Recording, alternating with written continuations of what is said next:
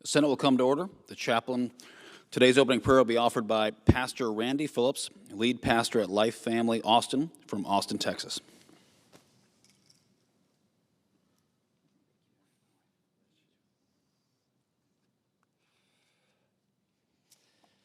Almighty God, we humbly come before you recognizing that all authority comes from your hand. We thank you for this chamber and for the leaders you've raised up to serve this nation. Grant to the members of this Senate wisdom beyond their own. Let truth guide their decisions and justice be their aim. May their debates be marked with dignity and their hearts governed by compassion and their service driven by the desire for the common good. Help them to seek unity where there's division, courage where there's fear, and clarity where there's confusion. Let integrity be their compass and humility their constant companion. Bless their families and keep them safe. Give their staff endurance, and let their conscience be assigned with assurance that their labor is not in vain. Let a spiritual awakening happen in this country. Let this government be a reflection of your mercy, justice, and care for all people, especially the weak, the voiceless, and the forgotten. We pray this not only for our glory, but that your will would be done on earth as it is in heaven. In the mighty name of Jesus we pray. Amen.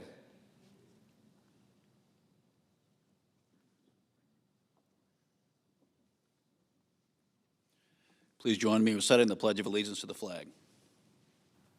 I pledge allegiance to the flag of the United States of America and to the republic for which it stands, one nation, under God, indivisible, with liberty and justice for all.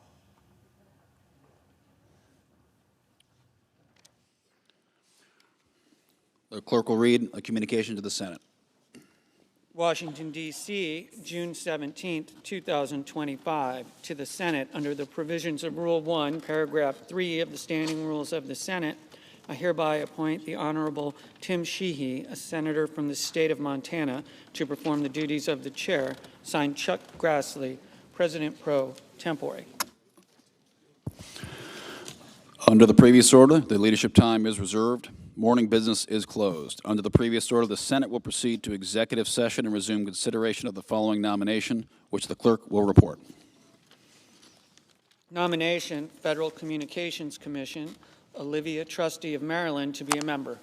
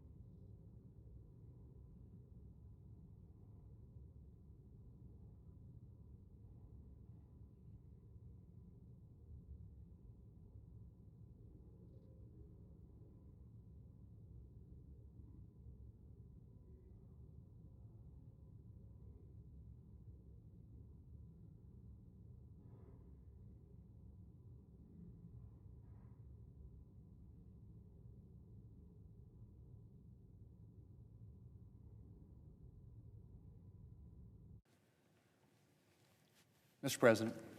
Majority Leader. Thank you, Mr. President. Mr. President, like all Americans, I was horrified to hear about this weekend shootings of 2 state lawmakers in Minnesota and their spouses. Melissa Hortman, a member of the Minnesota House of Representatives, and her husband Mark were murdered on Saturday. And John Hoffman, a member of the state Senate, and his wife Yvette were seriously wounded. I'm profoundly grateful to law enforcement that the alleged shooter is now in custody, and I look forward to seeing him prosecuted to the fullest extent of the law. There's no place for this kind of violence in our country. None. My prayers this morning are with the Hortman's family and loved ones, and for the speedy recovery of John and Yvette Hoffman. Mr. President, for far too long, the mullahs in Iran have publicly aspired to wipe Israel off the face of the map. And for decades, they have fomented a campaign of terror throughout the Middle East, threatening Israel and innocents everywhere and destabilizing the entire region. It was Hamas who killed more than 1,000 Israelis on October 7, 2023. But it was Iran who made that attack possible through years of funding, training, and weaponry provided to this terrorist organization. Mr. President, in the early hours of Friday morning, Israel struck back, attacking a number of sites in Iran, including sites associated with Iran's nuclear program. I spoke with the Israeli ambassador on Friday and assured him of my prayers for Israel's safety during this time and my hope that their operations, and any to come, will succeed in eliminating the prospect of a nuclear-armed Iran and ultimately help bring peace to a region that has for far too long been at war. While the U.S. military is not involved in offensive operations against Iran, U.S. forces on land, at sea, and in the air have helped defend Israel from indiscriminate missile attacks launched by Iran. President Trump and our country remain steadfast in our defense of Israel and committed to working toward peace in the Middle East, and first and foremost, for the safety of American personnel stationed in the region.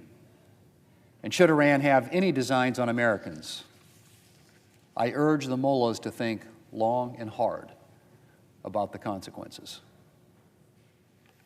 Well, Mr. President, Democrats continue to melt down over the reconciliation bill that Republicans are getting ready to consider. And their statements continue to be heavy on the hysteria and short on the facts. And nowhere is this more true than on the subject of the bill's Medicaid provisions. To hear Democrats talk, you'd think Republicans were getting ready to rip Medicaid from the hands of needy children and pregnant women. And nothing, Mr. President, nothing could be further from the truth.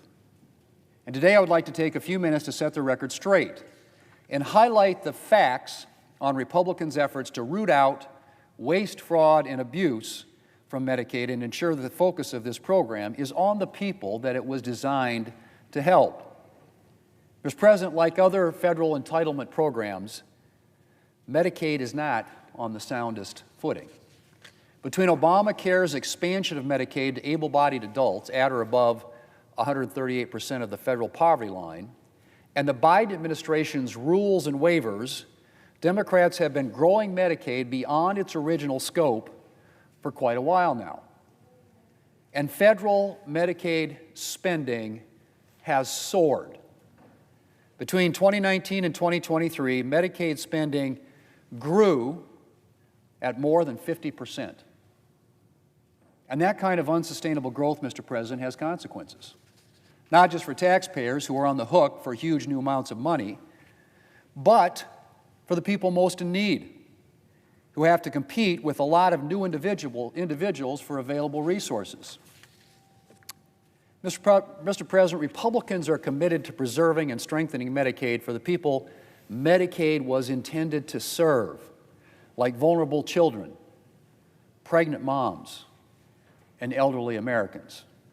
And to that end, we're making some common sense reforms to Medicaid to eliminate waste, fraud, and abuse, and protect the program for the people who need it the most. And that starts with removing people who should not be on the rolls. That means illegal immigrants and other non-citizens. able-bodied adults who can work but refuse to work, and individuals who don't qualify for the program. We're going to rein in federal spending to states that choose to direct scarce state dollars to illegal immigrants. We will be instituting basic, common-sense work requirements for able-bodied working-age adults who should not be relying on taxpayers for their health care unless they are doing their best to find and maintain a job or contribute to their communities. And we will be overturning Biden-era regulations that made it difficult to remove individuals who don't qualify for the program. Are Democrats seriously going to tell us they have a problem with that? Removing these individuals is just basic good governance. It's fulfilling our barest obligation to ensure that Medicaid is working well for its intended recipients. Mr. President, I would note that while Democrat senators may be melting down over these basic good governance requirements, some of their states are actually taking similar measures. No less a Democrat state than California is looking to freeze the enrollment of illegal immigrants in its Medicaid program and charge premiums for illegal immigrants already enrolled. Why? Because the state can no longer afford to cover these individuals and maintain its other obligations. And yet Democrat senators here in Washington are melting down because Republicans are daring to focus limited Medicaid dollars on American citizens and those most in need. Mr. President, in addition to ensuring that the individuals on Medicaid rolls are the ones who should be there, Republicans are making several other common sense reforms. Notably, Mr. President, we are taking aim at rampant abuse of the provider tax loophole. Use of this loophole, which sees states inflate Medicaid service prices in order to garner a larger reimbursement from the federal government, was already a problem even before the Biden administration. In fact, President Obama released multiple budgets featuring measures to rein in abuse of the provider tax. But thanks to waivers the Biden administration issued to California and other blue states last year, allowing them to further exploit this loophole, taxpayers are now on the hook for tens of billions of dollars in new spending. Neither the Medicaid program nor taxpayers can afford that burden. And so we're going to rein things in. Mr. President, our bill makes a handful of other modest reforms to restrain waste, fraud, and abuse, but those I just mentioned are the big ones. Common sense reforms to protect and strengthen Medicaid for those who need it the most. And I would love to know which of these reforms my colleagues object to. We've heard a lot of bluster from Democrats about how this bill will cost enrollment and cost lives, but we've heard very little from them on the actual measures included in the bill. And so, Mr. President, I'd like to ask them, do they believe the federal government should still be giving states an enhanced Medicaid match if they cover illegal immigrants? Do they think individuals who don't qualify for Medicaid should remain on the rolls? Are they against work requirements for able-bodied working-age adults? Do they think there should be any limits on states exploiting the provider tax loophole? Exactly which of our common sense reforms do Democrats disagree with? Mr. President, Democrats used to support rooting out waste, fraud, and abuse in Medicaid and getting Americans back to work. So what's changed? Well, Mr. President, while I can't guarantee the source of Democrats' hysteria, I suspect one or more of the following things is going on here. One, Democrats are still smarting from their election loss last November and are desperate to regain ground with voters. And I suspect that Democrats think that if they can successfully, even if inaccurately, paint Republicans as targeting vulnerable Americans, they might be able to claw back some electoral support. Two, I think Democrats tend to reflexively oppose anything supported by President Trump, no matter how sensible that policy might be. And three, I think that with Democrats' increasing embrace of the far left, there are Democrats out there who really do believe that government programs can continually expand without consequences, and that there's no limit to the amount of taxpayer dollars available for them to play with. Still, Mr. President, it's incredible that we can't agree on these common sense reforms. But we're going to move full speed ahead, protecting and preserving Medicaid for the Americans this program was intended to serve.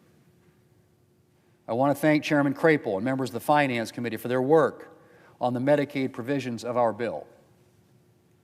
And, Mr. President, I look forward to taking up these provisions in the very near future as part of our final legislation.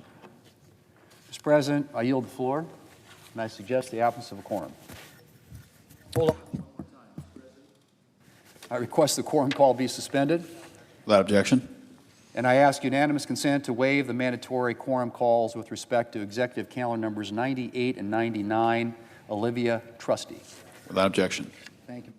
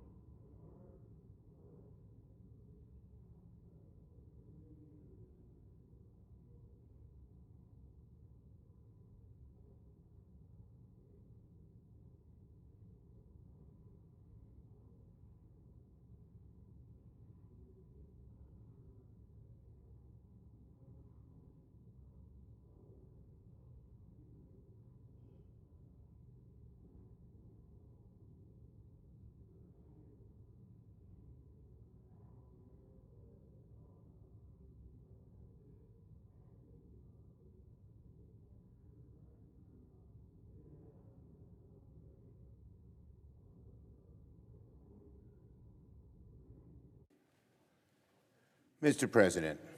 Democratic leader. Mr. President, first about safety in the Capitol and our meeting today that Senator Thune and I called. First, I'd like to say that the Capitol Police have always been the silent heroes behind the scenes keeping members safe. That's no secret. The country saw that for themselves on January 6th and in the footage after. And they're doing a good job. We had a very good meeting where members brought up their concerns, and strong efforts are going to be made to answer those concerns with an expanded activity by the Capitol Police. But after the awful situation this weekend, there's real concern not just here in the Capitol, but with folks across the country about the safety of elected officials. These violent acts are an attack not just on the individuals who are targeted, but on our democracy itself. Public servants should never have to fear for their lives simply for doing their job. Public servants, there should not be an attempt to intimidate public servants not to do their job or not to take their job. So we need immediate steps. We need to take immediate steps to ensure the safety of members. That includes sending additional funding and resources to the Capitol Police.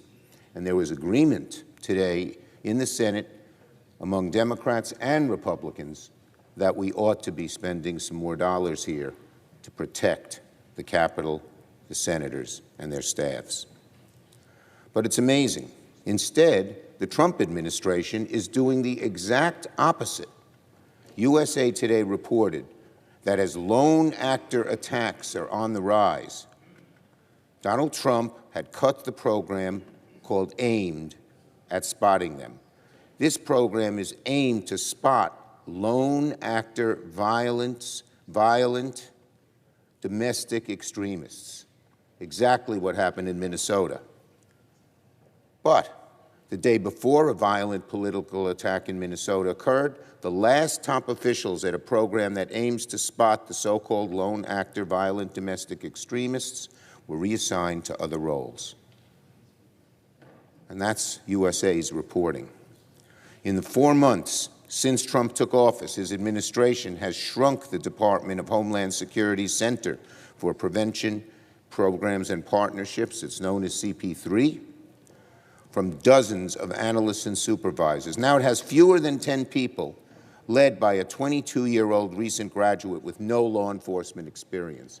Here we have more violent attacks, and at the same time, the Trump administration is cutting the very unit in law enforcement that's supposed to go after these lone wolf violent attacks and prevent them. Right now, we need to give law enforcement more resources to prevent these horrific attacks, not less. A program in charge of doing these things shouldn't have fewer than 10 people and be led by a 22-year-old with no experience. And what I'm saying here, that this program has been cut dramatically, the AIMED program, will reverberate among everybody who wants a safer America and should reverberate among all elected officials, Democrat and Republican, about the need to keep these programs. So we need to give more resources to law enforcement. But let me be clear. This dangerous environment isn't spontaneous. It's being stoked, often deliberately, by the reckless rhetoric coming from some of the most powerful voices in the country. When political opponents are treated like enemies, danger follows. And that's what Donald Trump has done. He's weaponized the Justice Department and law enforcement into going after his political enemies instead of going after criminals. It's the responsibility of all leaders, especially the President of the United States, to not just unequivocally condemn hatred, but to stop violent and aggressive language against political opponents. Trump has to see that his words have real impact and consequences. And here's one way he could start right now. He could demand of Senator Lee that he take down his inflammatory, despicable posts about the deaths of the 2 people in Minnesota. They're gross, they're disgusting, they're the kind of thing that just riles people up. Let Trump call Lee up and say, take them down, take those posts down. That'll be a start. But in general, he has to stop treating his political opponents as enemies, because danger will always follow. Last night on reconciliation, last night on the Senate Finance Committee, the Republicans released their portion of Donald Trump's big, ugly bill, his big, ugly betrayal. And hard to believe, it's even worse than expected. After Senate Republicans spent weeks promising they were going to moderate the House bill, they did just the opposite. They turned an ugly House bill into an outright travesty. Senate Republicans should reject the proposals from the Finance Committee and start over. Because if they proceed, they will harm tens of millions of Americans, kill millions of good-paying jobs, raise prices across or up and down on the average American, and help China. Let's go over these lowlights. starting with health care. The House bill already had the biggest cuts to Medicaid in American history. They're regarded as devastating. But the Senate version is even worse than the House version. It's the House bill on steroids. The Medicaid cuts are deeper, reach further, and the red tape is even longer than what House Republicans came up with. Under the Senate bill, tens of millions of Americans will lose health insurance, including working moms and dads. More hospitals will close, especially rural hospitals. And I tell my colleagues, that's mainly in red states. And these rural hospitals are often the only way people get health care in the rural communities, and they're often the largest employer in the states as well. Under their bill, doctors will lose their jobs, nurses will lose their jobs, states will carry more and more of the burden with fewer and fewer resources, which mean cutbacks. Premiums will go up. What you pay, the average American pays for health care will inevitably go up, even if you don't have Medicare or Medicaid. Now, I know there are a number of Senate Republicans who were worried about the Medicaid cuts passed by the House. But because the Senate package is even worse, I urge these Republicans to forcefully reject this proposal quickly. We know that if only three or four Republicans went to Leader Thune and said, we can't vote for this bill with these Medicaid cuts, some of the cuts, at least, would be eliminated. If they go along with this package, anyone who goes along with this package will be responsible for stealing health care from millions of their own constituents. That's true of Democrats and Republicans. Now, what about clean energy jobs? Remember how the Senate Republicans spent weeks promising they'd ease clean energy cuts passed by the House? Well, the Senate Republican clean energy package is a total head fake. That's all it is. They're trying to act like they got better, but they didn't. No matter what the Senate Republicans try to say about improving the House bill, the underlying substance did not change. The Senate clean energy bill cuts are every bit as destructive as the House proposal. It phases out tax credits for wind and solar projects within 6 months. And these phase-outs are a death sentence for clean energy. Wind and solar represent more than 90% of the new electric power in the United States. It's the quickest, cheapest way to bring power. What do Republicans think will happen when they raise taxes on 90% of our new electricity? They're going to send electric bills soaring. They're going to kill good-paying clean energy jobs. Estimated 850,000 people in the clean energy industry will lose their jobs. And they're going to surrender U.S. energy independence to China, which will leap ahead of us in wind and solar and dominate the world markets. American consumers will be at the behest of the Chinese Communist Party leaders in terms of what they pay for electricity. And these cuts will choke America's energy output right as we need to expand our capacity. We all know AI is going to demand huge amounts of electricity, and yet we cut off the quickest, cheapest way to add energy. Many on the other side say all of the above. This is not all of the above. This is just taking the most polluting, most expensive, most time-consuming way of producing energy. That's what it allows. It takes away the rest. 80% of the clean energy investments, we know, have been in Republican districts, but Senate Republicans are going to ship those jobs overseas. Anyone who votes for this bill and has clean energy facilities in their states, they're going to close those factories, limit those factories, and send the jobs to China. Just the opposite of what Trump says he wants to do. The bad news keeps coming. The Senate proposal does nothing to moderate the House SNAP benefits. It's still the biggest cuts to SNAP in history, depriving millions of kids and parents of vital food assistance. Senate Republicans have even found a way to bow down to the radical gun lobby. Remember, the House bill already had an insane provision that deregulated common sense rules on silencers that go back almost a century. But Senate Republicans, refusing to be outdone by their extreme House colleagues, removed registration requirements not just for silencers, but for short-barreled rifles, short-barreled shotguns, and other devices. This is unhinged. Shame on Senate Republicans for choosing the gun lobby over the lives of our kids. Their proposal will mean gun violence will rise, police officers will be put at risk, innocent people will die. Finally, why are Republicans doing all of this? What's their North Star? Tax cuts for billionaires paid for by working families. This is the big difference, folks, between Democrats and Republicans. Democrats believe in lowering taxes, but we need to prioritize Americans who aren't ultra-rich, working families, the middle class, parents raising their kids, and small business owners trying to grow. But Republicans, meanwhile, believe in giving most of the help to the people at the very top. They believe that helping billionaires and big corporations is somehow going to make everyone better off. It's never worked. Trickle-down's discredited. They cling to it because they're in the obeisance of a handful of very greedy billionaires who seem to run the Republican Party on economic issues.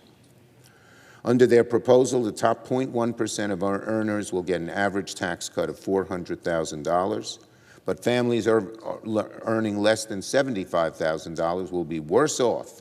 They'll actually lose household wealth. Under $75,000, you lose wealth. Over in top 0.1%, you gain an average cut of $400,000. The American people like that. The more they know, the less they like. When you put it all together, the Senate's version of Donald Trump's the Senate Republican version of Donald Trump's big, ugly bill is even worse than the House. It makes even deeper cuts to health care. It destroys American clean energy. It raises costs on working and middle-class families and rewards the billionaires at the very top of the economic ladder. I have a few more things to say. Abortion. Next week marks a very grim anniversary in America, 3 years since the disastrous Dobbs decision. 3 years later, 21 states have restricted the right to choose. 14 states have practically total abortion bans. And what is the Republicans' response? They want to keep going, attack reproductive care even more. Deep inside Republicans' big, ugly betrayal bill, they have snuck in a backdoor abortion ban. First, they have a provision that would defund Planned Parenthood. Second, they have a provision to eliminate coverage for comprehensive reproductive care from the marketplace. Senate Democrats will fight these devastating and deadly measures with everything we got, including through the bird bath. Both provisions have to go through the bird bath. Because here are the consequences of the Republican provisions. 200 Planned Parenthood health centers in 24 states would close. 90% of these closures would be in states where abortion is currently legal. So much for states' rights, not when it comes to abortion or guns with this Republican Party. And why are they doing this? Well, part of it's ideological, but part of it is to fund tax cuts for billionaires. It's an assault not just on Planned Parenthood, not just on reproductive care, but on every woman in America. Democrats will fight these backdoor abortion bans with every fiber of our being. And finally, on Senator Padilla's speech, and I see he's just come into the chamber, today at 12:30, our colleague Senator Padilla will speak on the Senate floor. For the first time, he was forcibly removed from a public briefing just for doing his job. I'll be here on the floor to listen to Senator Padilla speak. I encourage all of my colleagues, Democrat and Republican, to come and listen as well. What Senator Padilla experienced last week sickened all of us to our core, sickened every decent American to their core. No senator should be treated the way he was, manhandled, taken to the ground, handcuffed. It's not a moment for partisanship. Oh, no. It's about all senators supporting a colleague who was treated inexcusably for doing his job. I look forward to hearing Senator Padilla's speech later, and I encourage all of my colleagues to do the same. Yield the floor. The clerk will report the motion to invoke cloture. Cloture motion, we the undersigned senators, in accordance with the provisions of Rule 22 of the Standing Rules of the Senate, do hereby move to bring to a close debate on the nomination of Olivia Trusty of Maryland to be a member of the Federal Communications Commission for the remainder of the term expiring June 30th, 2025, signed by 17 senators. Under the previous order, the mandatory quorum call under Rule 22 has been waived. The question is it the sense of the Senate that the debate of the nomination of Olivia Trusty of Maryland to be a member of the Federal Communications Commission for the remainder of the term expiring June 30th, 2025 shall be brought to a close? The yeas and nays are mandatory under the rule. The clerk will call the roll. Ms. Alsobrooks, Ms. Baldwin, Mr. Banks, Mr. Barrasso, Mr. Bennett.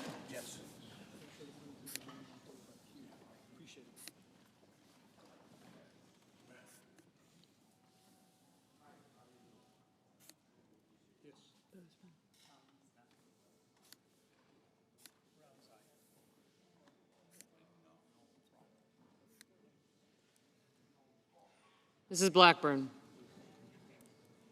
Sorry, thank you.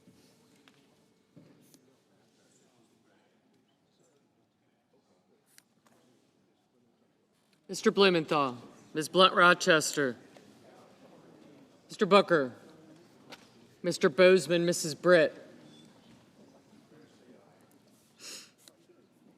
Mr. Budd, Ms. Cantwell, Mrs. Capito, Mr. Cassidy, Ms. Collins, Mr. Coons, Mr. Cornyn, Ms. Cortez Masto, Mr. Cotton, Mr. Kramer, Mr. Crapo, Mr. Cruz, Mr. Curtis, Mr. Daines, Ms. Duckworth, Mr. Durbin, Ms. Ernst, Mr. Fetterman, Mrs. Fisher, Mr. Gallego, Mrs. Gillibrand, Mr. Graham, Mr. Grassley, Mr. Haggerty,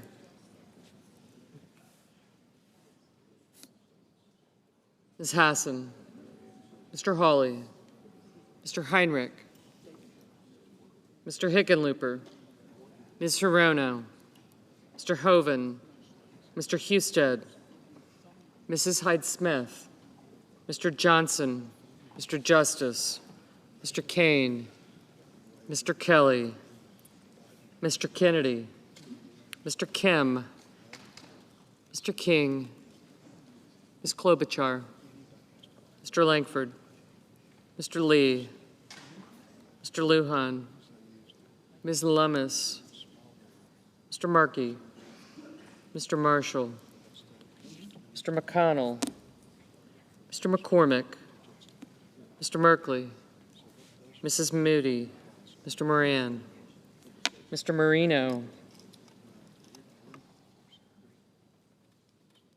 Mr. Mullen, Ms. Murkowski, Mr. Murphy, Mrs. Murray, Mr. Ossoff, Mr. Padilla, Mr. Paul, Mr. Peters, Mr. Reed, Mr. Ricketts, Mr. Risch, Ms. Rosen, Mr. Rounds, Mr. Sanders, Mr. Schatz, Mr. Schiff, Mr. Schmidt, Mr. Schumer, Mr. Scott of Florida, Mr. Scott of South Carolina, Mrs. Shaheen, Mr. Sheehy, Ms. Slotkin, Ms. Smith, Mr. Sullivan, Mr. Thune, Mr. Tillis, Mr. Tuberville, Mr. Van Hollen, Mr. Warner, Mr. Warnock, Ms. Warren, Mr. Welch, Mr. Whitehouse, Mr. Wicker, Mr. Wyden, Mr. Young.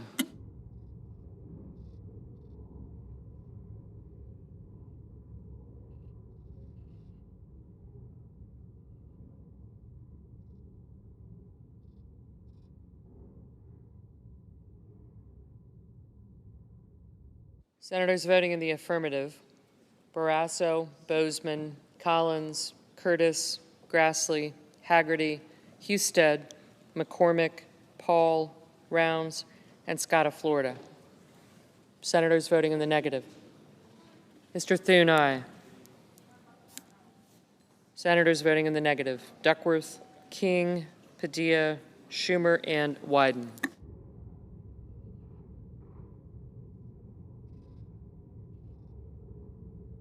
Ms. Slotkin, no.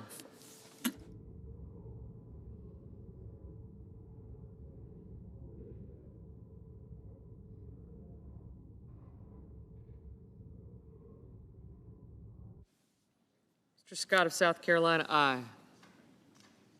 Mr. Graham, aye.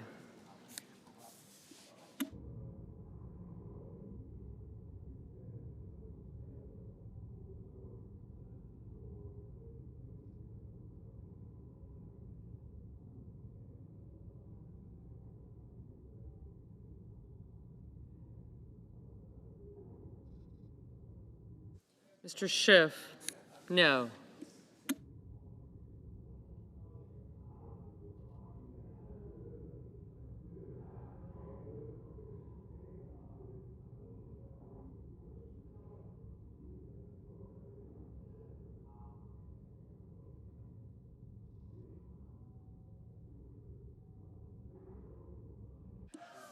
Mr. Marshall, aye.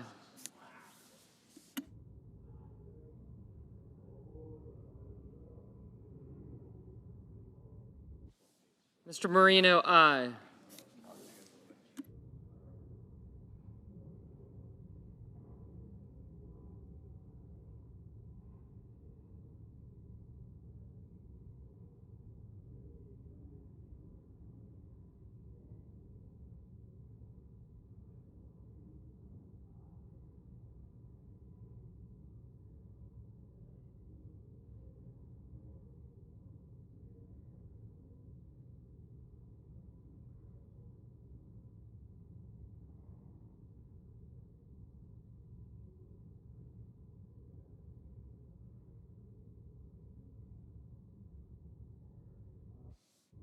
Mr. Heinrich, no.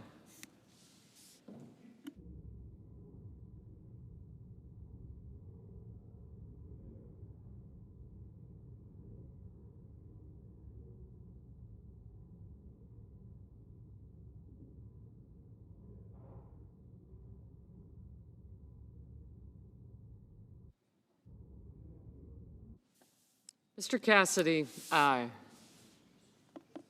Mr. Murphy, no.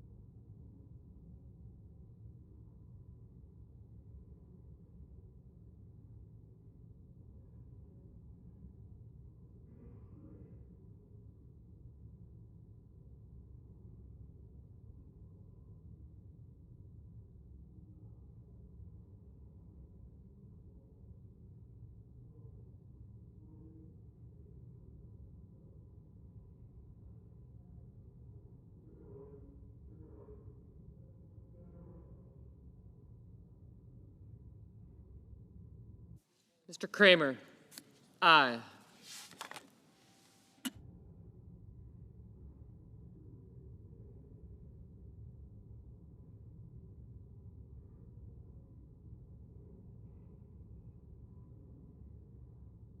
Mr. Cornyn, aye.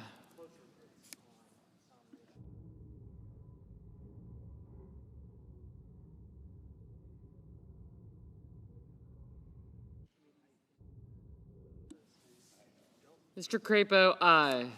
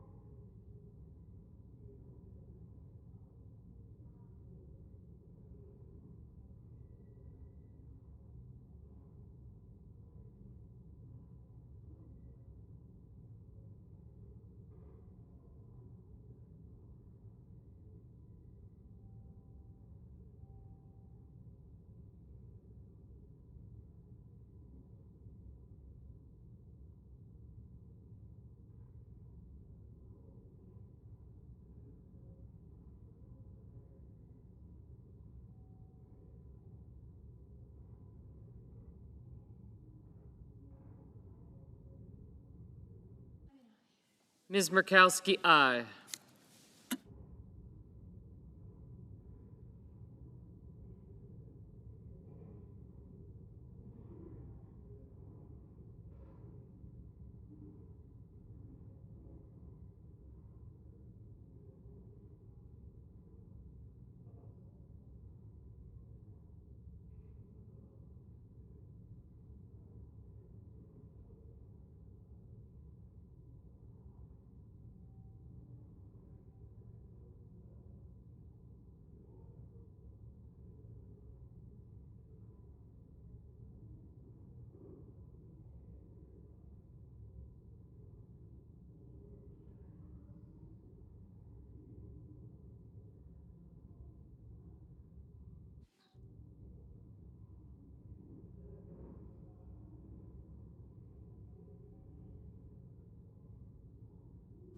Mr. Sheehy, aye.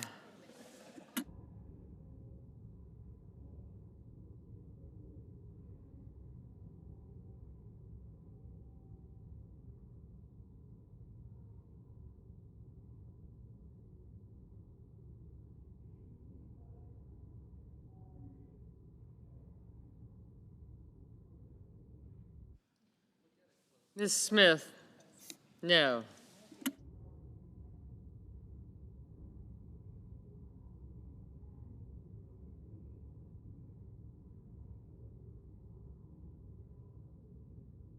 Ms. Ernst, aye.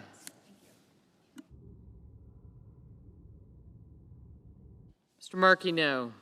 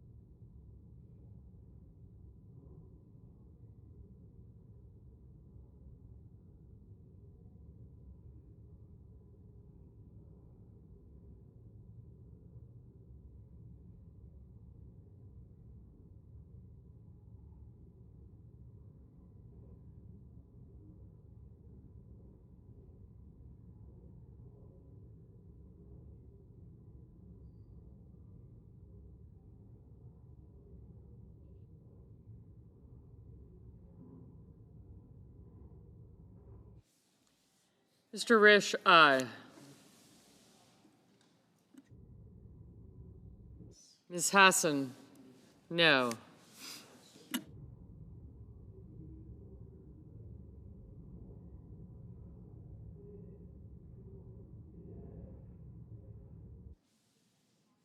Mr. Reed, no.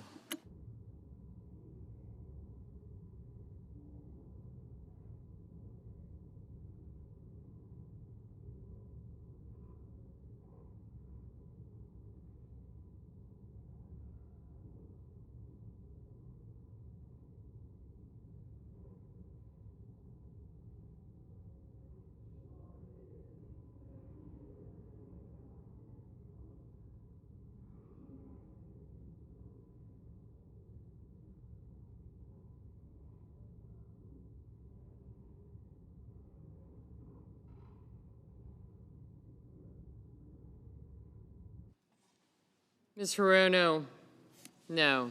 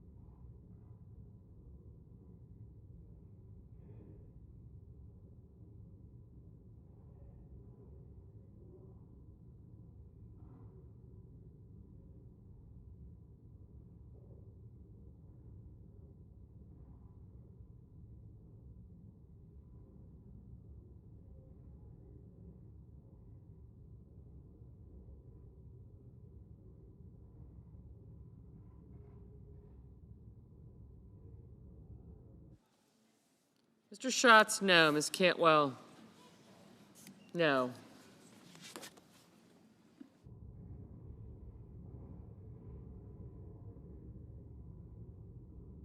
Mr. Coons, no.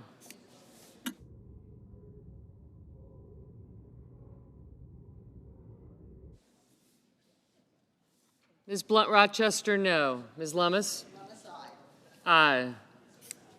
Mr. Whitehouse? No.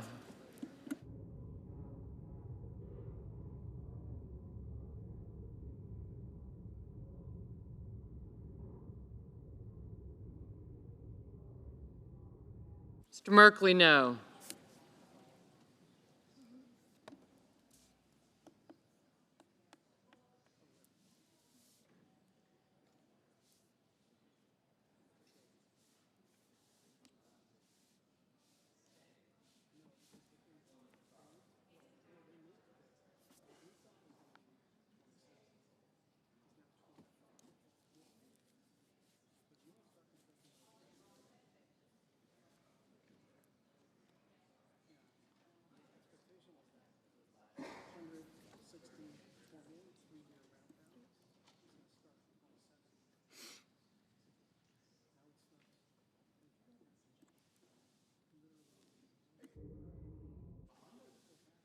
Mr. Ossoff, no.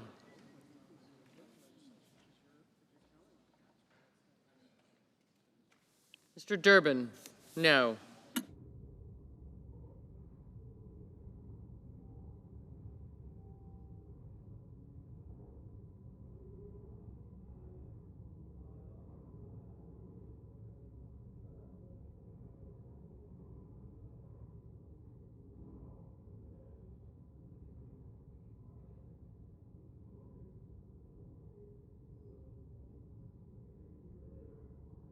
Mr. Justice, aye.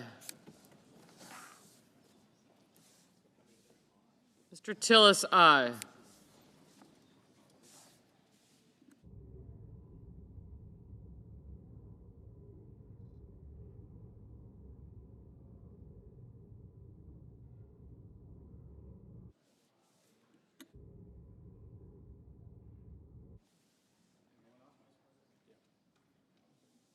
Mr. Warner, aye. No. Mr. Warner, no. Mr. Kane, no. Mr. Lujan? No. Mr. Schmidt, aye.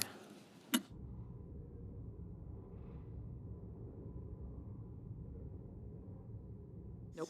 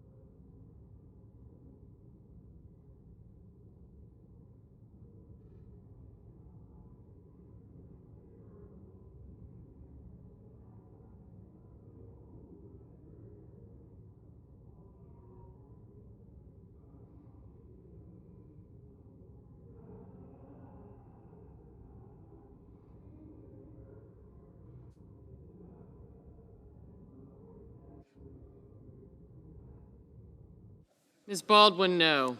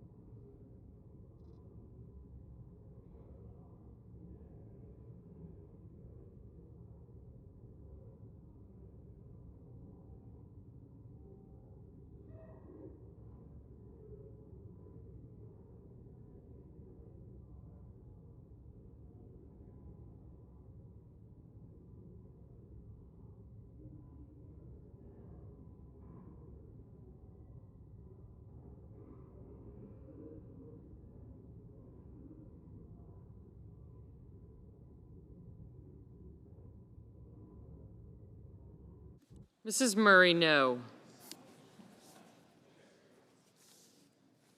Mr. Banks, aye.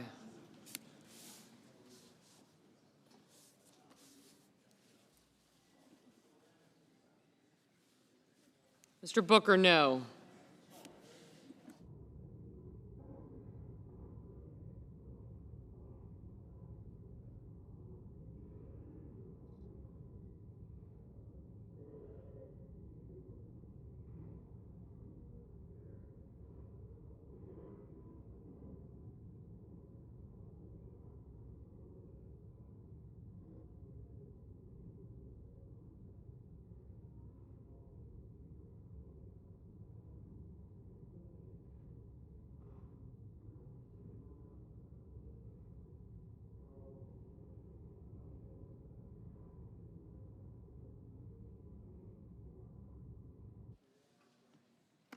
Ms. Klobuchar, no.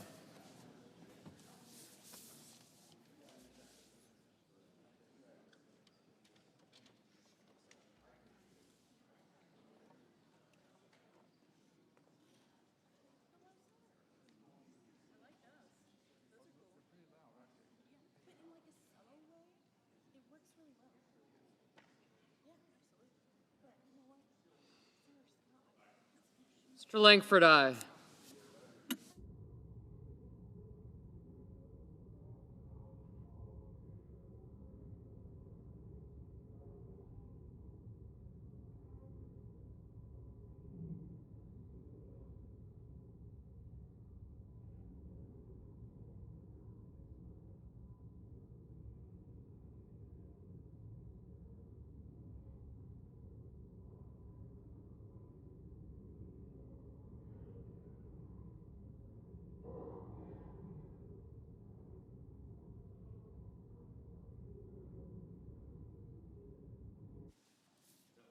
Mr. Bennett, no.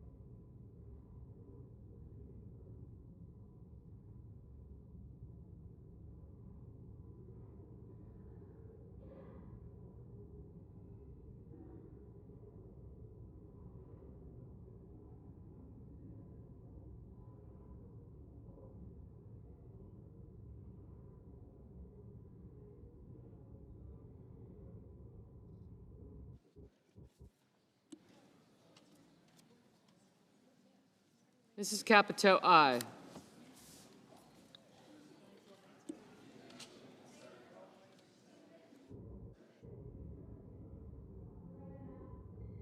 Mrs. Gillibrand, no.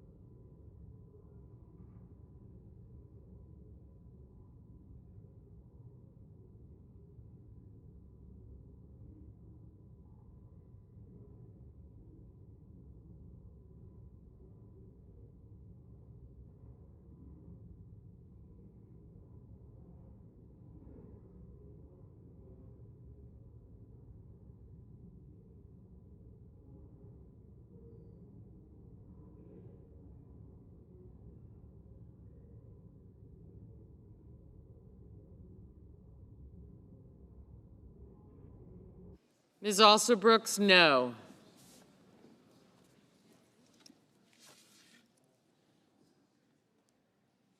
Mrs. Moody, aye.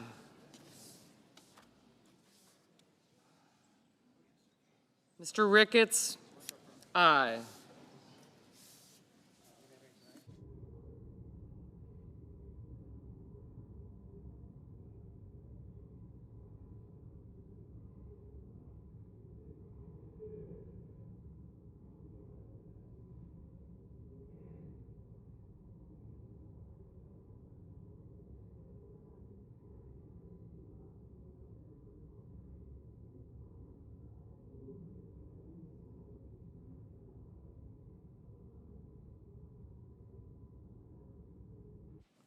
Mr. Cruz? Aye.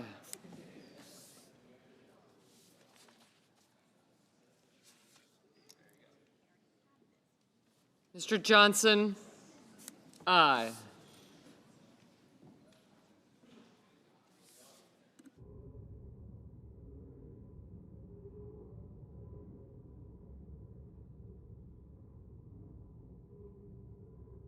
Mr. Hoven? Aye.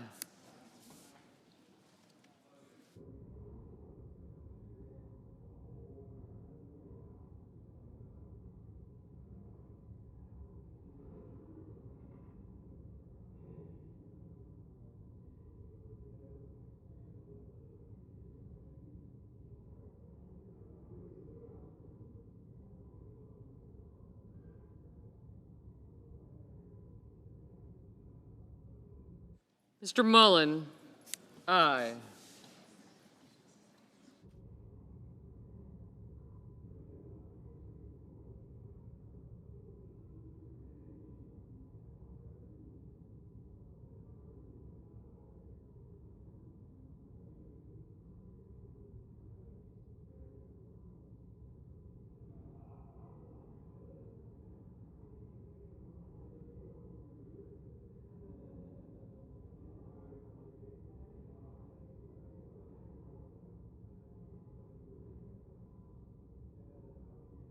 Mr. Hawley? Aye.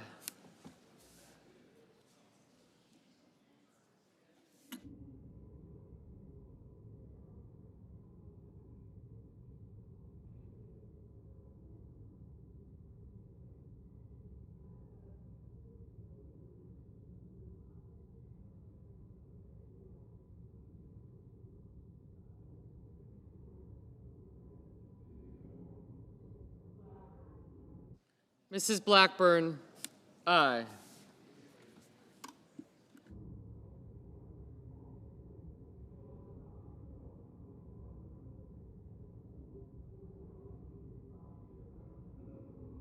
Mr. Fetterman? Aye. Mrs. Hyde-Smith? Aye.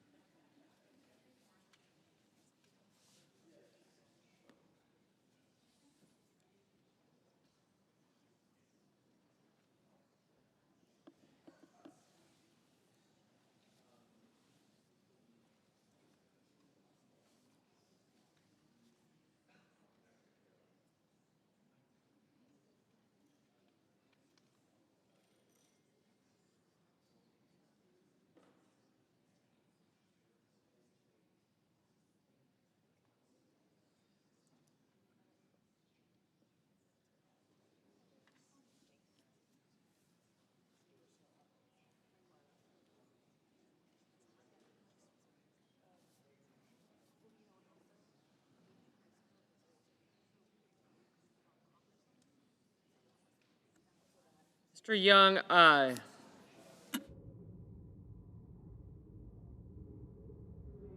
Mr. Lee? Aye.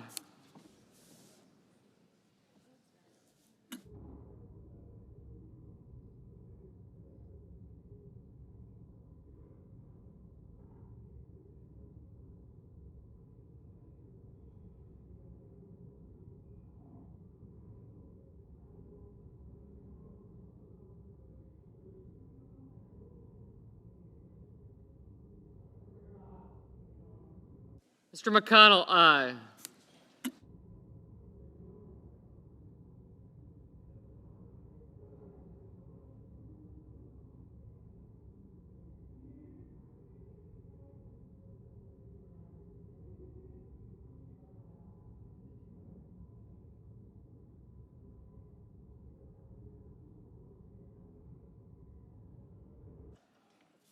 Mr. Kim, no. Mr. Warnock, no.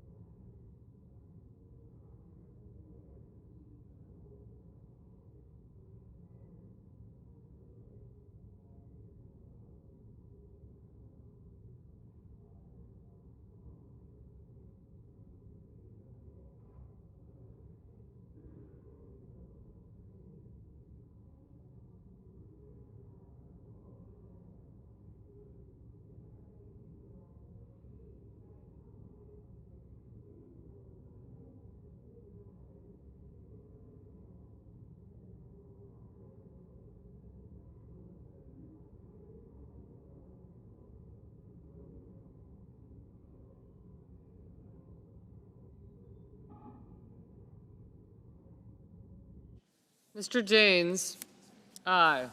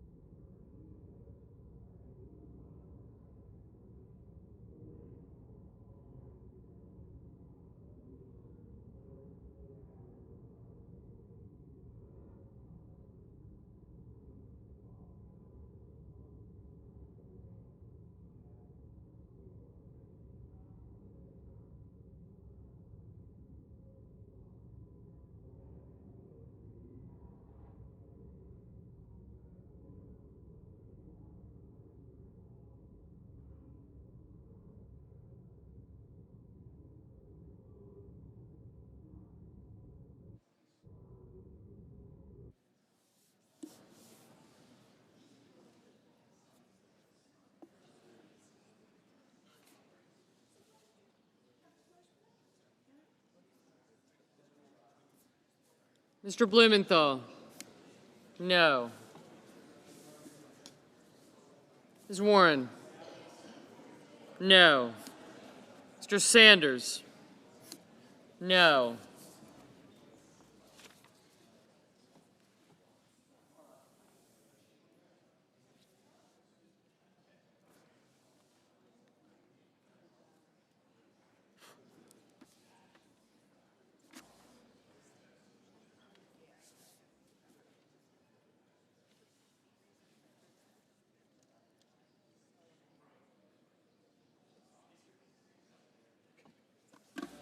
Mr. Tuberville, aye. Mr. Van Hollen, no. Mr. Hickenlooper, no.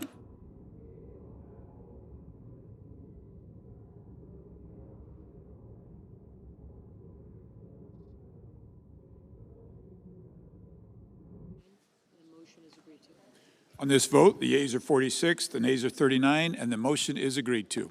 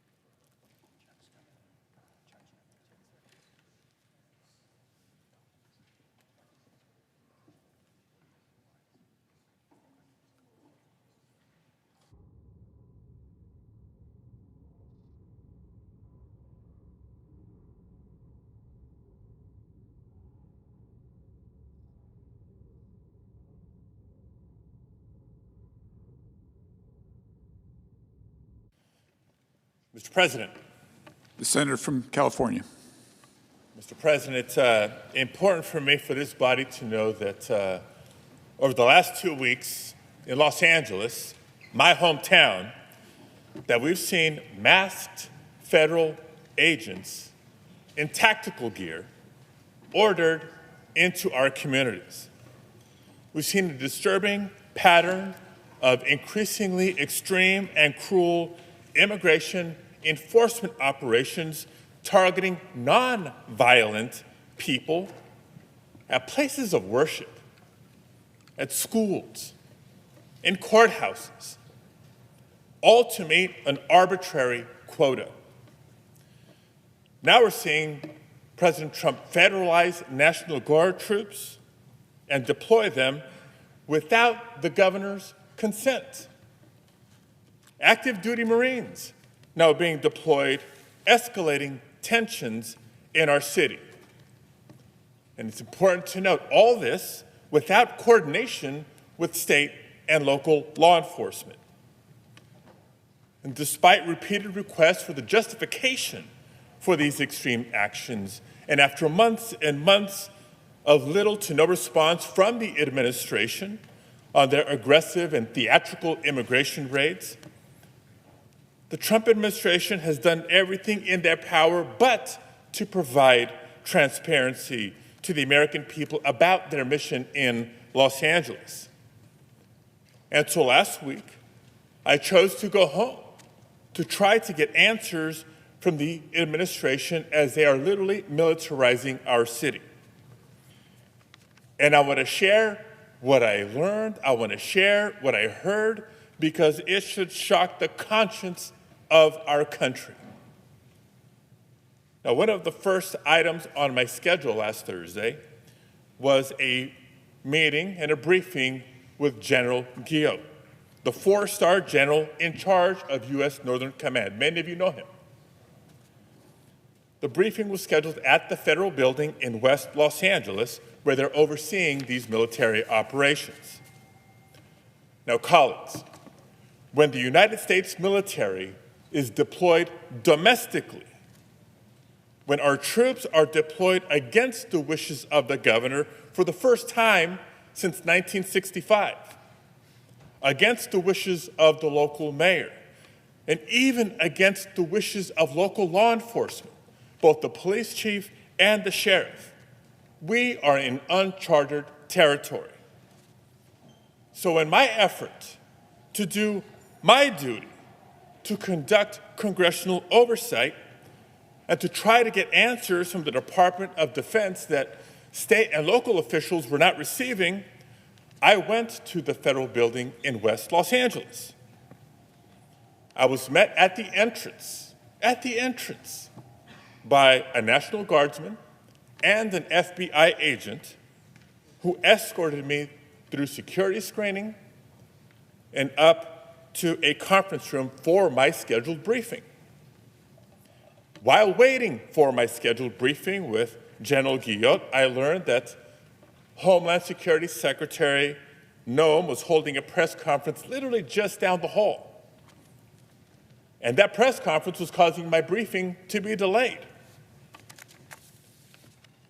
The thought occurred to me that, well, maybe I could attend this press conference and listen in.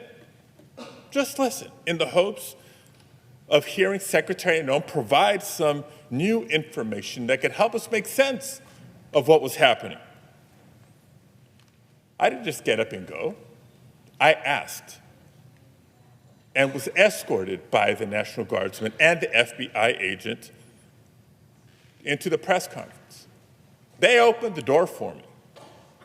They accompanied me into the press briefing room. And they stood next to me as I stood there for a while, listening. And at one point,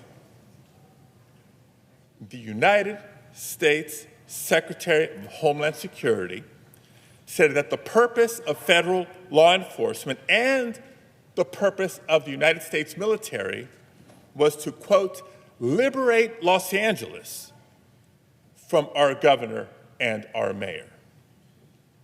To somehow liberate us from the very people that we democratically elected to lead our city and our state. Colleagues, let that fundamentally un-American mission statement sink in. That is not a mission focused on public safety. And that simply is not and cannot be the mission of federal law enforcement and the United States military. To my colleagues on both sides of the aisle, are we truly prepared to live in a country where the president can deploy the armed forces to decide which duly elected governors and mayors should be allowed to lead their constituents? Is that really the precedent that we're okay with setting?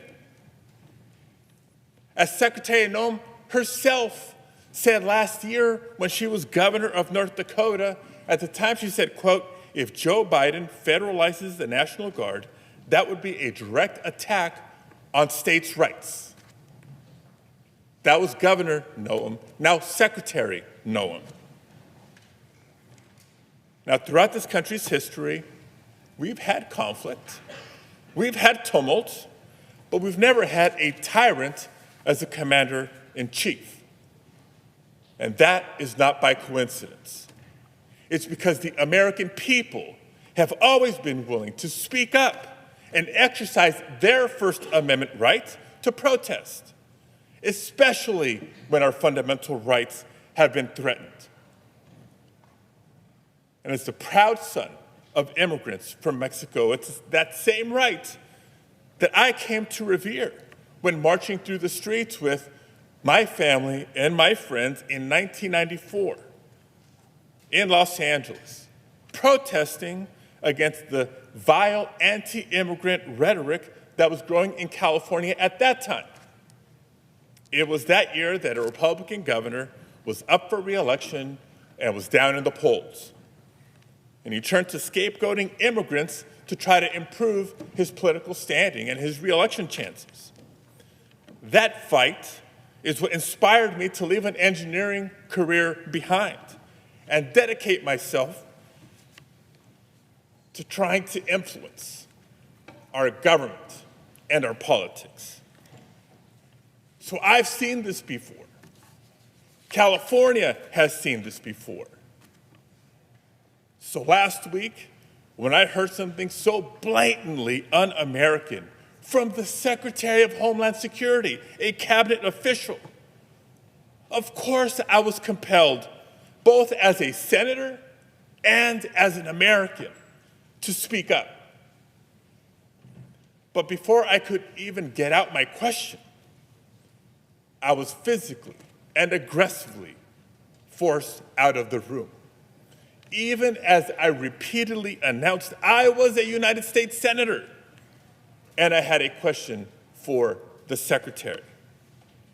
And even as the National Guardsman and the FBI agent who served as my escorts and brought me into that press briefing room stood by, silently, knowing full well who I was. You've seen the video. I was pushed and pulled, struggled to maintain my balance.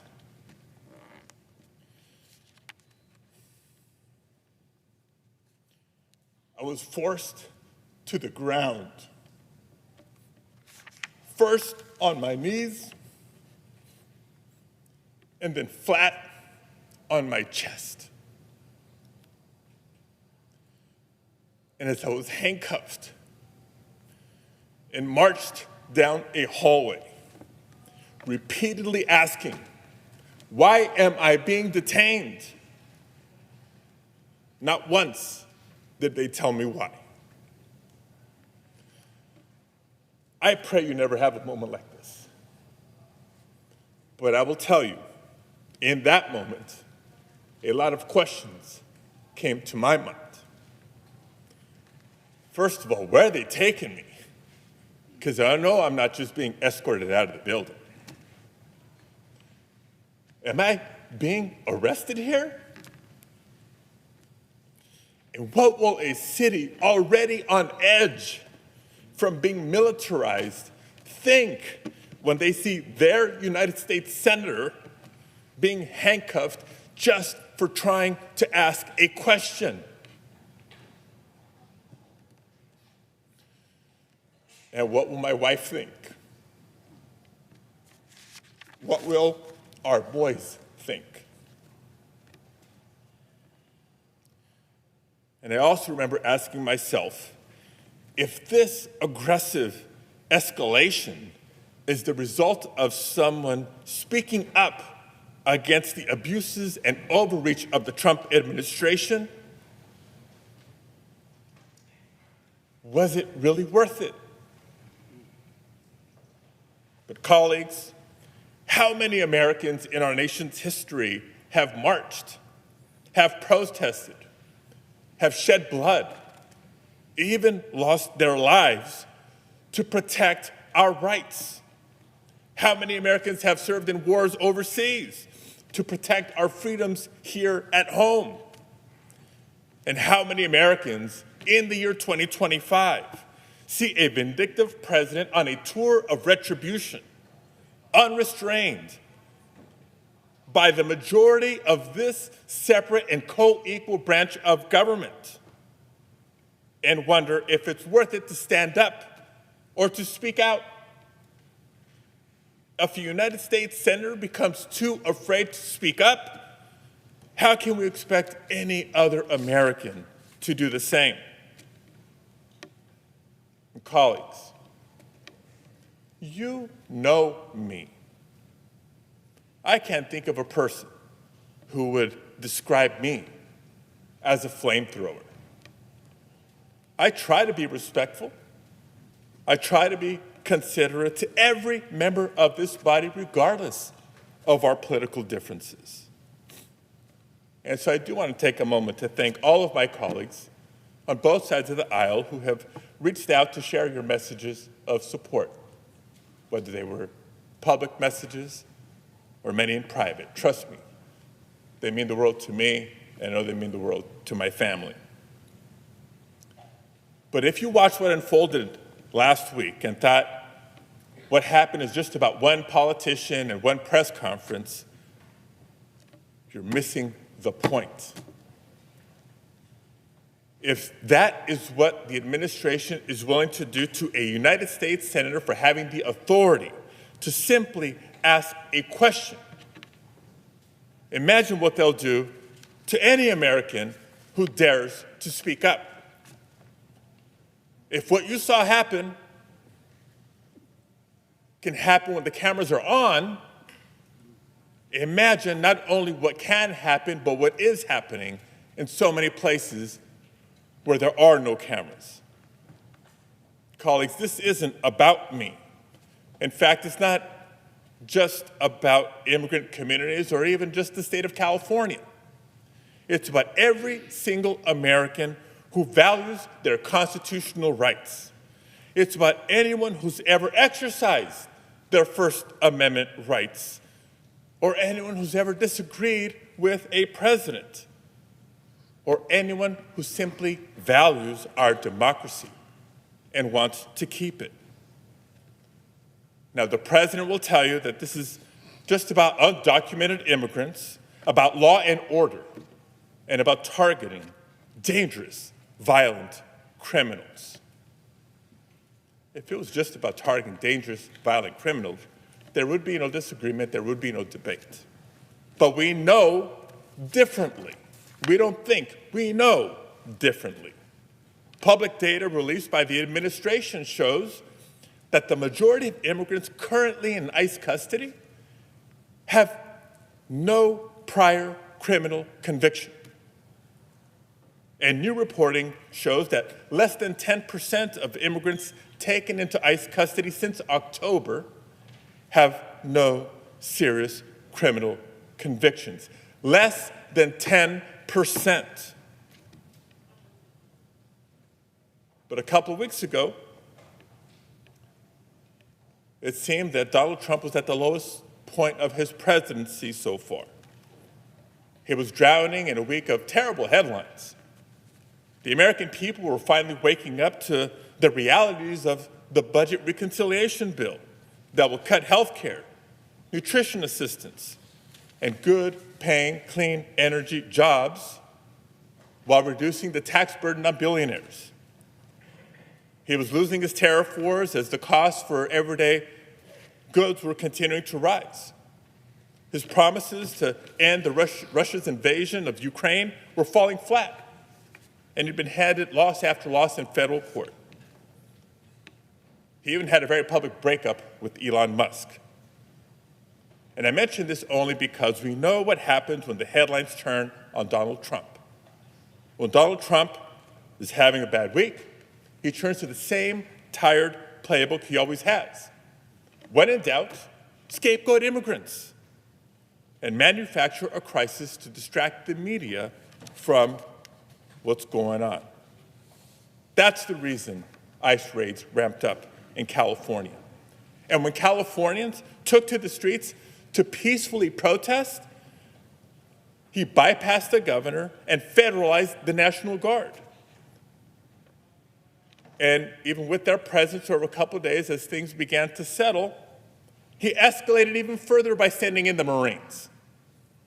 He wants the spectacle, not just to distract, but to justify his undemocratic crackdowns and his authoritarian power grabs.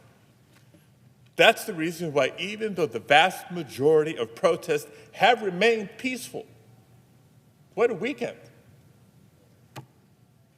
That notwithstanding, the president, the vice president, and their allies have continued to call all the protesters out there insurrectionists. Yes, this is the same man who provoked an actual insurrection at our Capitol on January 6th. The same man who incited a violent mob carrying Confederate flags against Congress. The same man who then pardoned the convicted felons who assaulted our brave Capitol police officers. Donald Trump is continuing to test the boundaries of his power, and he's surrounded himself with yes men and underqualified attack dogs, from the DHS secretary to the FBI director to the Secretary of Defense, who will rubber stamp every anti-democratic step he takes. This administration's officials,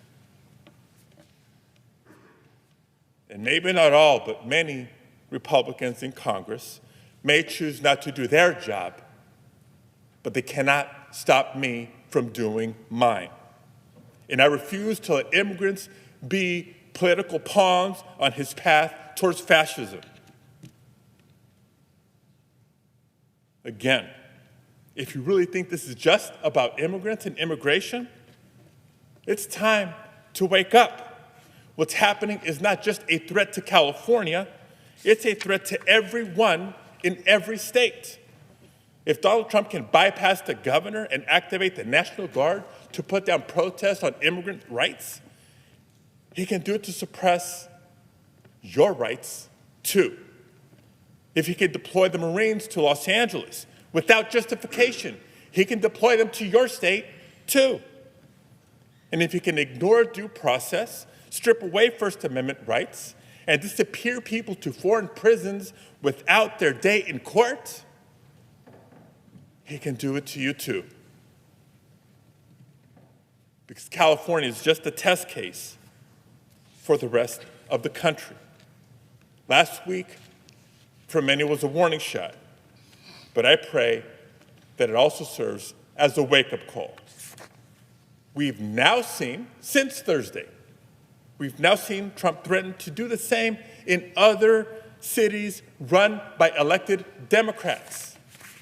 He's saying the quiet part out loud. It doesn't matter if you're a Republican or a Democrat or an independent. We all have a responsibility to speak up and to push back before it's too late. So I do encourage people to keep peacefully protesting. There's nothing more patriotic than to peacefully protest for your rights. Because no one's going to liberate Los Angeles but Angelenos. No one will redeem America but Americans. No one is coming to save us but us. And we know that the cameras are not on in every corner of the country. But if this administration is this afraid of just one senator with a question, colleagues, imagine what the voices of tens of millions of Americans peacefully protesting can do.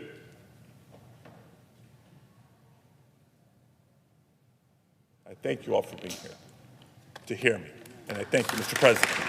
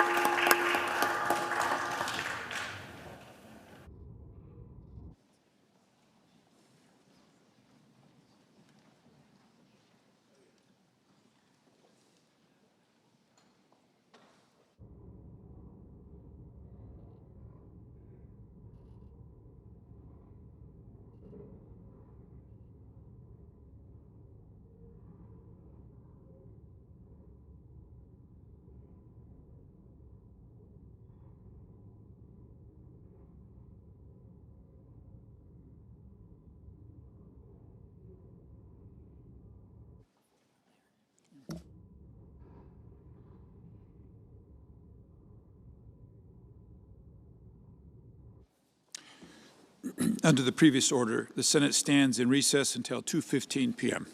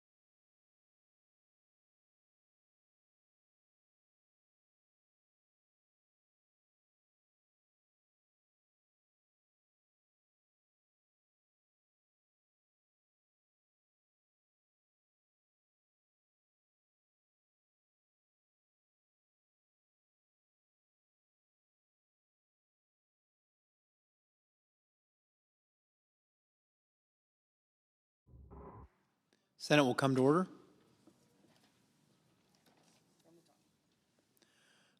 The clerk will report the motion to invoke cloture. Cloture motion. We, the undersigned senators, in accordance with the provisions of Rule 22 of the Standing Rules of the Senate, do hereby move to bring to a closed debate on the nomination of Olivia Trusty of Maryland to be a member of the Federal Communications Commission, signed by 17 senators. Under the previous order, the mandatory quorum call under Rule 22 has been waived. The question is it the sense of the Senate that debate on the nomination of Olivia Trusty of Maryland to be a member of the Federal Communications Commission for a term of 5 years from July 1, 2025 shall be brought to a close? The yeas and nays are mandatory under the rule. The clerk will call the roll. Ms. Alsobrooks, Ms. Baldwin, Mr. Banks, Mr. Barrasso, Mr. Bennett, Mrs. Blackburn.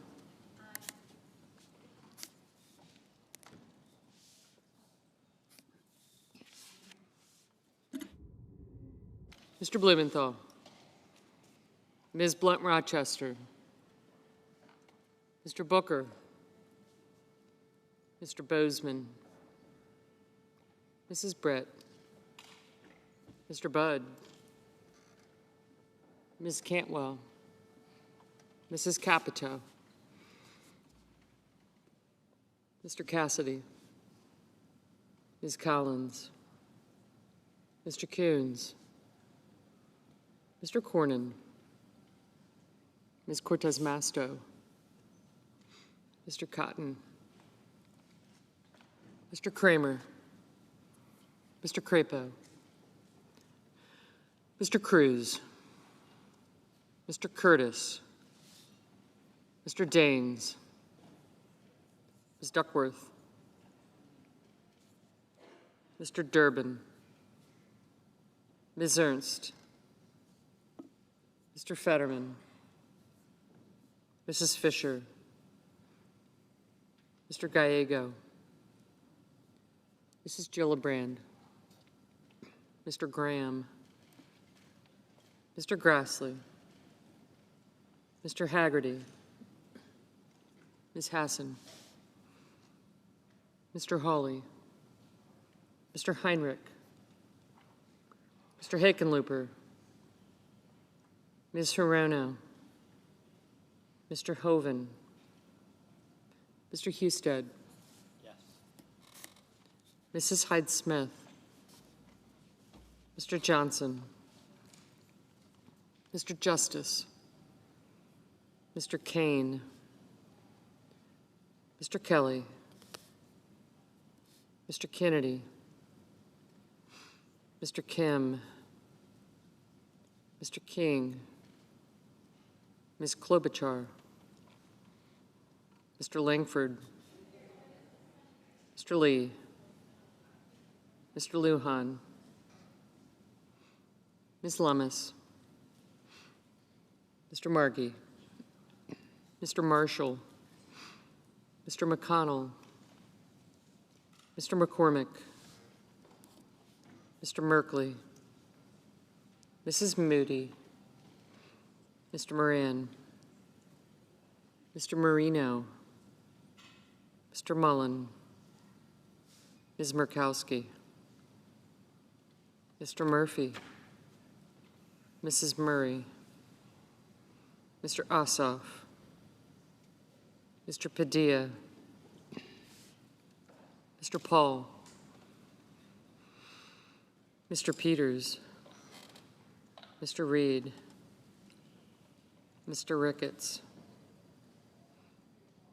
Mr. Risch. Ms. Rosen. Mr. Rounds. Mr. Sanders. Mr. Schatz. Mr. Schiff. Mr. Schmidt. Mr. Schumer. Mr. Scott of Florida.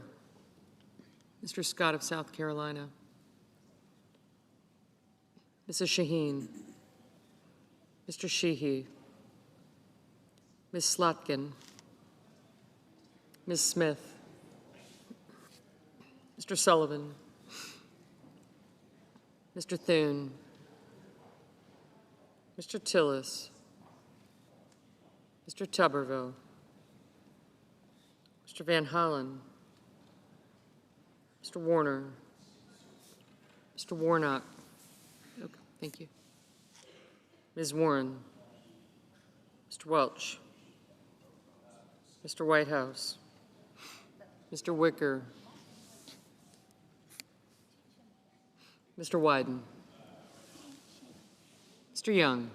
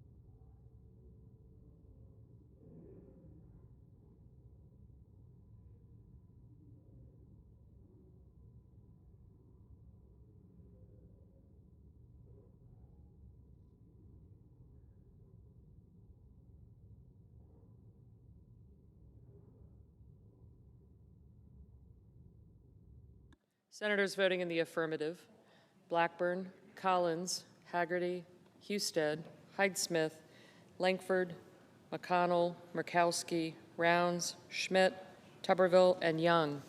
Senators voting in the negative: Hickenlooper, Reed, and Van Hollen.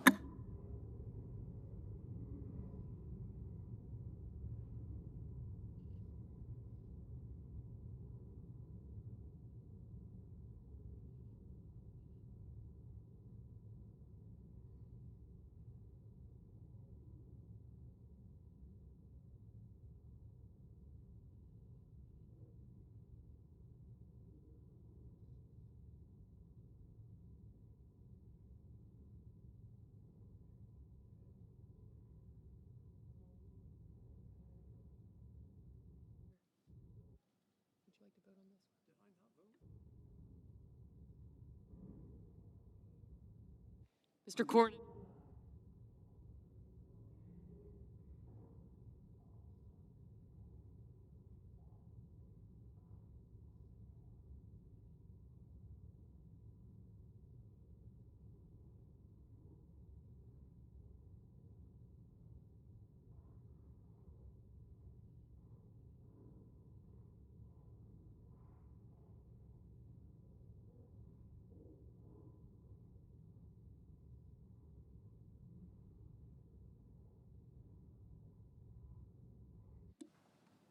Ms. Baldwin, no.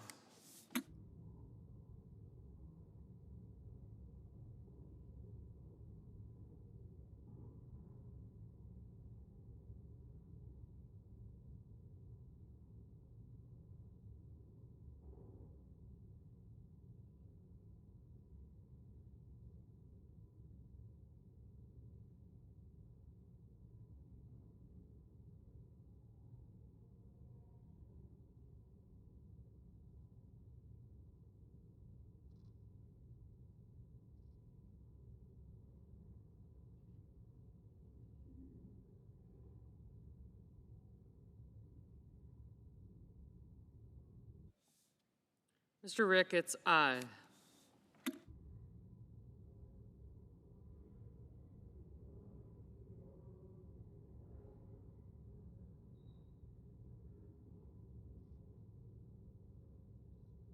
Mr. Grassley, aye. Mr. Johnson, aye.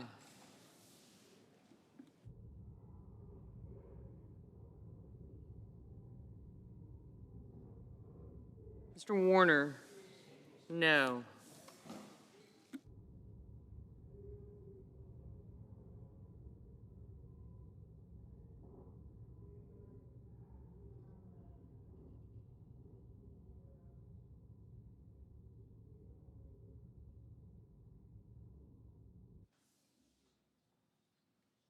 Mr. Lee, aye.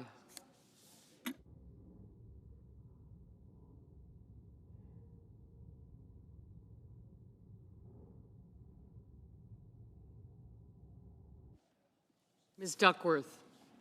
No.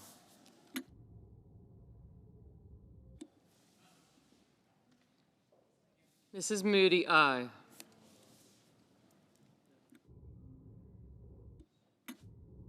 Mr. Sheehy, aye.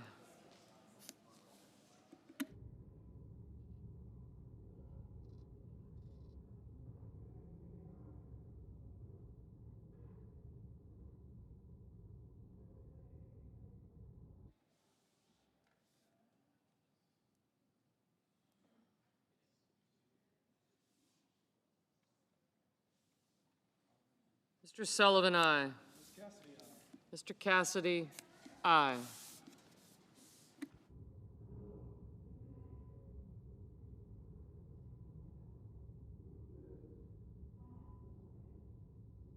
Mrs. Britt, aye. Mr. Wicker, aye.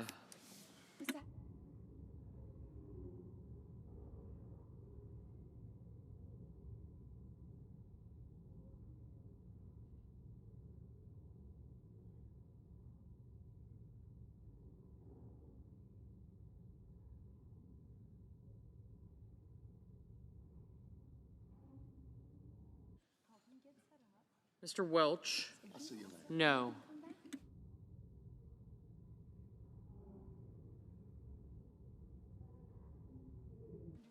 Mrs. Fisher, aye.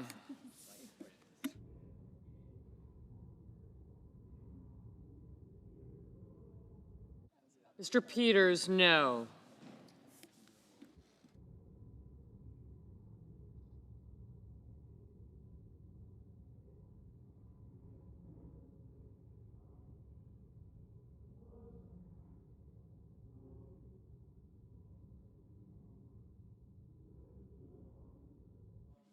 Mr. Marino, aye.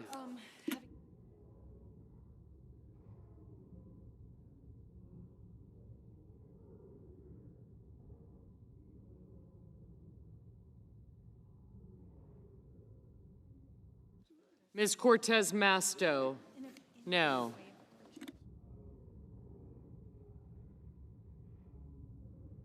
Mr. Kennedy, aye.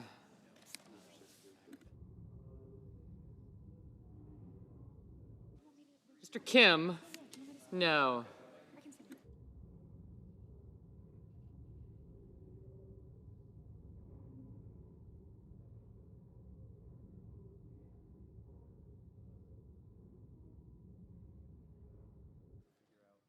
Mr. Budd, aye. Mr. Daines, aye.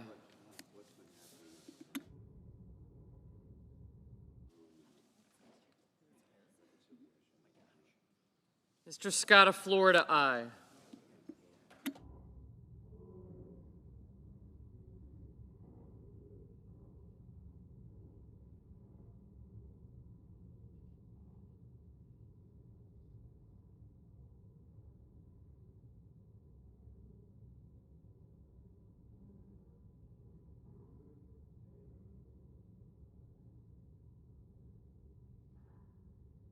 Mr. Marshall, aye.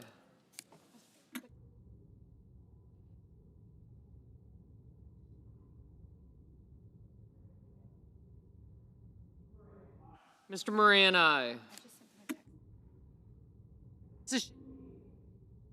Mrs. Shaheen, no.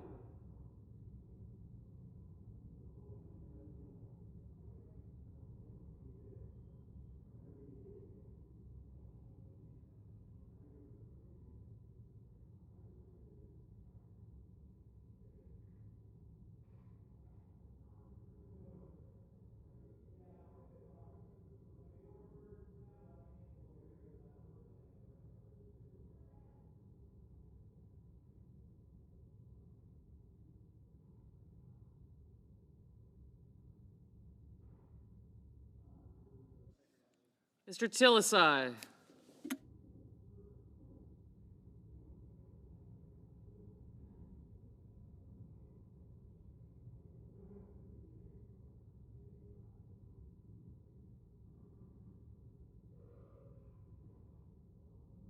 Mr. Hoven, aye.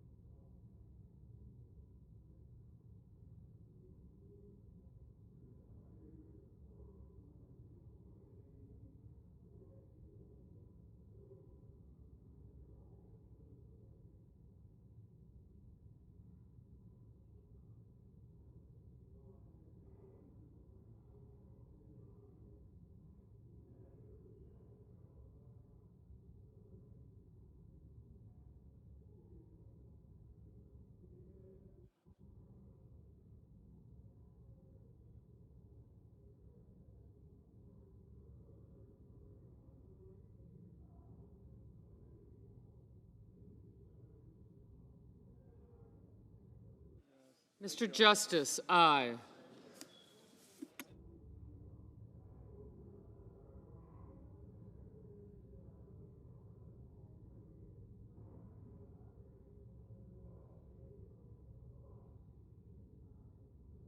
Ms. Rosen, no.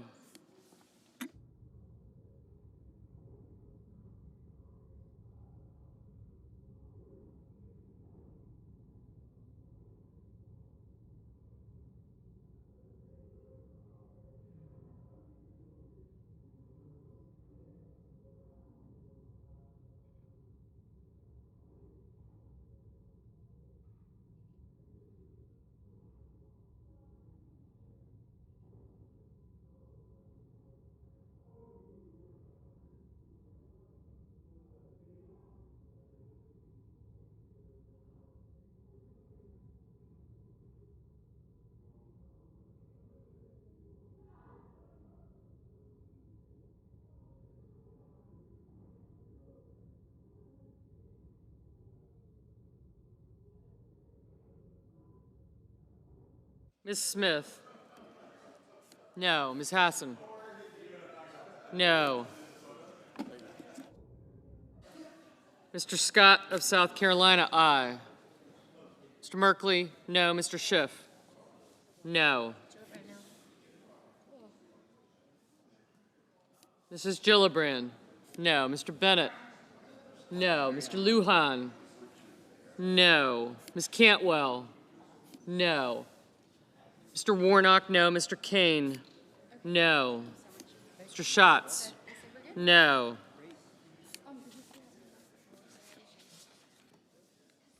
Mr. Mullen, aye. Ms. Lummis? Ms. Lummis, aye. Mr. Heinrich? No. Mr. Crapo? Aye.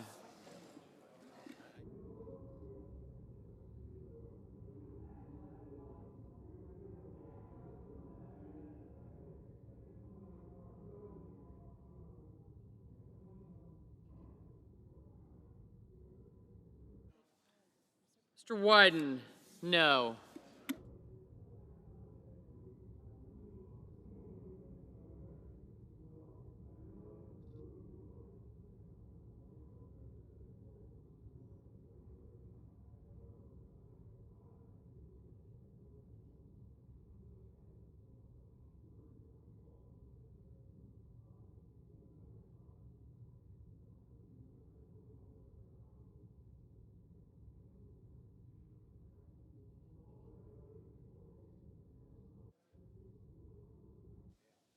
Mr. Padilla? No. Mr. Durbin? No.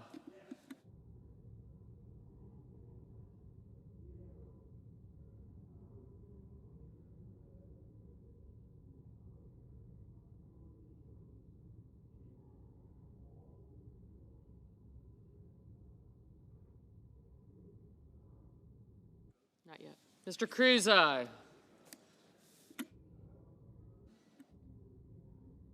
Mr. Booker? No. Ms. Also Brooks? No. Mrs. Murray? No. Ms. Blunt Rochester? No. Mr. Whitehouse? No. Mr. Paul? Aye.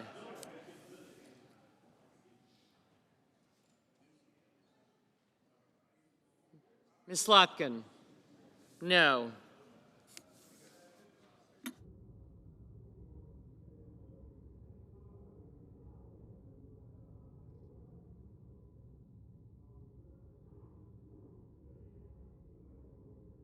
Ms. Hirono, no.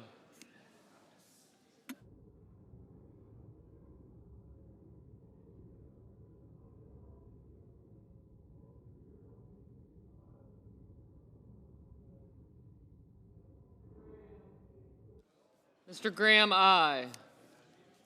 Mr. Blumenthal? No.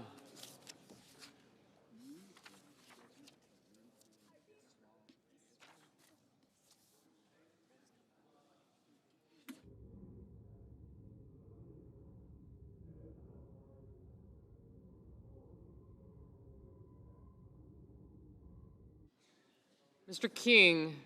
No.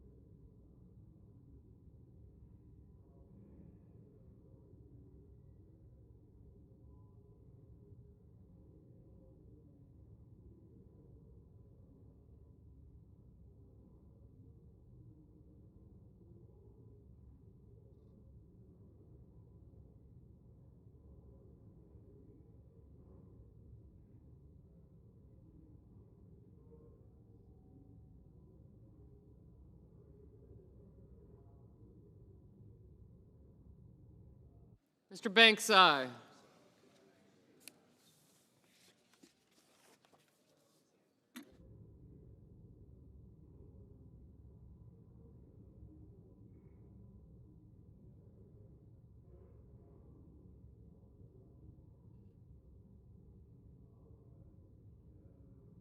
Ms. Ernst, aye.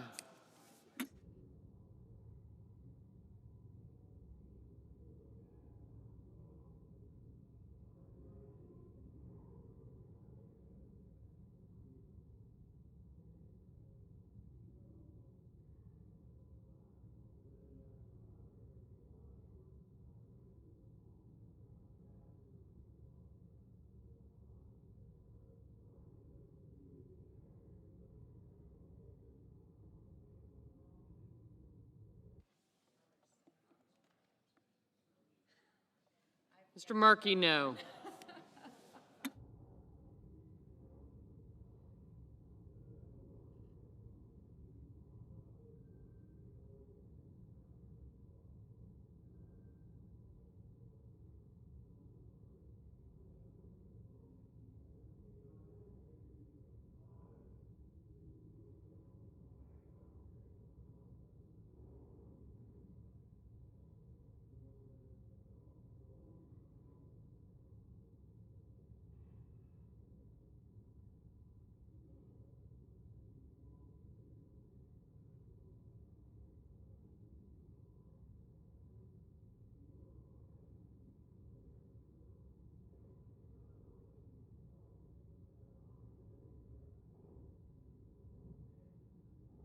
Ms. Warren, no.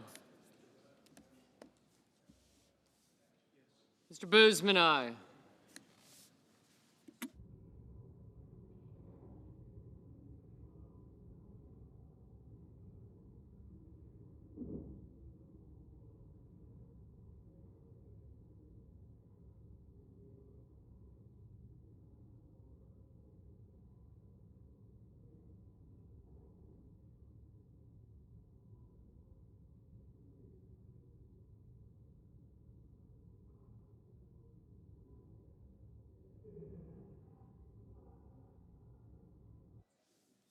Mr. Curtis, aye.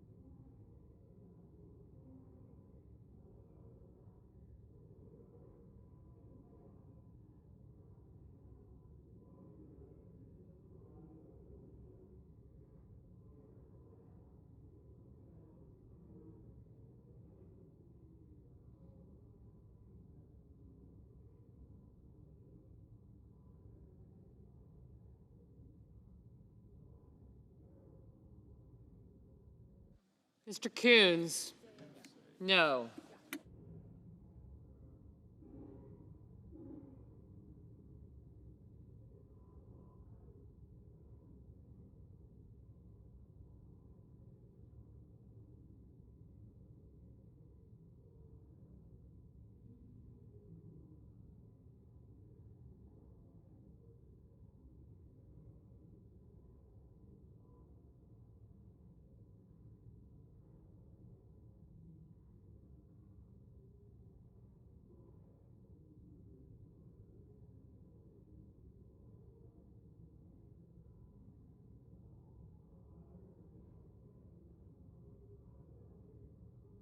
Mr. Hawley, aye.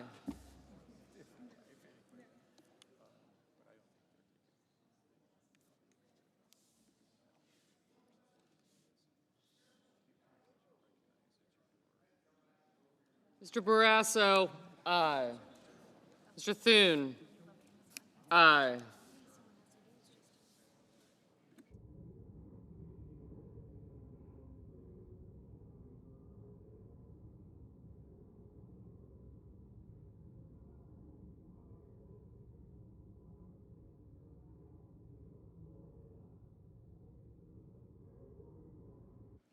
Mr. Kramer, aye. Mr. Fetterman, aye.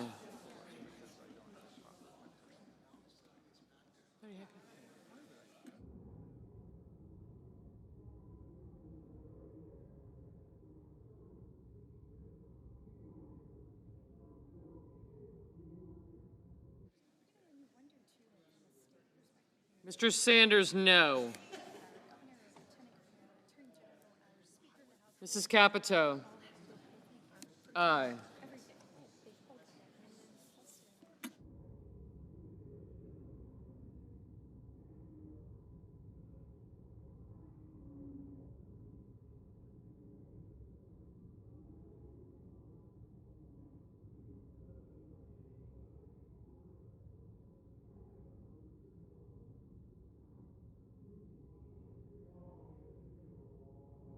Mr. Murphy, no.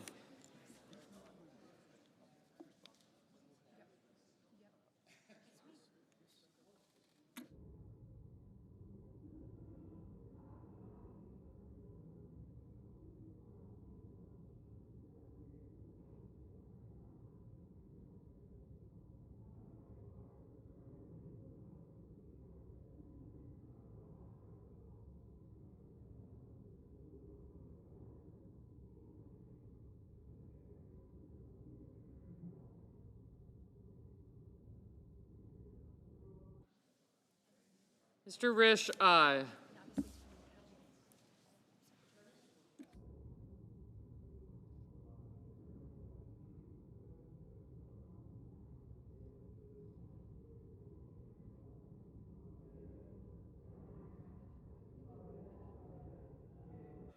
Mr. McCormick, aye.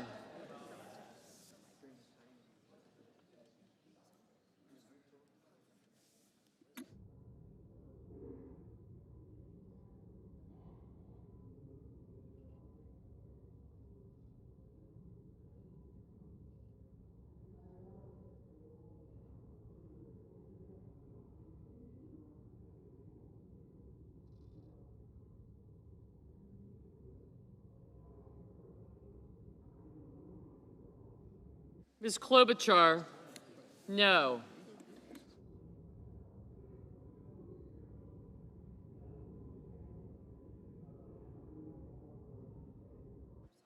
Mr. Ossoff, no.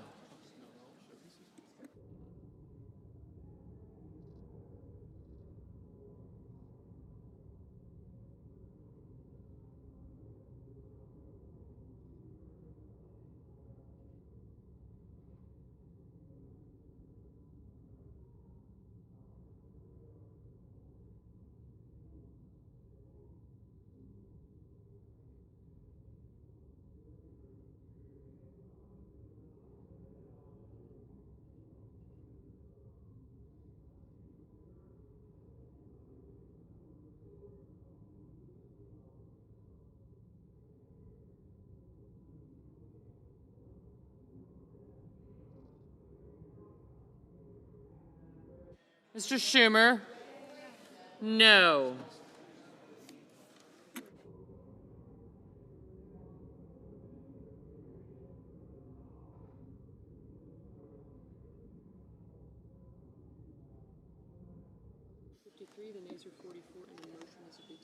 On this vote, the yeas are 53, the nays are 44, and the motion is agreed to. The clerk will report the nomination. Federal Communications Commission, Olivia Trustee of Maryland, to be a member. The clerk will report the next nomination.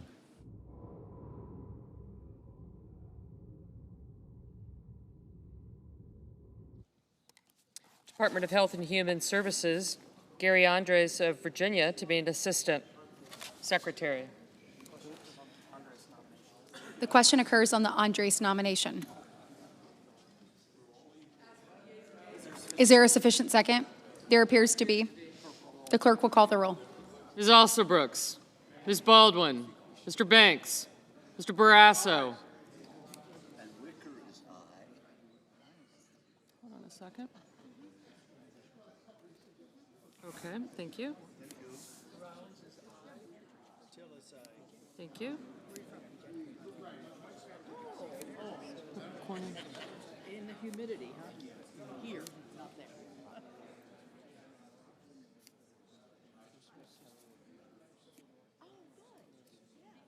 Thank you. Thank you. Thank you.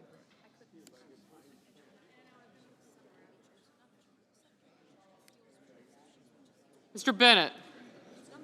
Mrs. Blackburn. Mr. Blumenthal. Kramer. Johnson.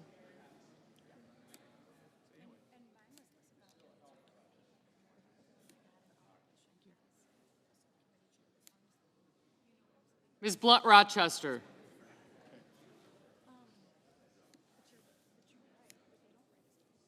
Mr. Booker.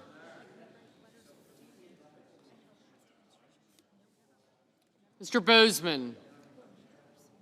Mrs. Britt. Aye.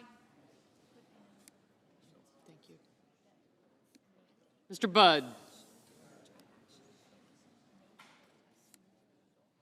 Ms. Cantwell.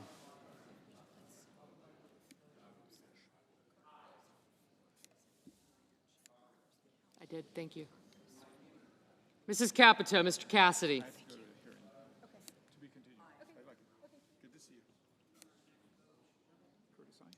Thank you. Thank you. Thanks, guys. Gotcha. Thank you. Mr. Cassidy, Ms. Collins, Mr. Coons, Mr. Cornyn, Ms. Cortez Masto, Mr. Cotton, Mr. Kramer, Mr. Crapo, Mr. Cruz, Mr. Curtis, Mr. Daines, Ms. Duckworth, Mr. Durbin, Ms. Ernst, Mr. Fetterman, Mrs. Fisher, Mr. Gallego, Mrs. Gillibrand, Mr. Graham, Mr. Grassley, Mr. Haggerty, Ms. Hassan, Mr. Hawley, Mr. Heinrich, Mr. Hickenlooper, Ms. Hirono, Mr. Hoven,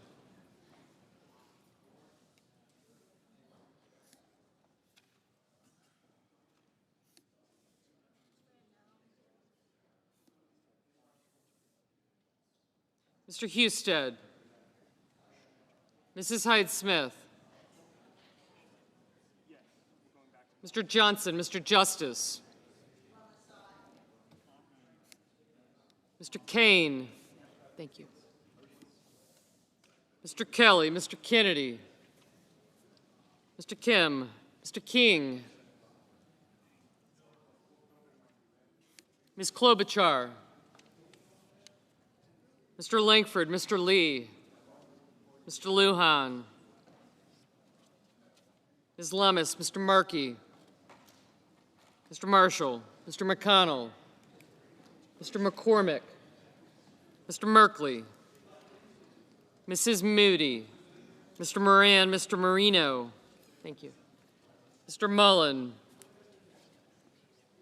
Ms. Murkowski, Mr. Murphy, Mrs. Murray, Mr. Ossoff.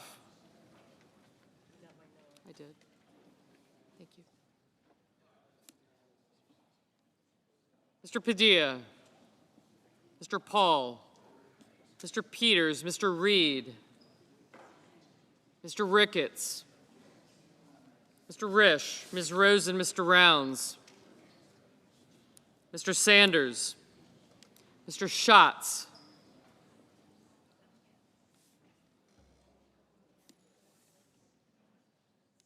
Mr. Schiff, Mr. Schmidt, Mr. Schumer, Mr. Scott of Florida, Mr. Scott of South Carolina,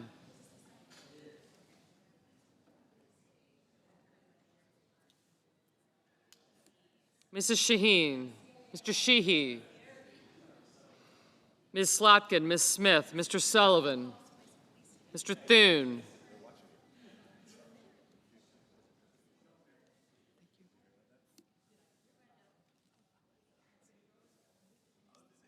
Mr. Tillis, Mr. Tuberville, Mr. Van Hollen, Mr. Warner, Mr. Warnock, Ms. Warren, Mr. Welch, Mr. Whitehouse, Mr. Wicker, Mr. Wyden, Mr. Young.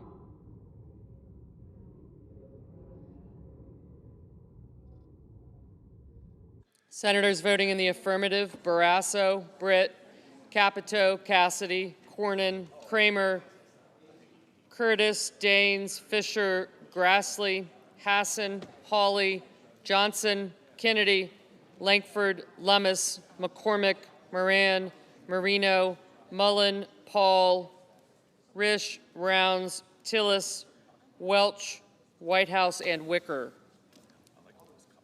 Thank you. Mr. Crapo, aye. Mr. Warnock, aye. Senators voting in the negative: also Brooks, Bennett, Blumenthal, Blunt Rochester, Booker, Coons, Fetterman, Gillibrand, Hickenlooper, Hirono, Kim, King, Lujan, Murphy, Murray, Peters, Rosen, Sanders, Slotkin, and Smith. Mr. Young, aye. Thank you.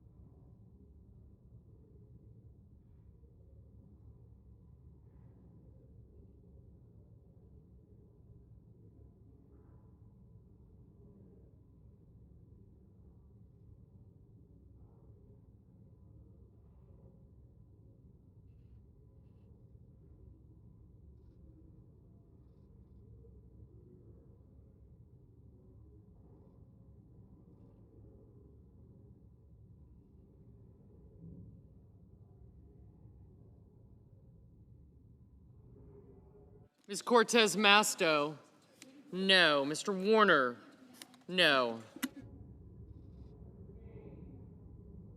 Mr. Kane, no.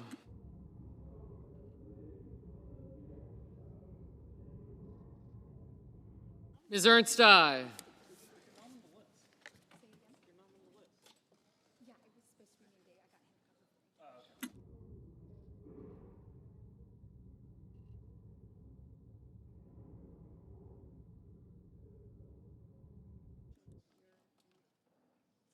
Mr. Thune, aye.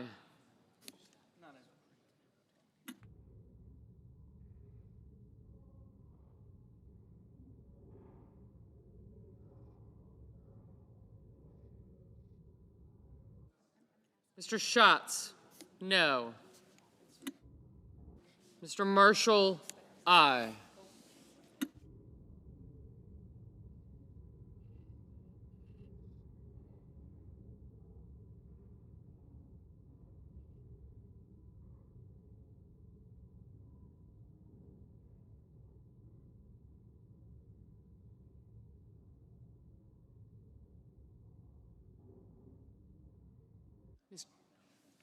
Mr. Ossoff, no.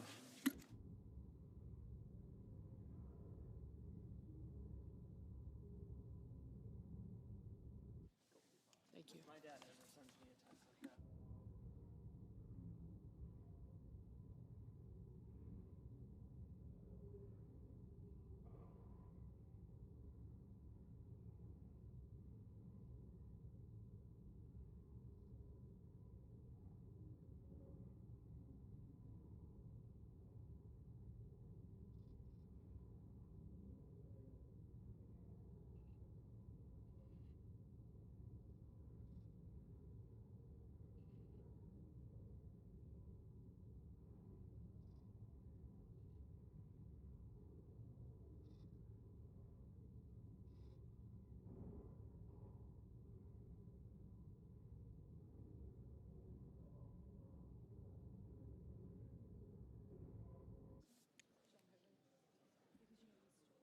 Mr. Durbin, no.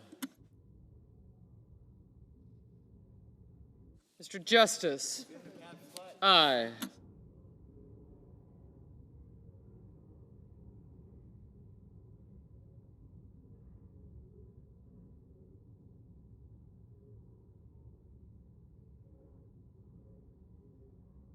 Mrs. Shaheen, aye.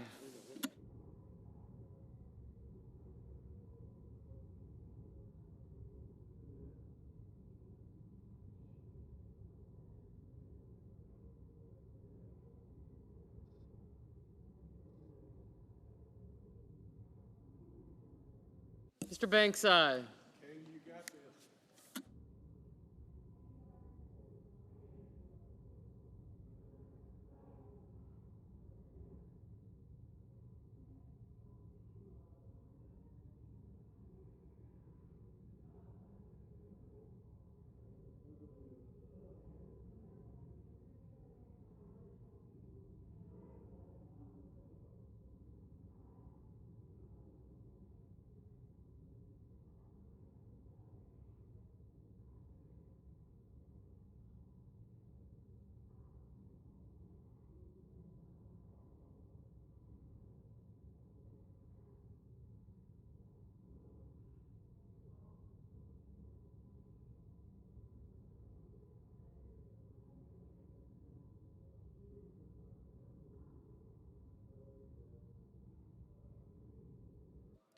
Mr. Husted, aye.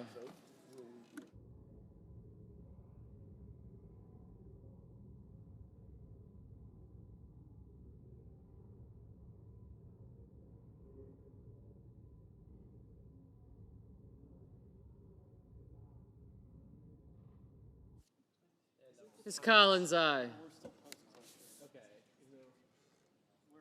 Mr. Merkley, no. Mr. Haggerty, aye.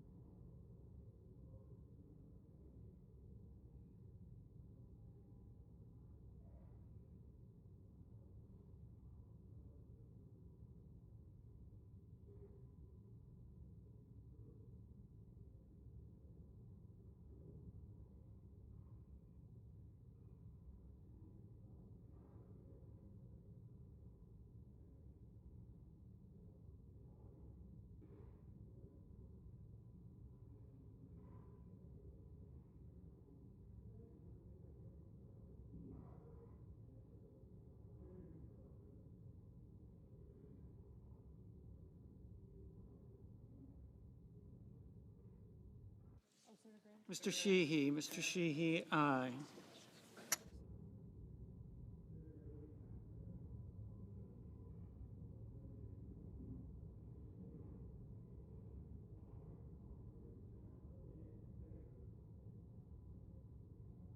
Mr. Graham, aye.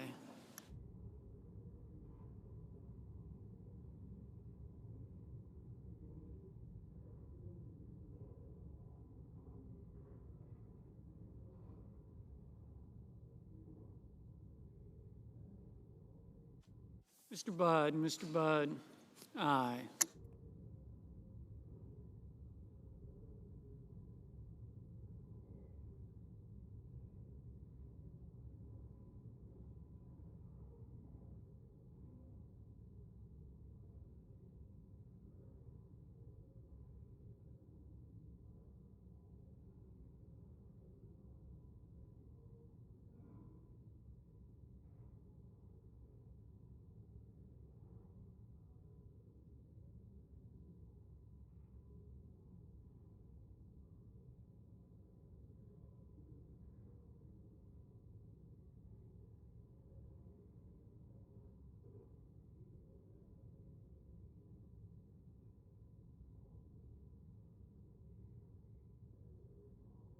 Mr. Schiff, no. Mr. Tuberville, aye. Mr. Scott of Florida, aye. Mr. Ricketts, aye. Mrs. Blackburn, aye.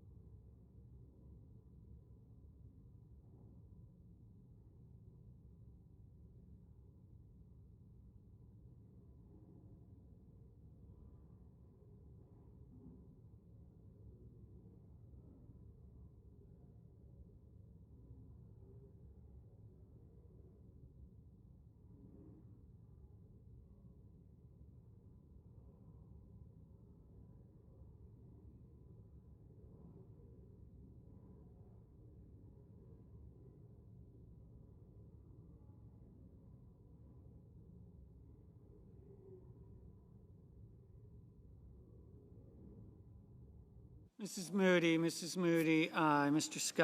Scott of South Carolina, aye.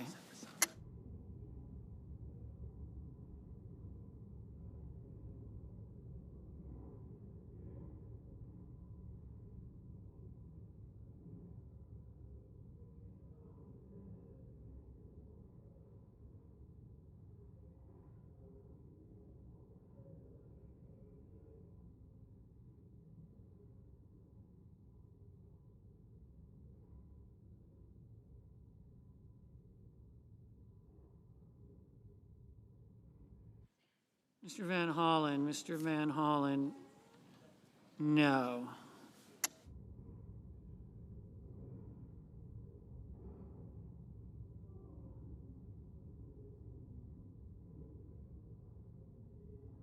Ms. Markowski, aye.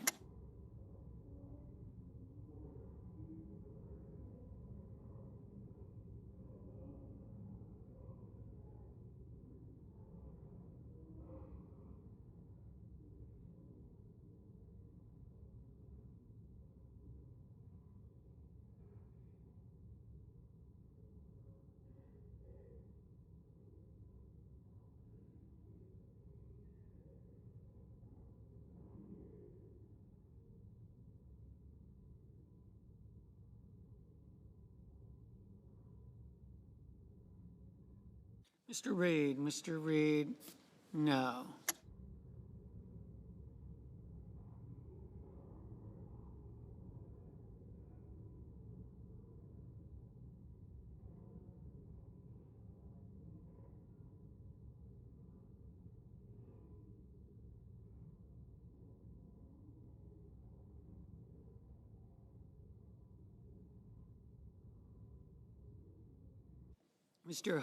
Mr. Hoven, aye.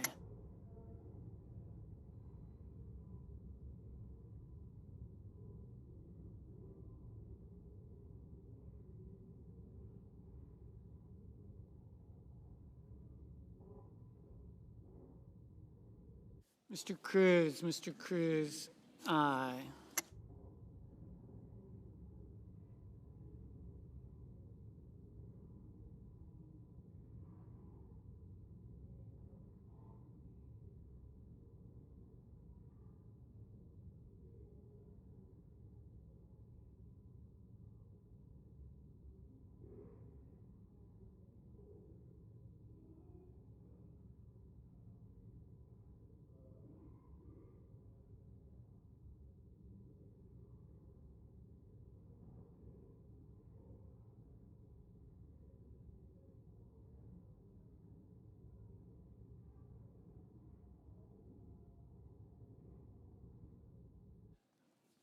Ms. Duckworth, no.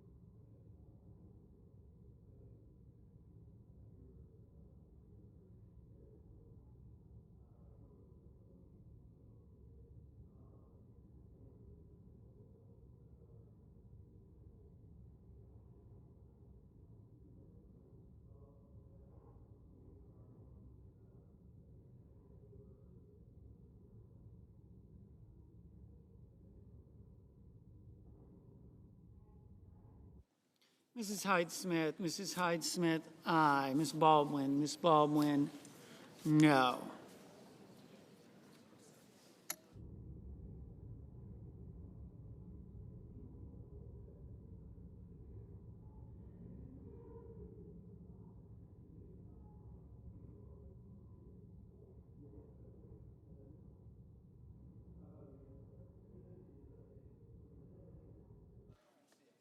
Mr. Markey, no. Mr. Lee, aye.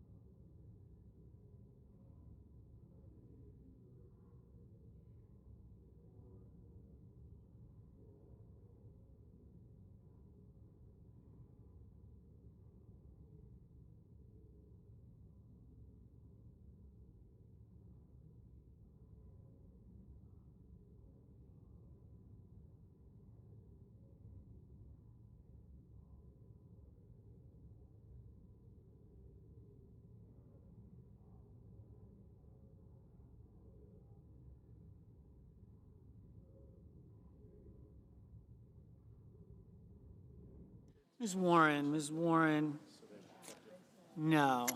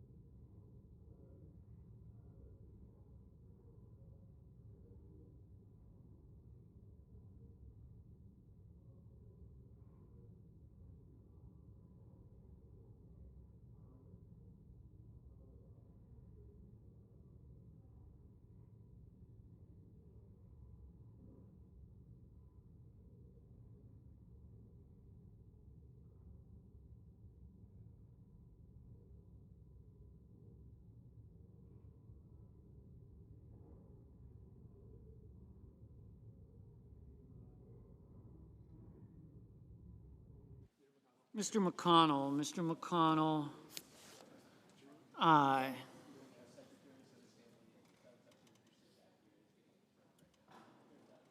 Mr. Bozeman, aye. Mr. Sullivan, aye. Ms. Cantwell, no. Mr. Schmidt, aye.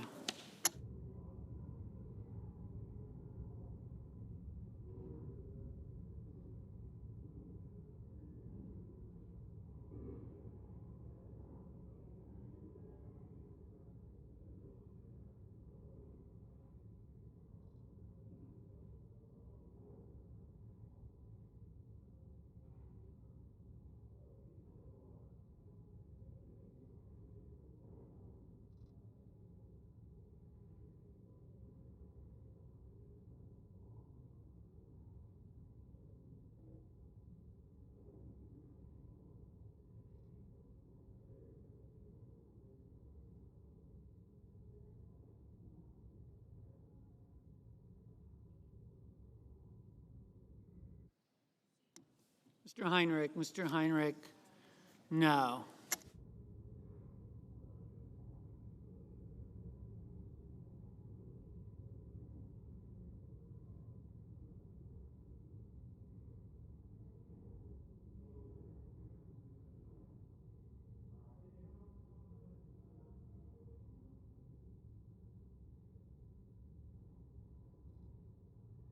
Mr. Schumer, no.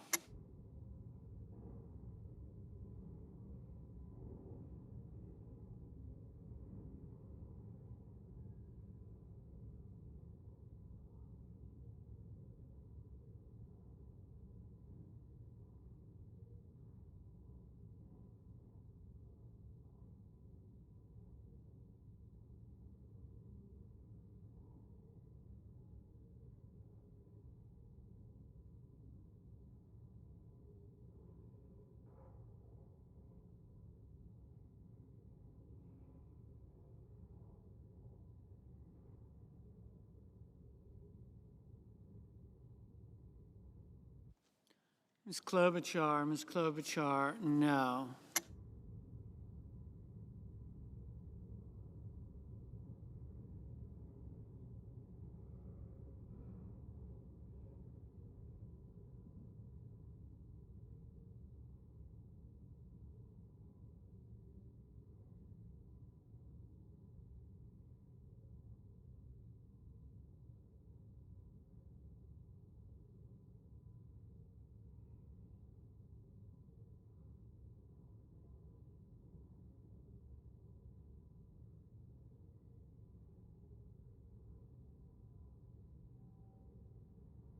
Mr.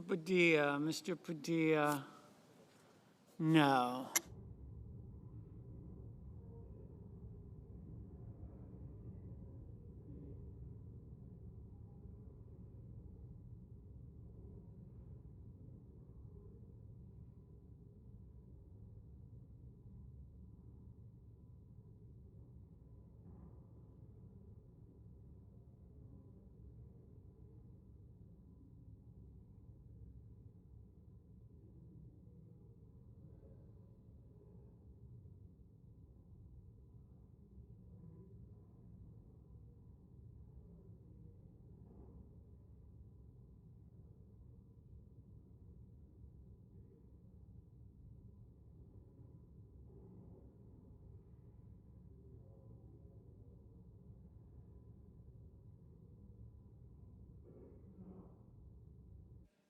Mr. Wyden,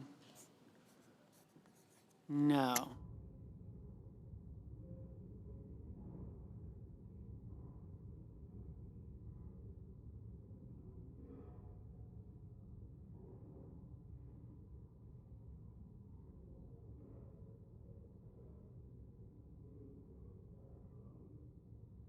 The yeas are 57, the nays are 40. The nomination is confirmed. Under the previous order, the motion to reconsider is considered made and laid upon the table, and the President will be immediately notified of the Senate's actions.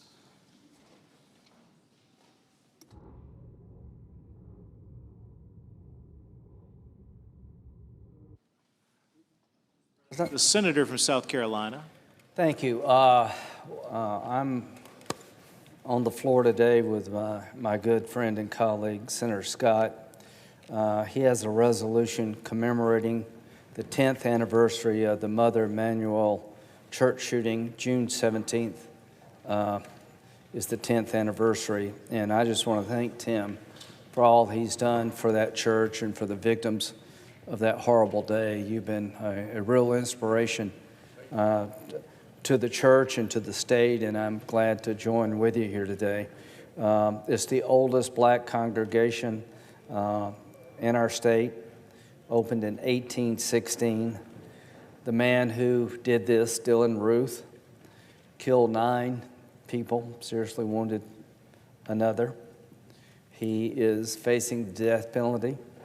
His goal was to go into that church, invited in, by the way, and shoot people in a house of worship, African Americans, try to start a race war. He failed pretty miserably. people in South Carolina embrace Mother Emanuel, the victims.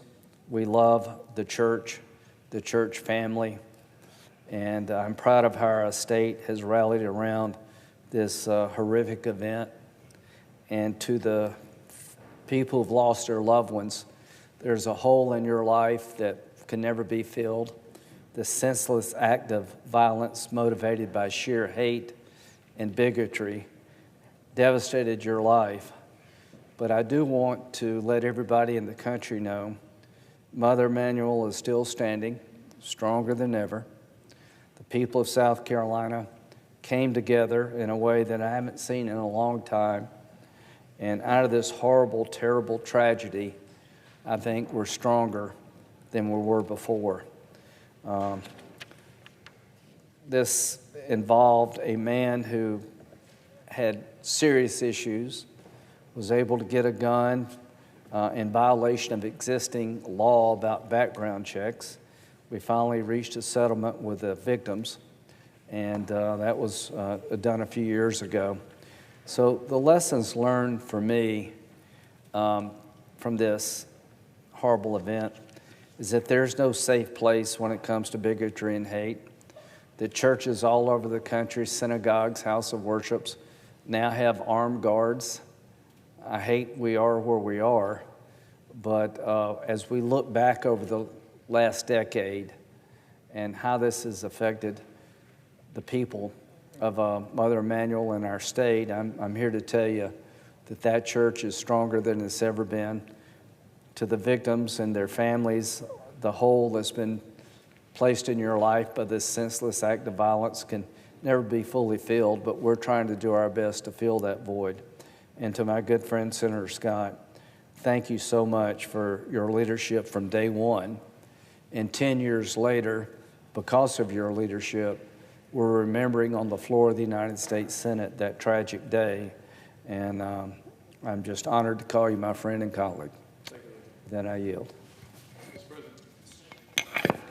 Thank you, Mr. President. Let me first thank Senator Graham for your thoughtful comments and, frankly, standing with me and, frankly, more importantly, standing with our family of South Carolina as we faced one of the horrific challenges our state has ever faced in the history of a state that has a very provocative history on race. It is a rare moment when searing pain and disbelief leaves an unforgettable yet undeniable impression on both your heart and your mind. 9/11 was one of those occasions. I remember exactly where I was on that fateful day.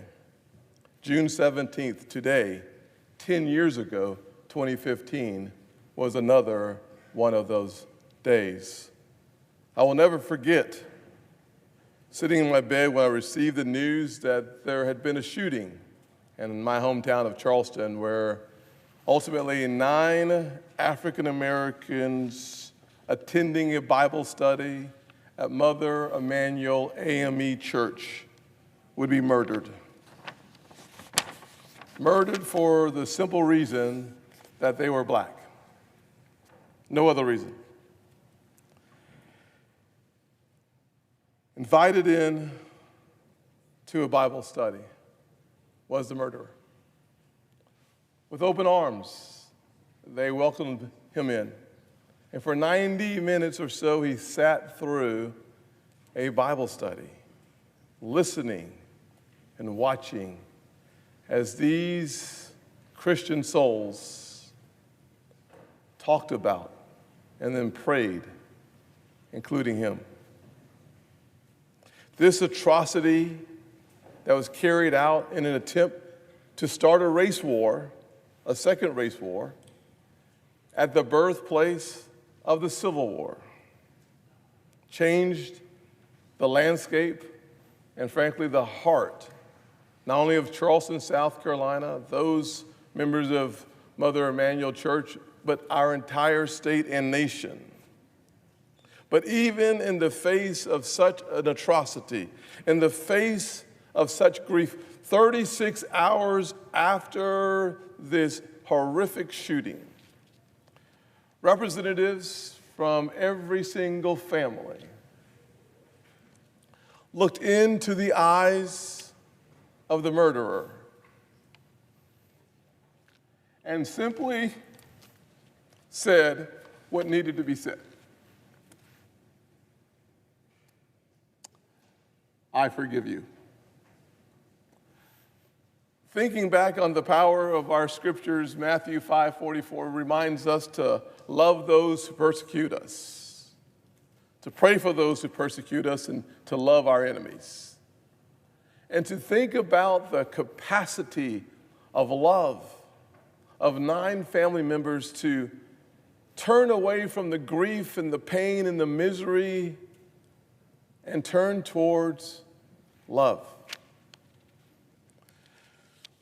To say to the person who just executed the person they loved dearly,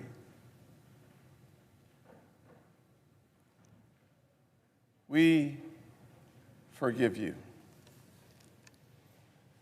The power of that moment started healing our nation, caught up in racial tension and violence, healed our nation in a way that nothing else can do. Sometimes fire can't meet fire. Sometimes hate can't meet hate. Sometimes the only thing that brings healing and restoration, or at least begins it, is meeting hate with love. I won't ever forget the Wednesday, 1 week later, I was coming on this floor to give a speech, and I was talking to Daniel Simmons Jr., whose father was one who was executed on that fateful day, his father, Daniel Simmons Sr. And I asked Daniel Simmons Jr., what would you want me to say to the nation if they are listening as I go out and talk? He said, please remind them of Romans 8:28, that somehow, some way, all things work for good for those who love God and are called according to his purpose. I got to tell you, had I been in his shoes, I do not believe I would have had the strength, the conviction, the clarity of mind to find good in the midst of that tragedy. But it is the message of hope that we needed then, and I believe it is the message of hope we need now. I am personally forever grateful to those family members, the family members of the 9, who simply chose forgiveness in the face of something I pray none of us have to experience. Their example of a faith-filled hope in the wake of tragedy and loss not only inspired me still, it inspired our nation, and I pray that it continues to lead us in the direction of reconciliation. As we honor those who are no longer with us, we must never be driven by our pain, our division, or our fear. I would like to have a moment of silence for the Emanuel 9 and their families. Reverend Clemente Pinckney, Cynthia Hurd, Reverend Sharonda Coleman Singleton, Tawanza Sanders, Ethel Lance, Susie Jackson, Reverend DePayne Middleton Doctor, Reverend Daniel Simmons Sr., and Myra Thompson. May America, the greatest nation on the planet, always strive to live up to our highest ideal, the ideal that we are all created equal, that we all share the same bloodline, that we are all a part of the same family, the family of God. Therefore, as if in legislative session and notwithstanding Rule 22, I ask unanimous consent the Senate proceed to the consideration of S-Res 282 submitted earlier today. The clerk will report. Senate Resolution 282, commemorating June 17, 2025, as the 10th anniversary of the Mother Emanuel AME Church shooting. Is there an objection to proceeding to the measure? Without objection, the Senate will proceed. I ask unanimous consent the resolution be agreed to, the preamble be agreed to, and that the motions to reconsider be considered made and laid upon the table with no intervening action or debate. Without objection. Thank you. The senator from Washington. And I thank my colleagues for coming to the floor to remember this horrific shooting in their state and to remember those and the family ones who were affected by this. Very much appreciate this resolution. I come to talk about history as well. I just visited a group of young students from my state, Vancouver ITech. Actually, it's the second time I've seen a group of students from this school in the last week. A group of them were here last week competing in a national history championship. And I'm very proud to say that the young women presenting a historical review of the Kaiser shipyards in our state that changed the workforce, and basically women came to the workforce during World War II, placed second in that national championship. So hats off to those young women for capturing that moment of history and explaining what it was all about. They also, the competition from Vancouver ITech Preparatory had 4 other individuals who placed in the top 10 of the subjects that they were providing. So I love that my state is focusing on history. I'm here too to focus on some history and a resolution. Today is the 95th anniversary of one of the worst economic policies our country ever made, the Smoot-Hawley tariffs. Don't just take my word for it. The Senate Historical Office has characterized it as, quote, among the most catastrophic acts in congressional history, end quote. So today I'm introducing a resolution that commemorates this anniversary as a moment to reflect on the devastating impact and the consequences. It shows you what we can learn from history. And at its peak, the Smoot-Hawley Tariff Act placed an average rate of 20% tariffs on goods imported into the United States, just 20%. So we've had this big discussion about many other things, definitely well above 20%. The goal then was to bolster U.S. farmers and manufacturers by protecting them from foreign competition, but that goal, as we all know, if you study history, was not met. What it did instead was widen and deepen the Great Depression. My resolution recounts our major trading partners, including Canada and countries in Europe, responded to those tariffs placed on by the United States by raising tariffs on the United States exported goods. So yes, let's say a trade war. An anti-United States sentiment rapidly intensified in foreign countries, leading to a consumer boycott of American products in Canada, France, Spain, Italy, and many other countries. The retaliatory tariffs and consumer boycotts caused farm and manufacturing exports from the United States to plunge from 68%, basically $5.24 billion in 1929, to basically $1.6 billion. So from $5 billion to basically $1 billion in 1933. So a big drop in what the United States was able to do. The U.S. gross domestic product fell nearly in half, from $104 billion in 1929 to just $57 billion in 1932. And the unemployment rate rose from 3.2% to a peak of around 23% in 1932. So the Great Depression had arrived. In my state, the state of Washington, we've always been dependent on trade. Back then, lumber was our main export, and the trade war essentially destroyed that industry. Production dropped 70%, and the board feet dropped down to just 2 billion board feet in 1932, more than cutting in half what we had done before. More than half of our state's loggers lost their jobs. The unemployment rate in my state was 33%, much higher than the national average. And where do we stand 95 years later? Do we want to take a moment and understand the lessons of Smoot-Hawley? The administration is running a very high tariff playbook. The world's economy is much more interconnected now than it was in the 1930s.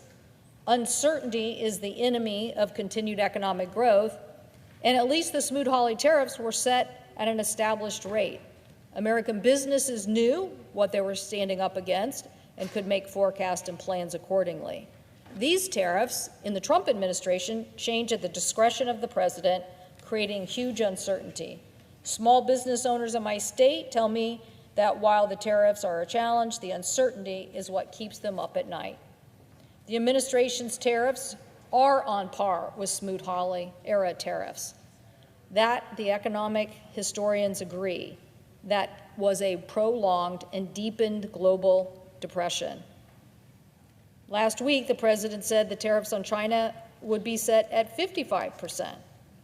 So what have we learned from this historical date? Before President Hoover signed the Smoot-Hawley Act, he got a signed letter from more than 1,000 economists. 1,000 economists sent a letter.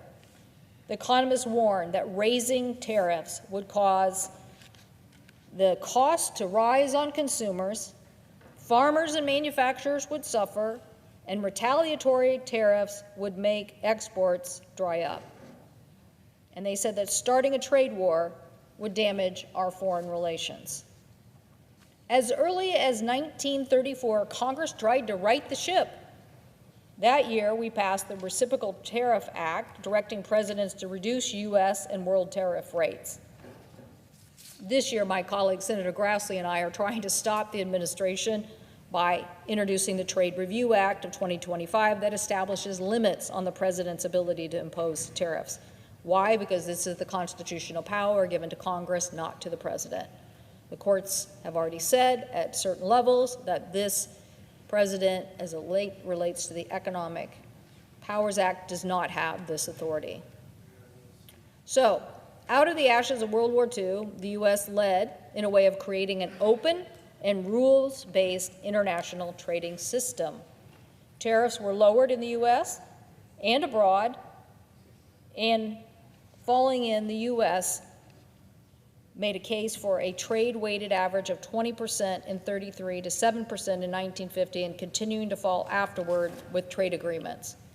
So it means we established rules.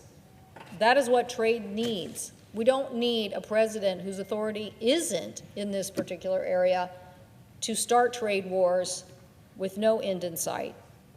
The rules-based trading system provided the stability we needed to drive investment and to drive growth. So the resolution I'm introducing today asks the Senate to affirm the importance of a rules-based trade policy that reduces production costs for American farmers, for manufacturers, and one that opens markets to U.S. exports. It is time for us to commit to encouraging trade policies, particularly when so many other countries are getting their products on the shelves in foreign markets, leaving our products at home. Let's avoid the repetition of this historical policy mistake and instead do something that reaffirms this institution's oversight of this issue and recognize the problems that tariffs are causing. I thank the President, and I yield the floor.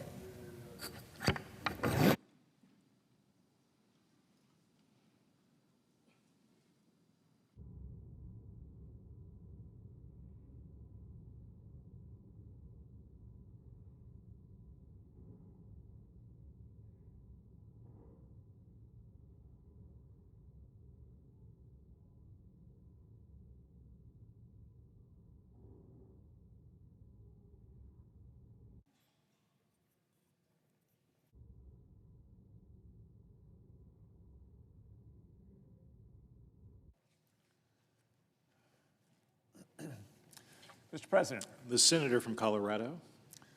Mr. President, this month, my fellow colleagues in the Senate, the Republican Senate members, are working to pass a budget proposal that I feel can best be described as dangerous. Their plan's going to dramatically reduce even gut services like Medicaid and SNAP, getting food to hungry, low-income workers. It'll strip health care away from most likely more than 16 million Americans and threaten millions of seniors living in nursing homes. All of this is focused really on just trying to get larger tax rates to very wealthy people who don't really, in most cases, don't really want them, or the largest corporations. This lavish, and I think lavish is the only word that describes it fairly, this lavish tax bill gives more to the top earners while taking away from the Americans with the least. But it really doesn't have to be that way. If the Republicans could focus on extending tax cuts for working families rather than the wealthiest, they could, in and of that self, that one effort, that one initiative, they could avoid ripping away health care from more than 15 or 16 million Americans and gutting our much-needed investments in climate change and fighting climate change and to make sure we have lower energy prices. Instead of a god-awful bill, I want to focus today on another dangerous part of this plan, how it explodes our national debt and really risks our economic future. Many proponents of the bill love to hem and haw about being financially responsible, but like a few people in here, I've managed budgets before. Back when I started Colorado's first brew pub, and then as mayor and as governor of Colorado, mayor of Denver and governor of Colorado. So I know something about fiscal responsibility, and it's not partisan. At its best, fiscal responsibility should be bipartisan. I can definitely say this bill that we're looking at is the opposite of fiscal responsibility. It's fiscal madness. This is a massive spending bill that's going to create the largest national debt in American history. And you don't have to take words for it. You can look at the numbers. The nonpartisan Congressional Budget Office estimates that the House Republican plan, so this is the plan coming over from the House, would add $2.7 trillion, that's trillion with a T, $2.7 trillion to the deficit over the next decade. The Penn-Wharton model, which includes something like north of $500 billion in the additional interest payments from that accumulated debt over year after year after year over those 10 years, suggests it would add up to not just $2.7 trillion, but more like $3.2 or $3.3 trillion. The bill our Senate colleagues are putting together makes many of the same mistakes. And I think by most measures that a small business person would look at, it's reckless. The bottom line is more American tax dollars would go towards tax cuts for, again, at least in Colorado, the very wealthy people I've talked to aren't seeking these tax cuts. And they, under this tax plan that is coming over to us right now, those tax cuts for the very wealthy are coming instead of expanding access to health care or building roads or improving our schools. And more tax dollars would go to paying off the massive debt, paying the interest on the massive debt, than all our defense spending combined. It will become more than 25% of our federal budget just to pay the interest on the debt. Now, if that sounds like a bad idea to you, it's because it is. And the markets agree. Moody's, the last major credit rating agency to maintain U.S. at its highest level of rating, its highest, designated a safe place to invest your money, just downgraded our credit rating. It's the first time that's happened, and it shook investors that Moody would downgrade our credit rating. Investors aren't confident that the U.S. will be able to pay its debts. And that's at least in terms of Moody's, has never happened before, and it's really just going to lead to more trouble. Those investors who buy those 10-year bonds and help pay for our national debt are demanding higher returns because they view it as a riskier investment. That they need a higher return if they're going to hold U.S. debt, which forces, since you've got to attract that investment, it means you've got to offer higher interest rates, which means you've got higher borrowing costs. And that means that Coloradans and Americans are going to pay higher interest rates when they want to buy a house or expand their business, or if they want to pay off their credit cards. They're going to have to pay more because the interest rates are going to be higher. Now, Americans are already plenty concerned about rising prices for good reason. This whole system could lead to the dreaded stagflation. This could all become a 1-2 punch to working families. All the while, the wealthiest families end up being better off. Now, we don't need to do this. We can certainly grow our economy, we can help working families, and we can cut the deficit. We were able to balance the budget all 8 years I was mayor of Denver, all 8 years I was governor, and still grow our investments in our roads, in our education system, in our healthcare system. We also did this with the Inflation Reduction Act, which would reduce the deficit by over $175 billion over the next 10 years, and has already dramatically lowered a number of prescription drug costs. It's expanded healthcare access, and in the process, created hundreds of thousands of good jobs. The Republican budget, I think, does the opposite. We also can't forget that this budget comes in the midst of the Trump administration's efforts around tariffs. What our good friend, the senator from Washington, was just talking about when she described the consequences of Smoot-Hawley and how those tariffs, just at 20%, led to a global slowdown in the overall economy. We all know that these tariff taxes are really not so hidden, but they're taxes on the American people. They raise prices on everything from groceries to kitchen appliances. Now, none of this is a growth strategy. It really is a recipe for recession at the best, stagflation at the worst. We can't borrow millions, we can't borrow billions, we can't borrow trillions just to hand out tax cuts to the top when working families are struggling to be able to afford everyday goods. It doesn't add up. It never has, it never will. Now, there are many issues that may be partisan, but being financially responsible doesn't need to be one of them. Neither should good, strong economies, neither should economic fairness, neither should protecting working families. They don't have to do it this way. Now, I'm always game to roll up my sleeves and dig into the balance sheet, but we haven't seen from the other side that they're willing to negotiate or really invest in the long-term economic growth. I'd suggest that we write a budget that reflects our values and puts tax cuts toward working families first. A budget that strengthens the middle class, one that keeps our economy strong and will keep it growing for generations to come. This bill is not any of that. I urge my Republican colleagues in the House and the Senate not to temporarily put a pass on their values and to support this, again, I think truly reckless fiscal bill.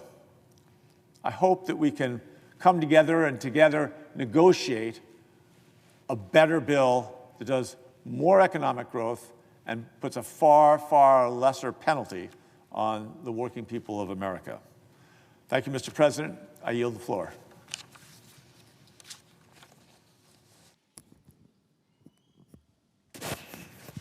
Mr. President. The senator from Texas.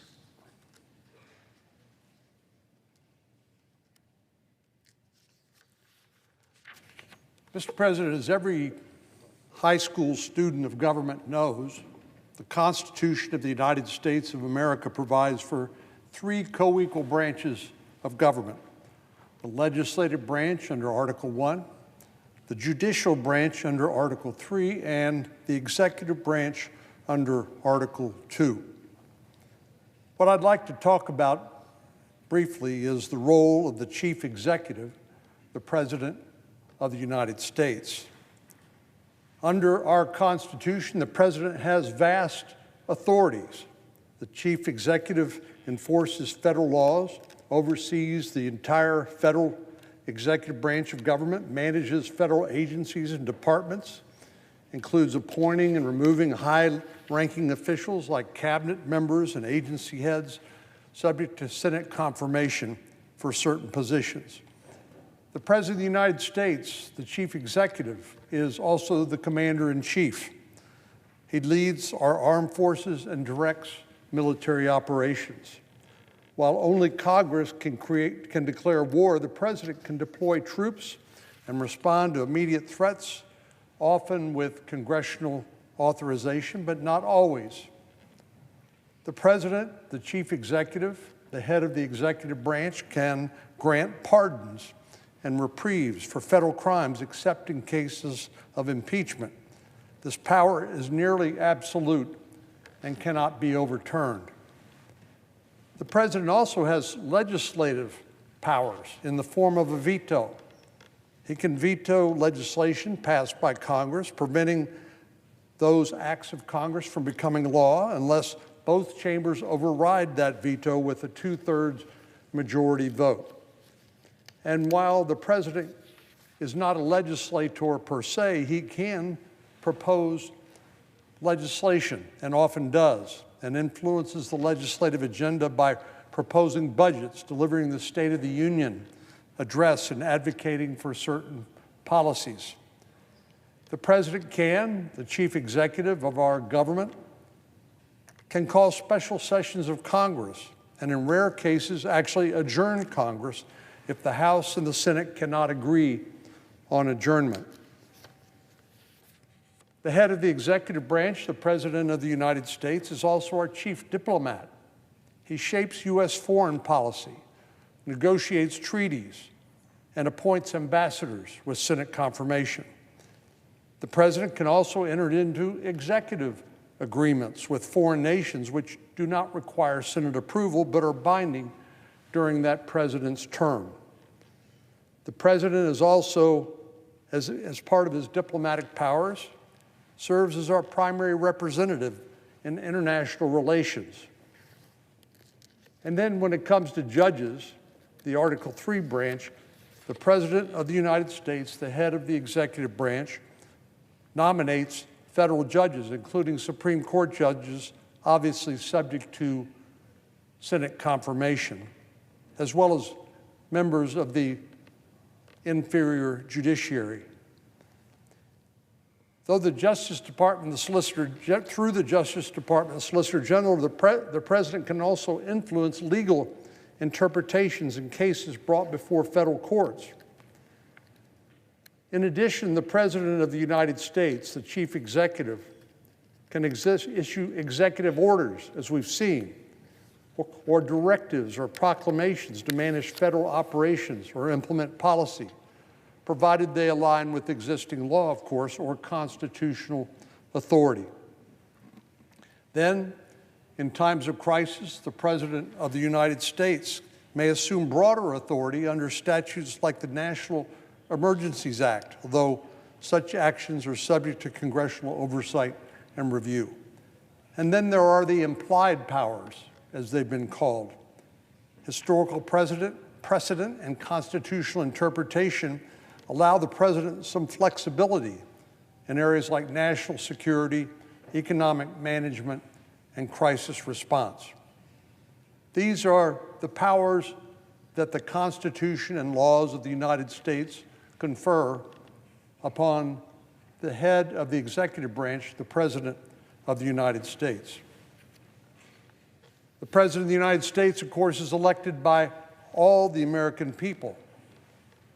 But what are we to do when the President of the United States is incapable of performing the duties of his office?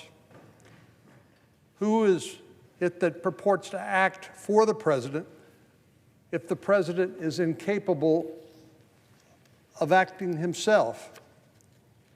Well, this was something that was contemplated even as far back as the Federalist Papers during the founding of our country. Alexander Hamilton wrote in Federalist 70, "Energy in the executive is the leading character in the definition of good government. It's essential to the protection of the community against foreign attacks and to the steady administration of the laws." Hamilton also warned of the dangers associated with a weak executive or a weak president. He said, "A feeble executive implies a feeble execution of the government. A feeble execution is but another phrase for bad execution, and a government ill executed, whatever it may be in theory, must be in practice bad government." Well, unfortunately, Alexander Hamilton's warnings ring true when we consider the presidency of Joe Biden, a weak, feeble executive who proved incapable of performing many of the duties of his office. Last June, during the presidential debate, the American people saw with their own eyes what many had known to be true, but would not admit publicly. Our sitting commander-in-chief was suffering from severe cognitive decline. We now know that there was a conspiracy to hide the president's true condition by his family, by his staff, by the media, and by many public officials. We were told over and over again, "Don't believe your lying eyes." Jake Tapper, who co-authored a mea culpa for the journalism profession, summed it up this way, quote, "What the world saw at Joe Biden's one and only 2024 debate was not an anomaly. It was not a cold. It was not someone who was under or over prepared. It was not somebody who was just a little tired. It was the natural result of an 81-year-old man whose capabilities had been diminishing for years. Biden, his family, and his team let their self-interest and fear of another Trump term justify an attempt to put an at times addled old man in the Oval Office for 4 more years." Close quote. Mr. President, this is a true constitutional crisis, bigger than President Biden, and it cannot be absolved by a collective apology by the press or an election where that president's party lost. We should know, the American people should know, and still do not know, precisely what should happen when a president is incapable of performing his or her constitutional duties. Tomorrow I'll be co-chairing, along with my colleague from Missouri, Senator Eric Schmitt, in the Senate Judiciary Committee, a hearing to delve into the constitutional implications of President Biden's cognitive decline while in office. At that hearing, we'll begin to address some of the many unanswered questions from this scandal, questions that are foundational to the functioning of our form of government. One of the aims of the hearing will be shining a light on what exactly went on at the White House during the Biden administration. The chain of events that occurred within the Biden administration matters, and we cannot discount it merely because he is no longer in office. With a compromised president, the very legitimacy of our government is undermined. From the Biden border crisis to the disastrous results from the withdrawal in Afghanistan, the American people were the ones who paid the price. And it's now clear that for many months, no one knows exactly how long, the president was simply not up to the task. So we have to ask difficult questions, like who was really in charge during the last months of the Biden administration? Was it his wife? Other members of his family?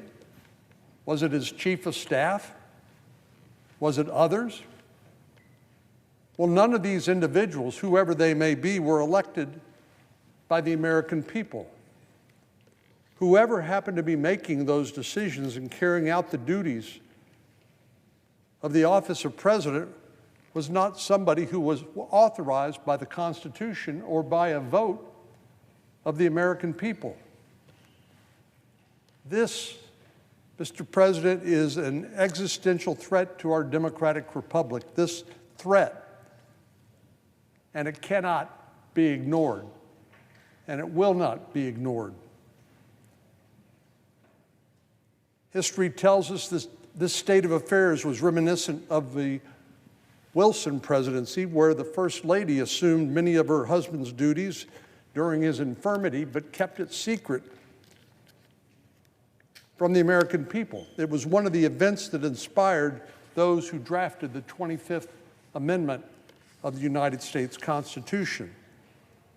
Certainly, the American people did not consent to being governed by Jill Biden, and they didn't elect the White House Chief of Staff or whoever else purported to act on the president's behalf. The hearing we'll hold tomorrow in the Judiciary Committee will examine in depth these constitutional questions and what happens when the president is no longer capable of performing the duties of his office. Our country has faced many difficult challenges in the past, including of succession for presidents. For example, when John F. Kennedy was assassinated in 1963. In the aftermath of that assassination and the questions it raised, Congress began considering a constitutional amendment about presidential succession. In 1965, Senators Birch Bayh and Representative Emanuel Seller introduced a resolution in Congress to clarify the order and procedures of presidential succession. This resolution was the basis for the 25th Amendment, which Congress approved in July of that same year. And of course, for every constitutional amendment, every state must actually, 3/4 of the state must actually ratify that resolution. And the states finished ratifying the 25th Amendment in 1967 after it was first proposed in 1965. And President Lyndon Johnson certified the amendment that February. The 25th Amendment to the Constitution provides a roadmap for succession in instances of presidential incapacity. Section 4 gives the Vice President, in this case Vice President Harris, or a majority of the President's cabinet, that would be President Biden's cabinet, it gives them the authority to challenge the President's ability to carry out the functions of his office subject to a vote in Congress. But in this instance that we all witnessed less than a year ago, Kamala Harris and the cabinet did nothing. Or rather, they did something. They hid the truth from the American people. So who, Mr. President, this hearing will ask, is accountable when the cabinet fails to do its duty, when the Vice President fails to do her duty under Section 4 of the 25th Amendment? Are there penalties for failing to act? Is there any accountability whatsoever? Should there be? The framers of this amendment wanted it to be possible, yet difficult, to remove a president when absolutely necessary. Ultimately, though, they acknowledged that the execution of the 25th Amendment would depend on the good faith of the cabinet and the vice president.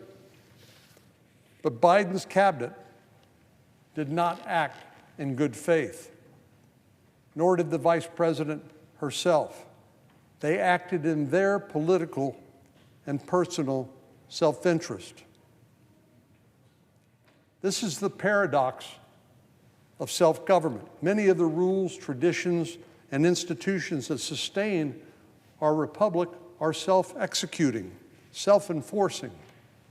And so the health and legitimacy of our democratic republic rests on the character of the men and women who serve in government. This brings us to the most crucial questions we will address in the hearing. Why was the 25th Amendment not invoked? And what factors do we need to look at that may have played a role in congressional inaction? Most importantly, as part of our legislative responsibilities, should Congress consider amending the 25th Amendment further to further clarify responsibilities and protocols in case this disaster befalls our nation again? As a government, as an American people, it's imperative that we have clear contingency plans when emergency strikes. And yes, it is an emergency when we have a sitting president who's unable to discharge the duties of his office. He certainly could not have been trusted to make one of the gravest decisions that faces any president in history: what to do in matters of war and peace, a situation that feels all that much more real given the current events in the Middle East. The concerns raised by this incident stretch beyond the boundaries of partisan politics. We must not turn away from the search for answers, and it is not an overstatement to say the future of our country could one day hinge on how we choose to act or not act on this issue. So tomorrow's hearing is a first important step in preserving this land of the free for future generations. In these United States, those in authority derive their power from the consent of the governed. But during much of the last 4 years, we know that our country was largely led by unelected staff whose names are unknown by the American people. I look forward to tomorrow's hearing, examining these hard but existentially important questions that must be answered from this monumental scandal. Mr. President, I yield the floor and note the absence of a quorum. Clerk will call the roll. Ms. Also Brooks.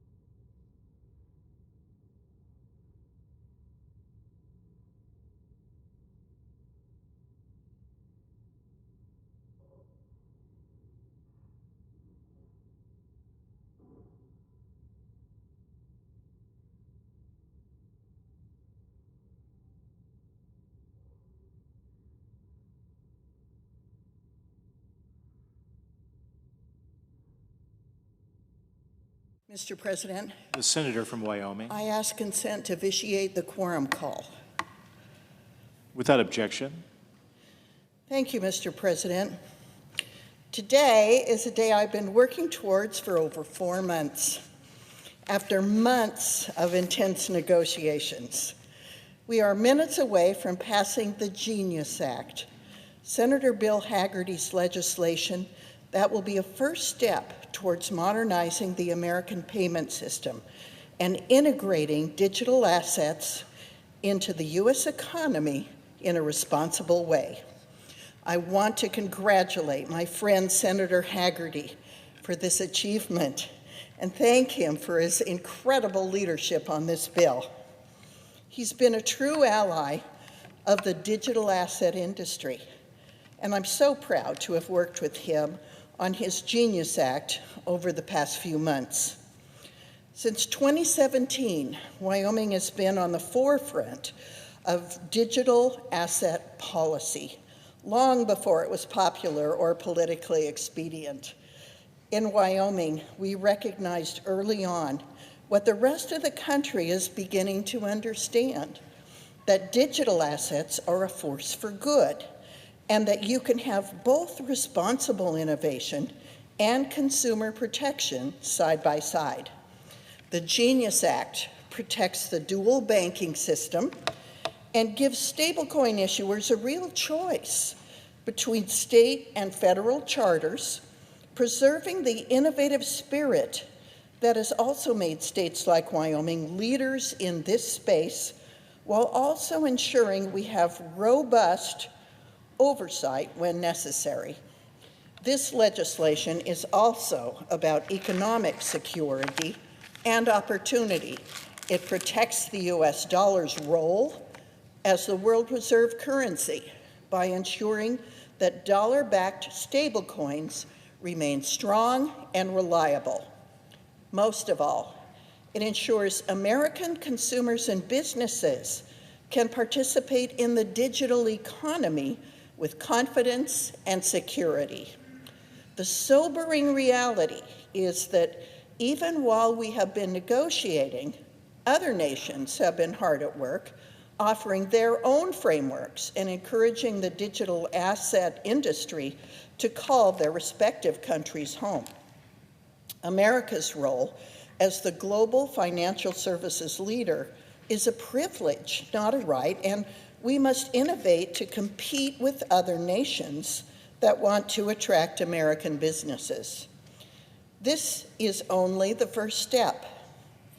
Congress must pass comprehensive market structure legislation in the coming months that draws a line between a security and a commodity and creates a pathway for digital asset exchanges to register with the Commodity Futures Trading Commission. Working on this legislation has begun in earnest, and in the coming weeks, the Senate will begin to hold hearings and release draft legislation on this critical topic. I look forward to working with Chairman Scott, Leader Thune, and Senator Tillis on getting market structure done this year. I'm proud to deliver on President Trump's promise to lead the most pro-digital asset administration in our history. He understands that making America the crypto capital of the world isn't just good policy, it's an economic imperative. This legislation proves that when we work together, we can craft solutions that protect consumers without sacrificing innovation. The time for hesitation has passed. The time for leadership is now. I want to thank Leader Thune and Chairman Scott for their unwavering commitment to get this critical piece of legislation across the finish line. I want to thank my colleagues and our staff for the absurd number of hours that we spent in windowless rooms over the last weeks to bring this bill to the finish line. It's not too late for America to show the world that our nation doesn't just adapt to change, We lead it. Let's get Genius passed and secure America's financial future. Mr. President, I yield back, and I note the absence of a quorum. The clerk will call the roll. Ms. Also Brooks.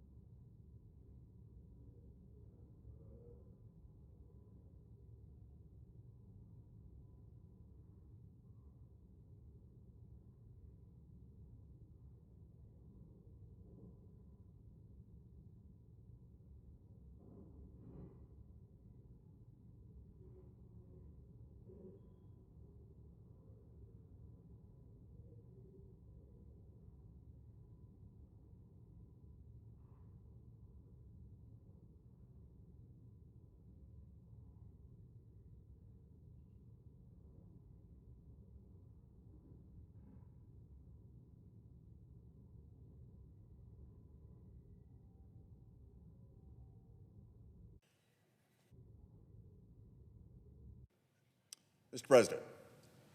The senator from Tennessee. Thank you, Mr. President. Today, on a bipartisan basis. Senate is in a quorum call. Are we in a quorum call? Okay.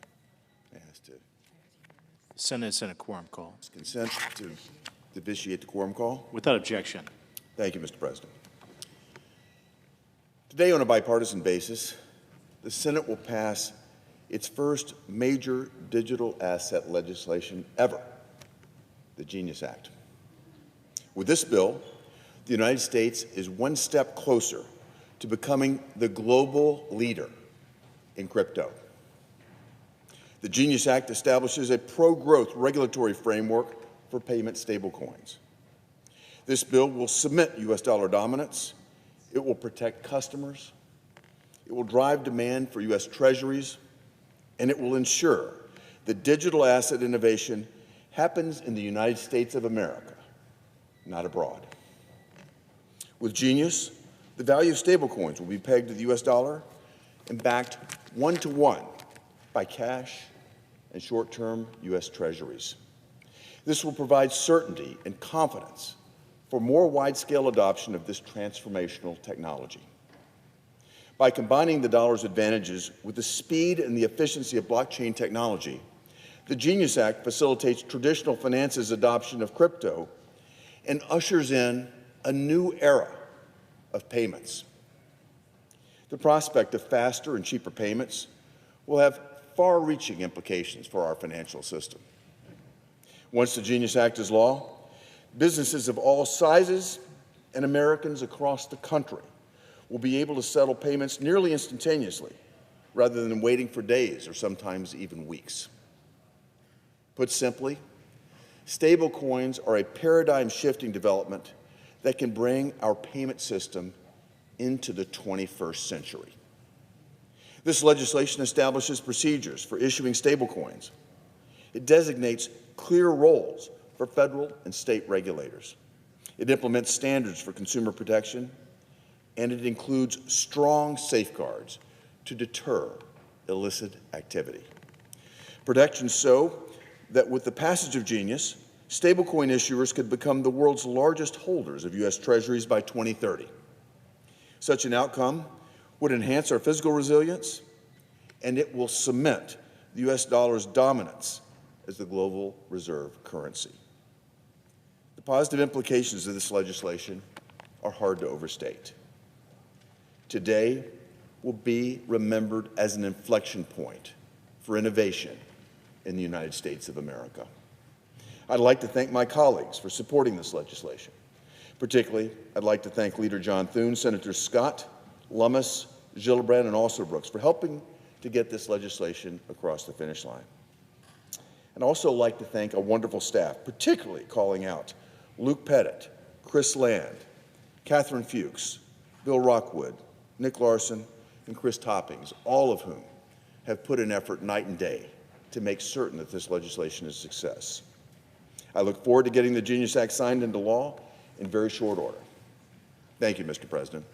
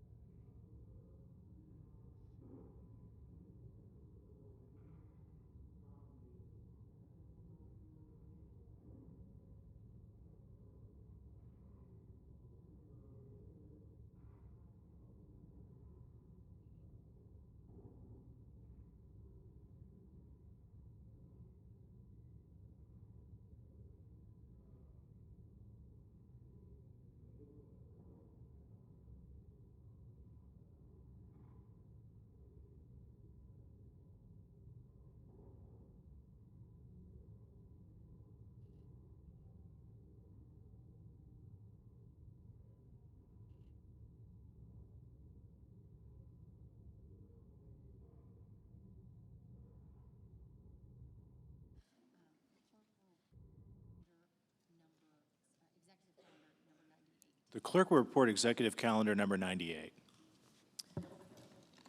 Federal Communications Commission, Olivia, trustee of Maryland, to be a member. The question is on the nomination. Is there a sufficient second? Appears to be. The clerk will call the roll. Ms. Alsobrooks, Ms. Baldwin, Mr. Banks. Yes. Thank you.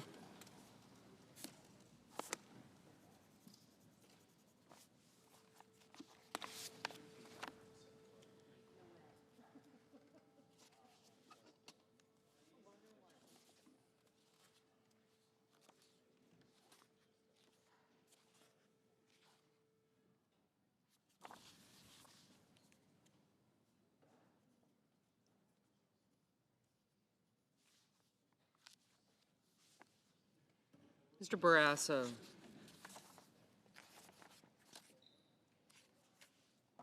Mr. Bennett. Mrs. Blackburn. Mr. Blumenthal. Ms. Blunt Rochester. Mr. Booker. Mr. Bozeman. Mrs. Britt.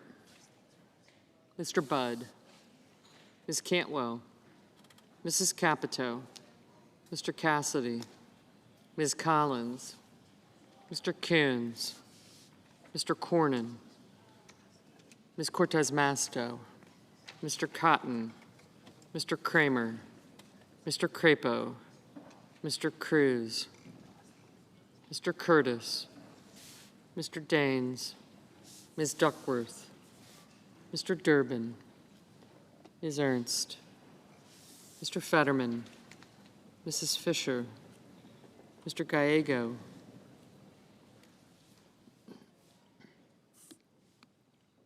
Mrs. Gillibrand.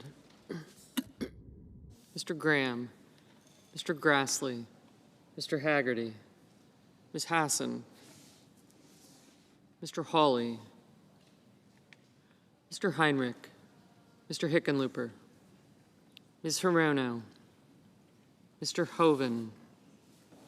Mr. Husted. Mrs. Hyde-Smith. Mr. Johnson. Mr. Justice. Mr. Kane. Mr. Kelly. Mr. Kennedy. Mr. Kim. Mr. King. Ms. Klobuchar. Mr. Langford.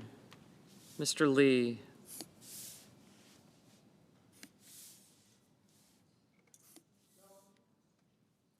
Mr. Lujan. Ms. Lummis. Mr. Markey. Mr. Marshall. Mr. McConnell. Mr. McCormick. Mr. Merkley. Mrs. Moody. Mr. Moran. Mr. Marino. Mr. Mullen. Ms. Murkowski. Mr. Murphy. Mrs. Murray. Mr. Ossoff. Mr. Padilla. Mr. Paul. Mr. Peters. Mr. Reed. Mr. Ricketts. Mr. Risch. Ms. Rosen. Mr. Rounds. Mr. Sanders. Mr. Schatz. Mr. Schiff. Mr. Schmidt. Mr. Schumer. Mr. Scott of Florida. Mr. Scott of South Carolina. Mrs. Shaheen. Mr. Sheehy. Ms. Slotkin. Ms. Smith. Mr. Sullivan. Mr. Thune. Mr. Tillis. Mr. Tuberville. Mr. Van Hollen. Mr. Warner. Mr. Warnock. Ms. Warren. Mr. Welch. Mr. Whitehouse. Mr. Wicker. Mr. Wyden. Mr. Young.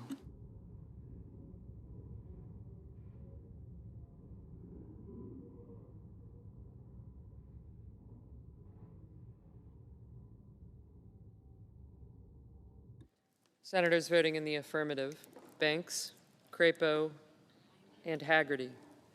Senators voting in the negative: Baldwin, Merkley, Murray, Schatz, Smith, Whitehouse, and Wyden.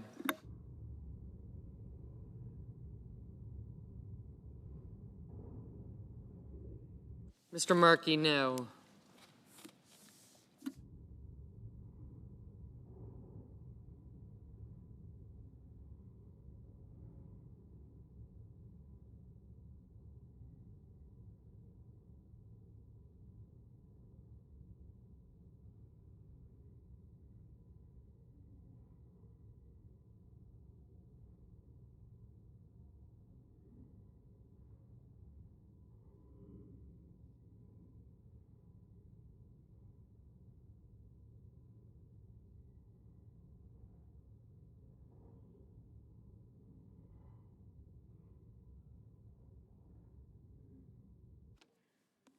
Ms. Cortez Masto, no.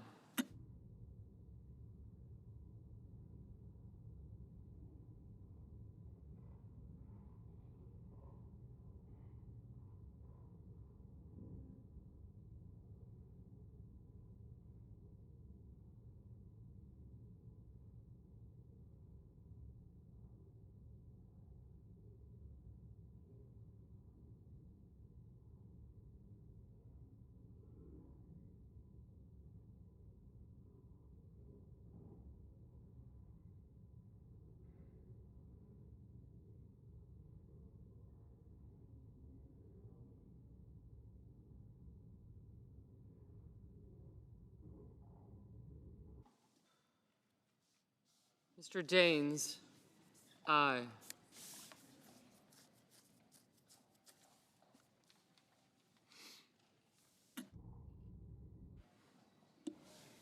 Mr. Ricketts, aye.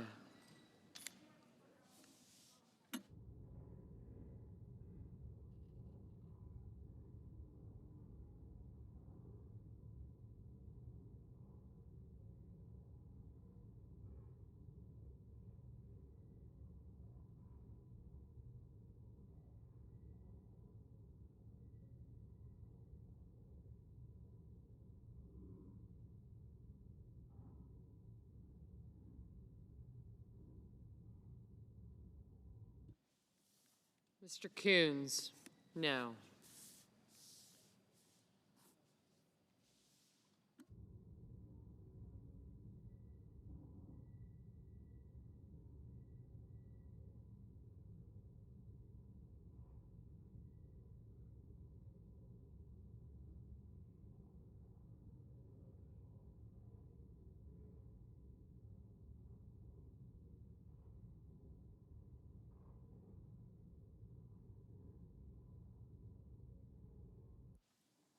Ms. Murkowski, aye.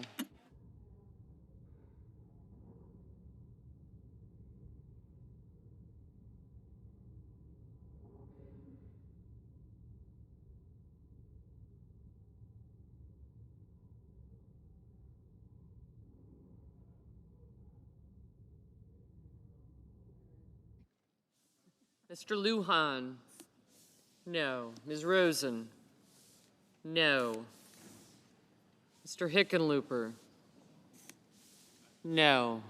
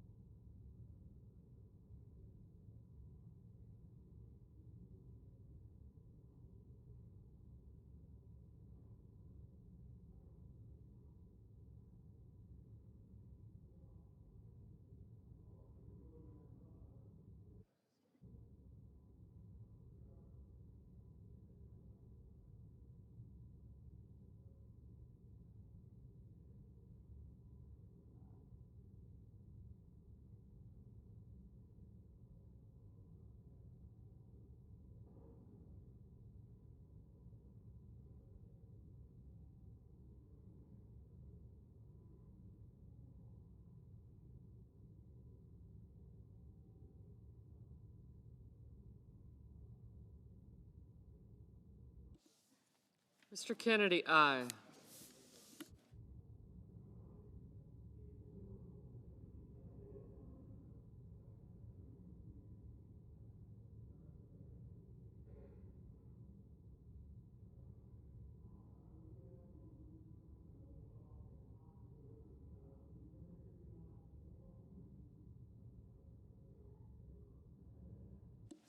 Mr. Budd, aye.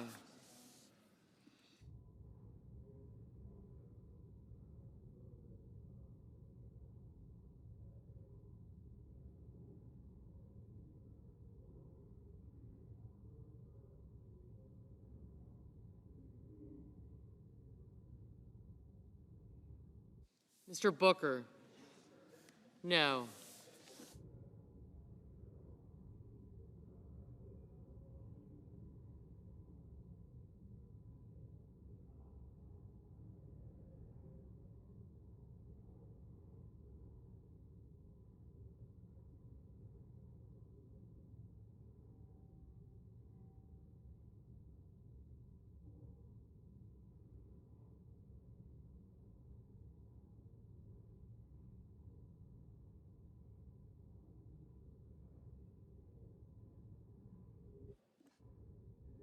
Mr. Schumer? No.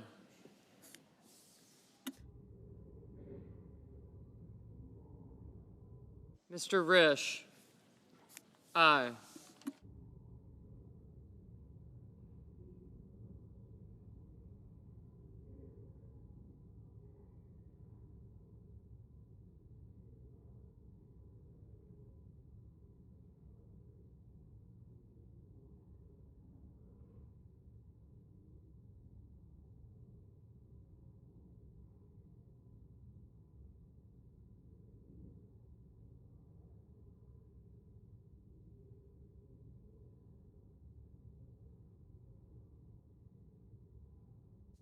Mr. Padilla? No.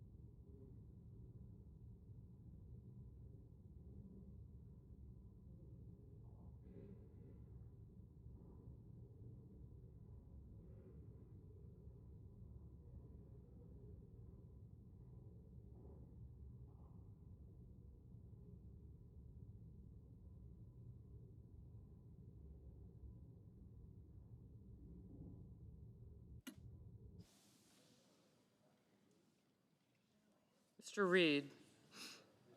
No.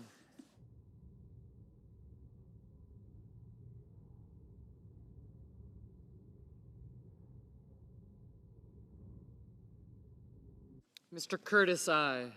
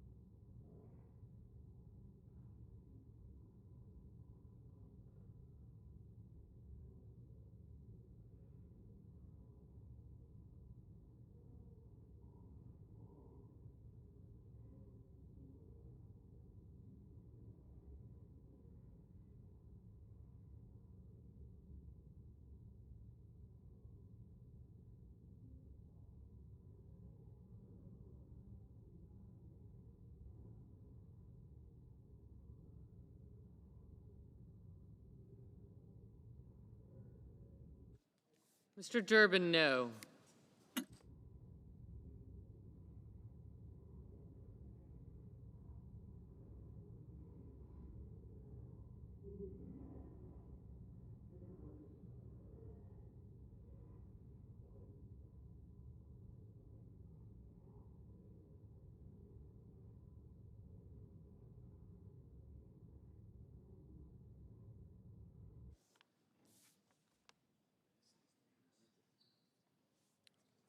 Mr. Rounds, aye.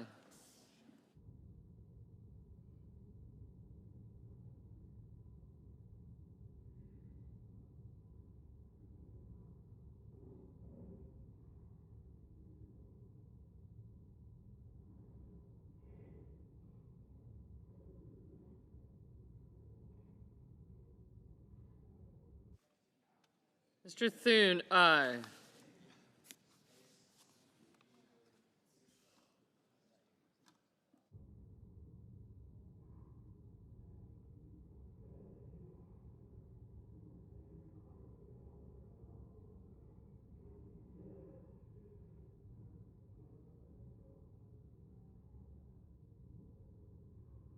Mr. Cornyn, aye.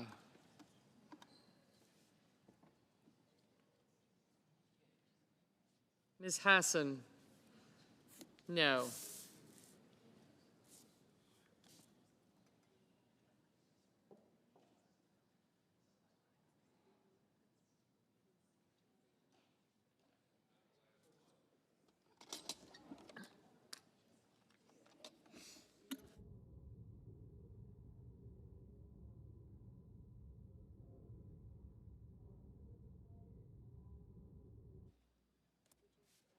Ms. Warren, no.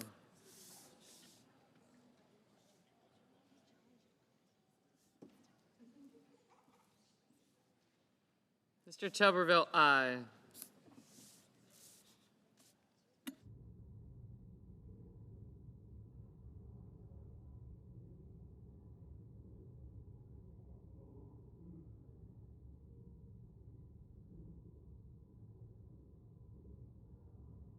Mr. Warner, no. Mr. Barrasso, aye.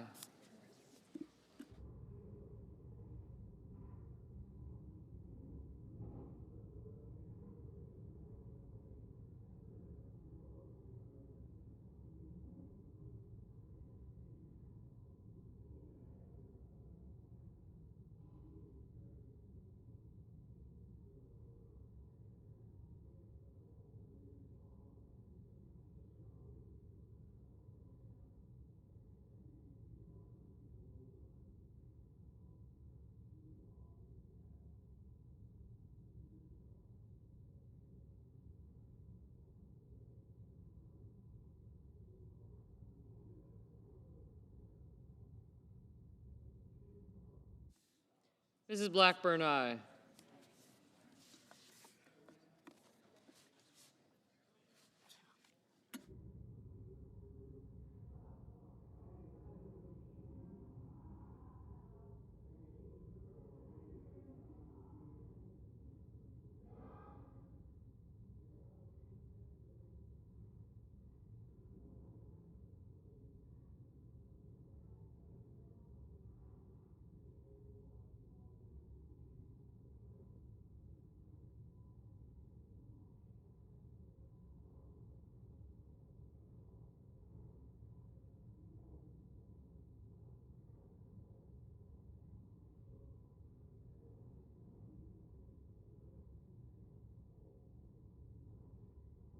Mr. Welch, no.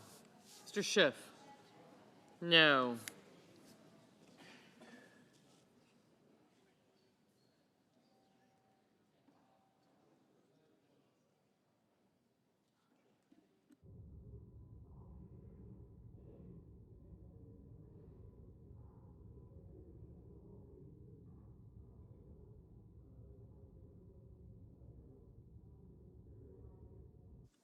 Mr. Lee, aye.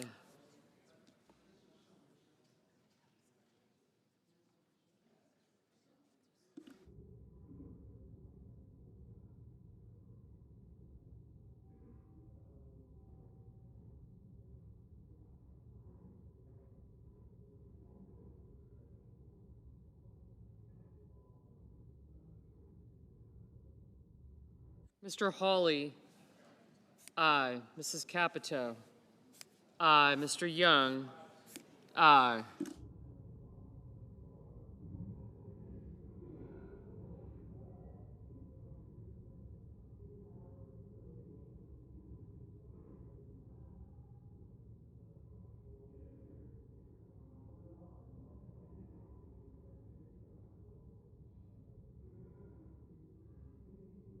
Mr. Husted, aye.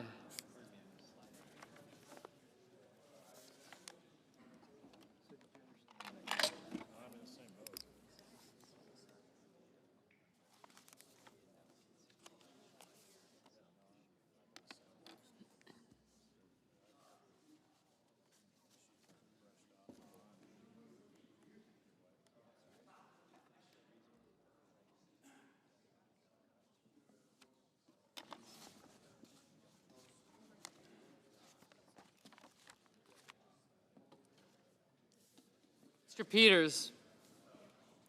No.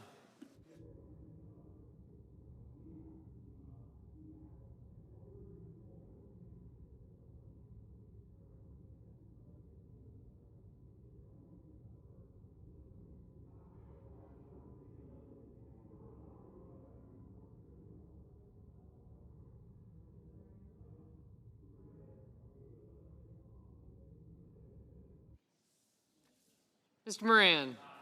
Aye.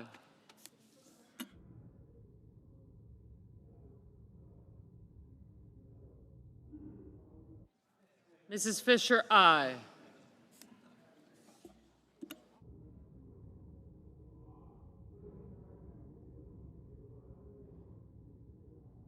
Mr. Bennett? No.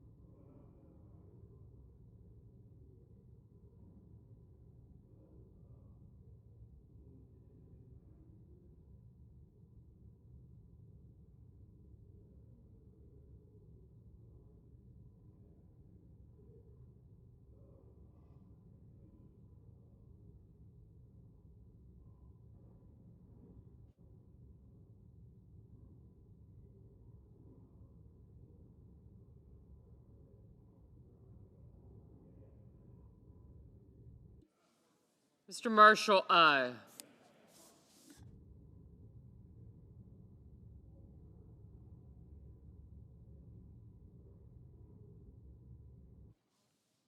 Mr. King? No.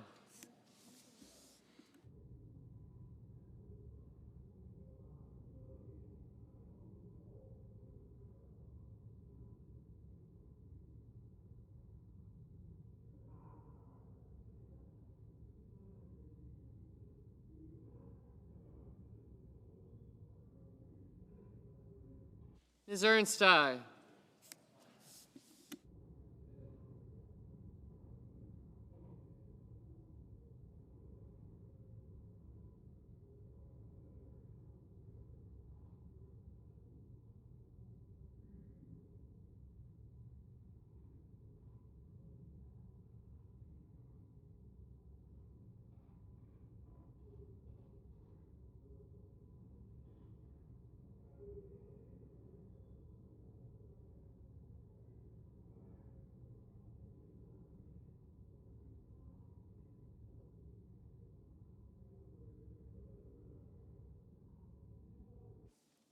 Mr. Warnock? No.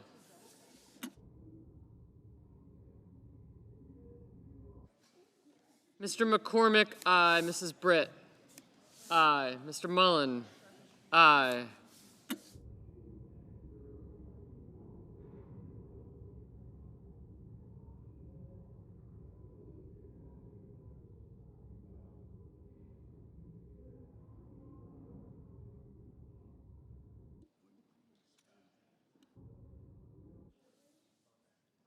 Ms. Collins? Aye. Mr. Murphy? No.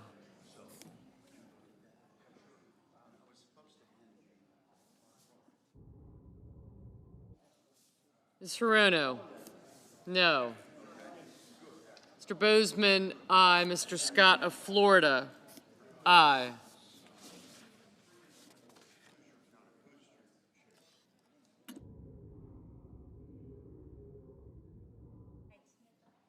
Mrs. Hyde-Smith? Aye.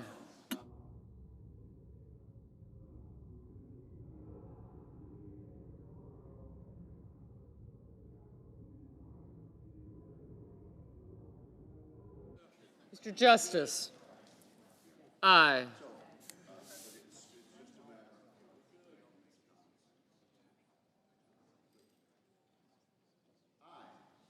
Mr. Wicker? Aye. Mr. Heinrich? No. Mr. Kim? No. Mr. Kane?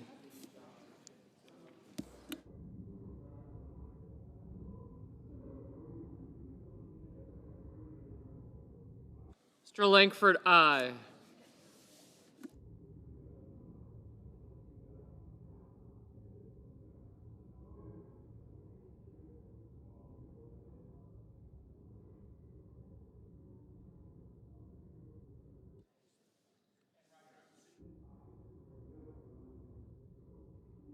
Mr. Kane, no.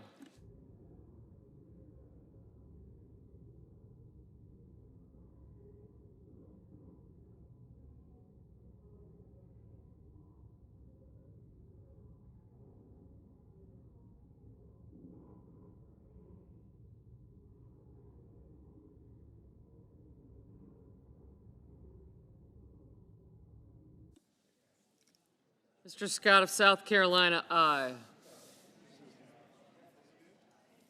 Mr. Cassidy, aye. Mrs. Moody, aye. Mr. Johnson, aye.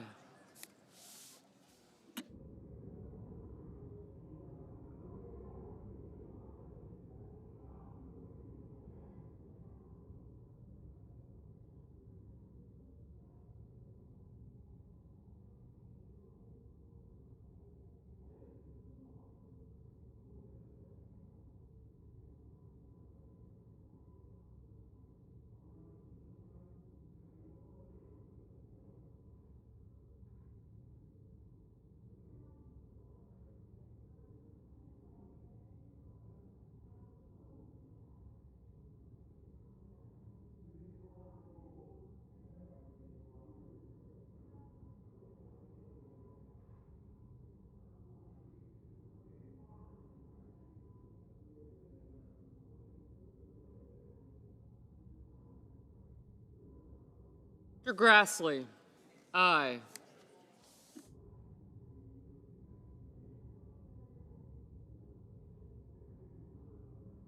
Mr. Marino, aye.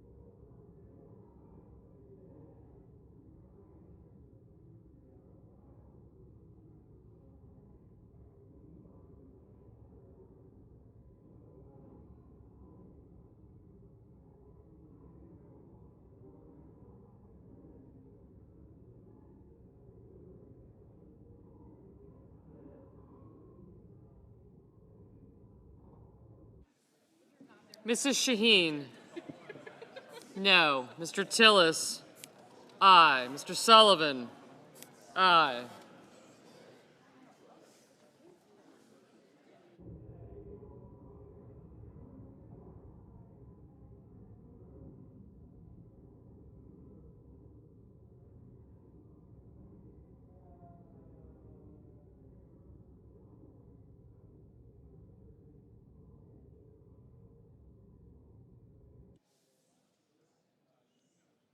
Mr. Ossoff, no.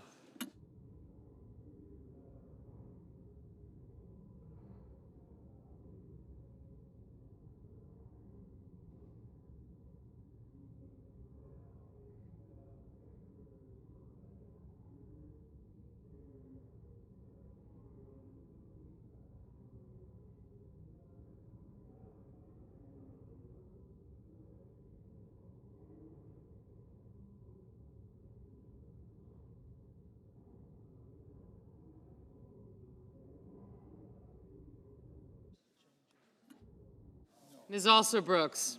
No. Mr. Cruz? Aye. Mr. Sheehy? Aye.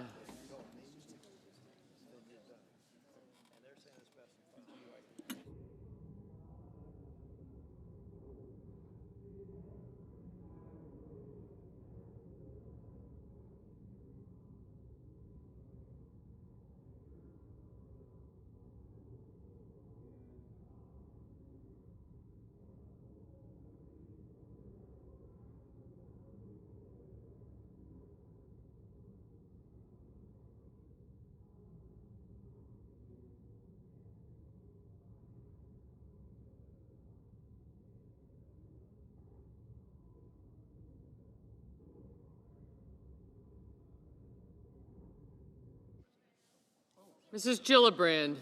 No.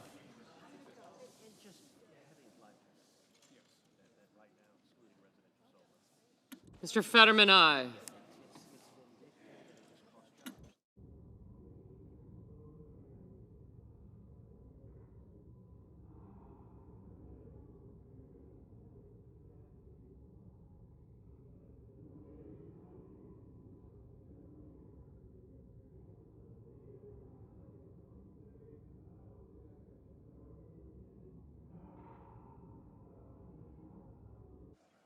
Mr. Hoven?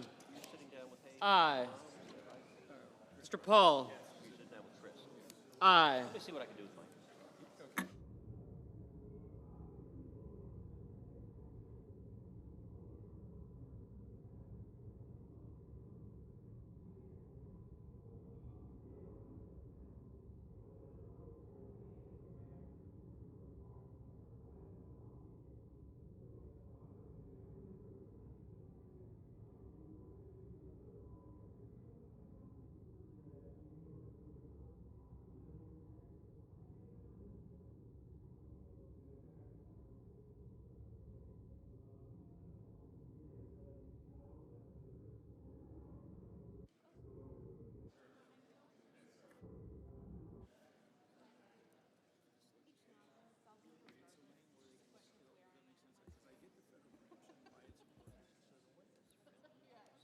Ms. Blunt Rochester? No.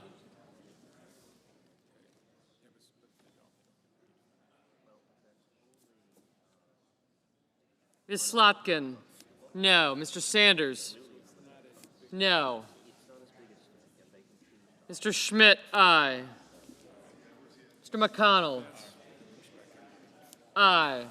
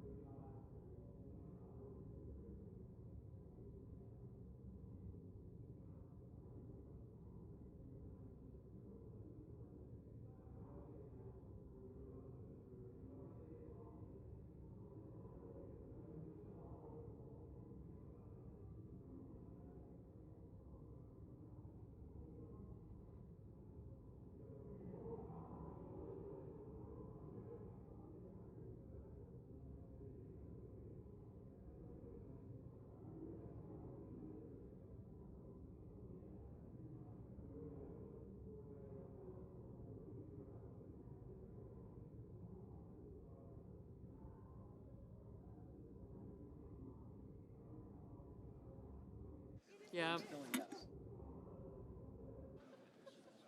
Ms. Klobuchar? No.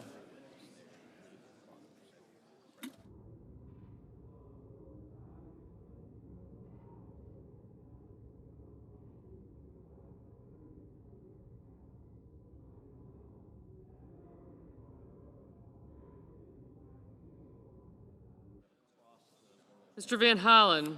No. Ms. Cantwell? No. Mr. Kramer? Aye.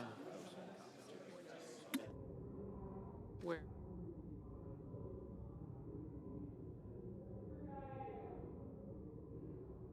Mr. Gallego? No.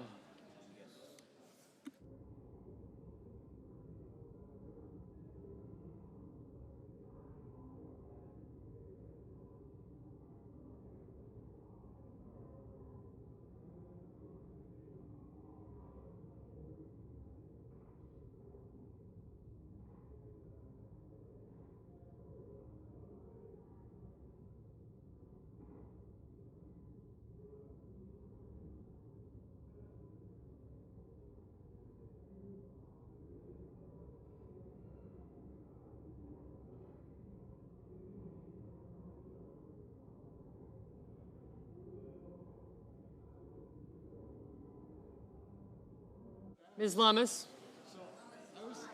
Ms. Lummis, aye.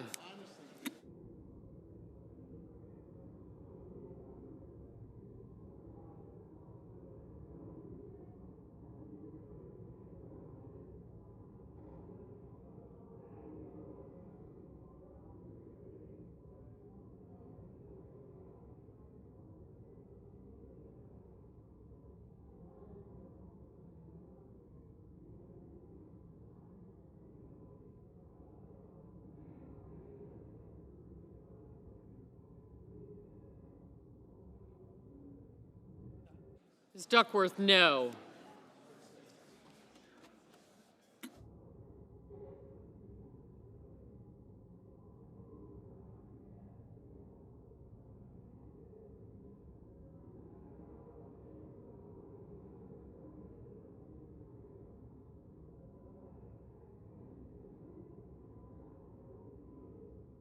Mr. Graham, aye.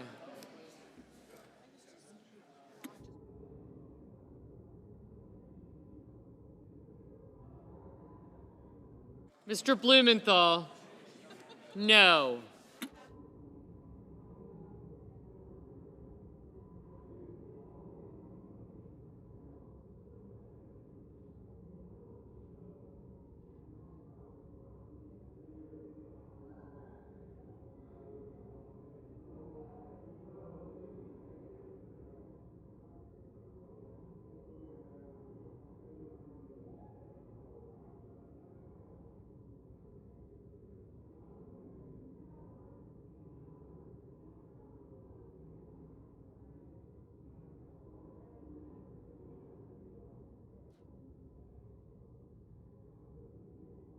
On this vote, the yeas are 53, the nays are 45, and the nomination is confirmed.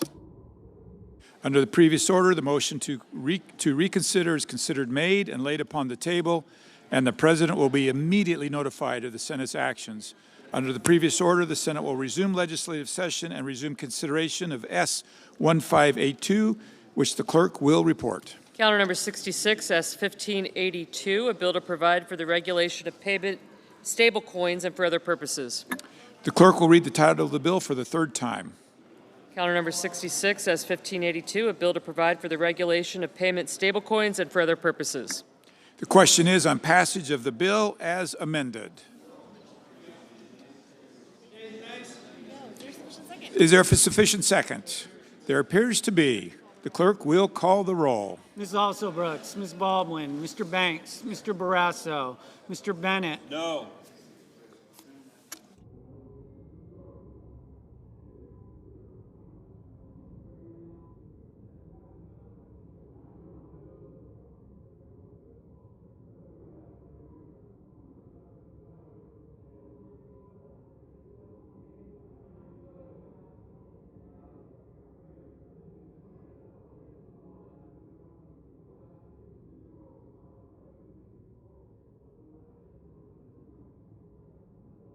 Mrs. Blackburn.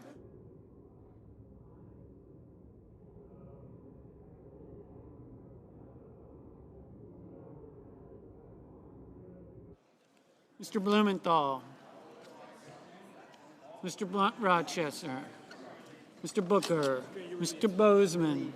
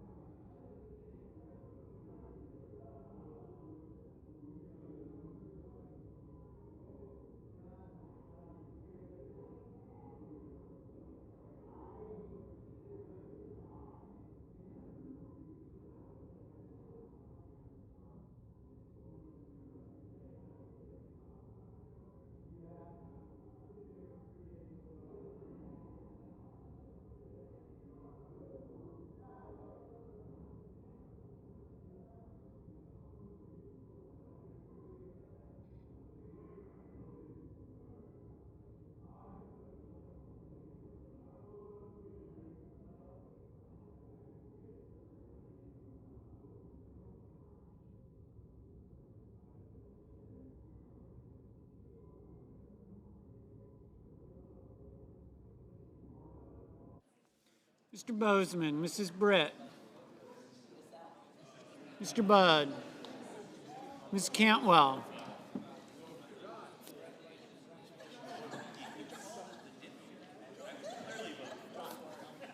wait, okay.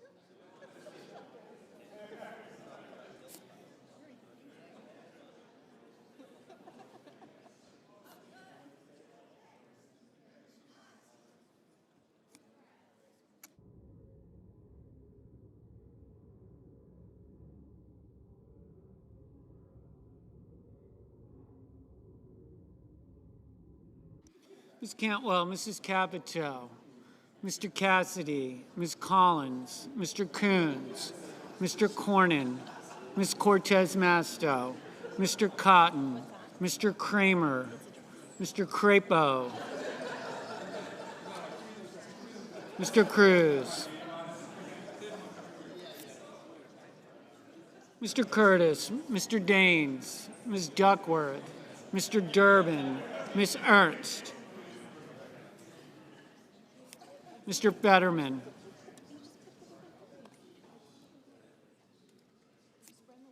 Mrs. Fisher, Mr. Gallego, Mrs. Gillibrand, Mr. Graham, Mr. Grassley, Lately, I've been messing up.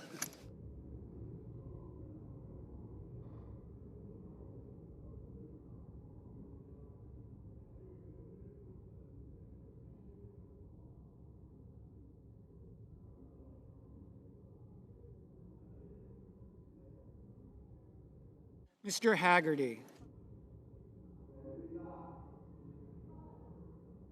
Ms. Hassan, Mr. Hawley, Mr. Heinrich, Mr. Hickenlooper, Mr. Rono, Mr. Hoven, Mr. Husted, Mrs. Hyde-Smith, Mr. Johnson, Mr. Justice, Mr. Kane, Mr. Kelly,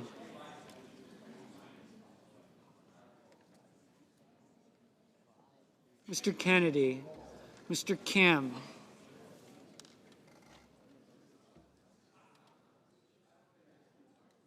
Mr. King,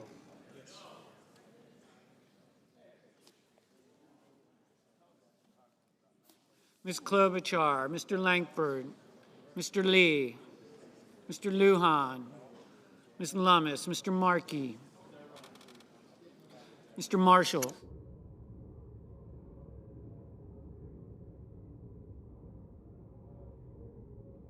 Mr. McConnell, Mr. McCormick, Mr. Merkley, Mrs. Moody, Mr. Moran, Mr. Moreno, Mr. Mullen, Ms. Murkowski, Mr. Murphy,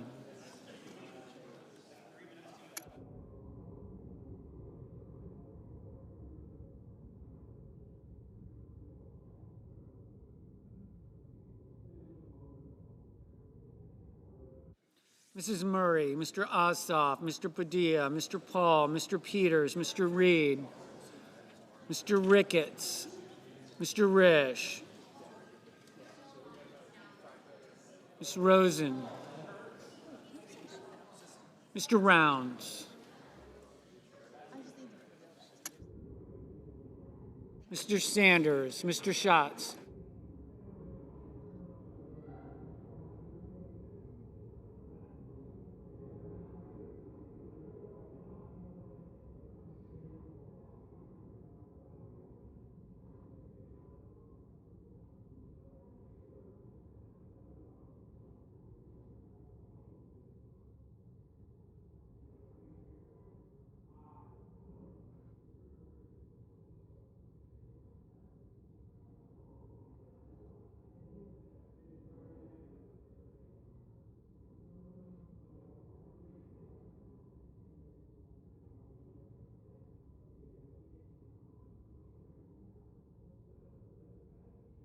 Mr. Schumer, Mr. Scott of Florida, Mr. Scott of South Carolina, Mrs. Shaheen, Mr. Sheehy, Ms. Slotkin, Ms. Smith, Mr. Sullivan, Mr. Thune, Mr. Tillis, Mr. Tuberville, Mr. Van Hollen, Mr. Warner, Mr. Warnock, Ms. Warren, Mr. Welch, Mr. Whitehouse, Mr. Wicker, Mr. Wyden, Mr. Young.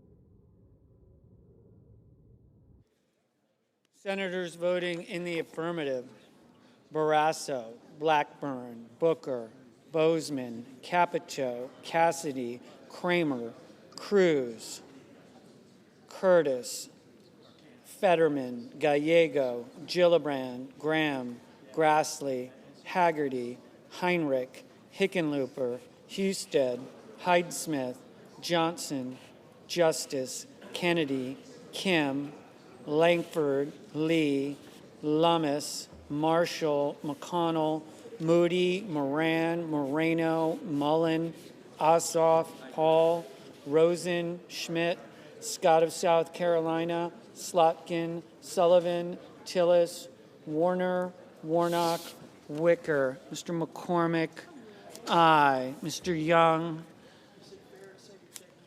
aye. Ms. Ernst, aye. Mrs. Britt, aye.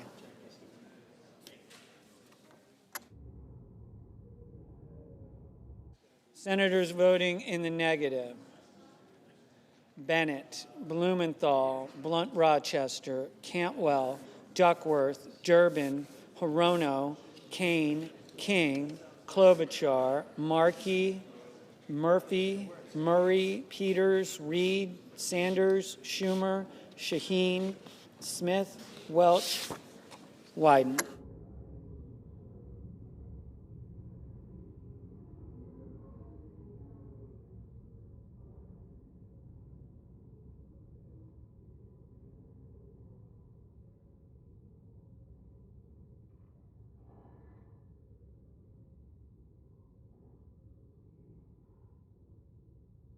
Mr. Van Hollen. Mr. Van Hollen, no.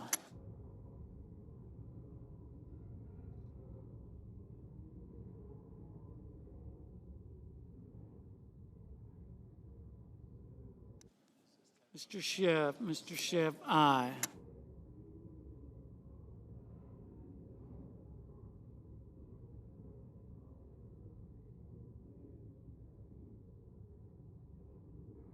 Mr. Hoven, aye.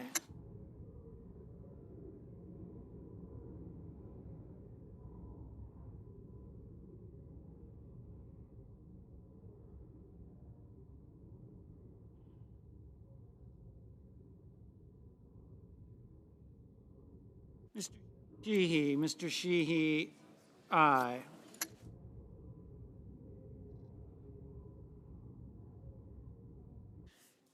Mr. Crapo, aye.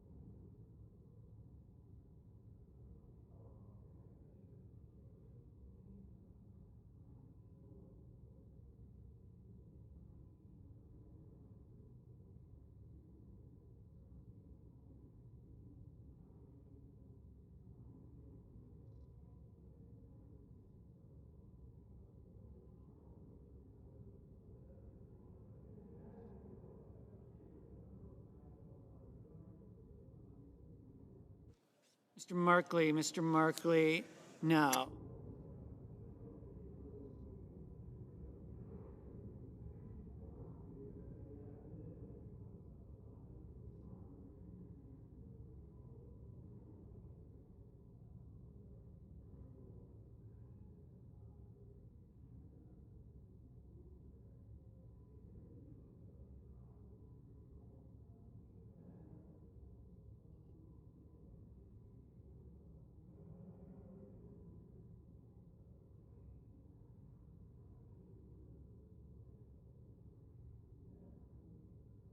Mr. Rounds, aye. Ms. Warren, no.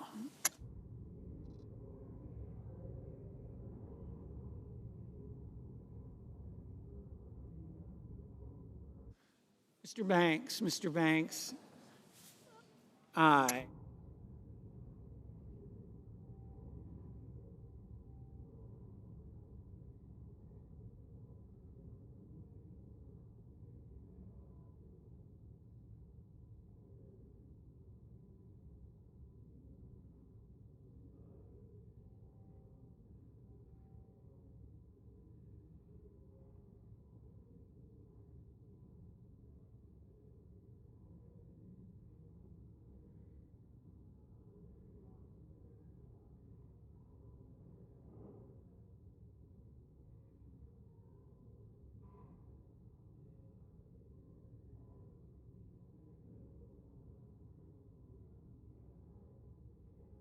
Mrs. Fisher, aye.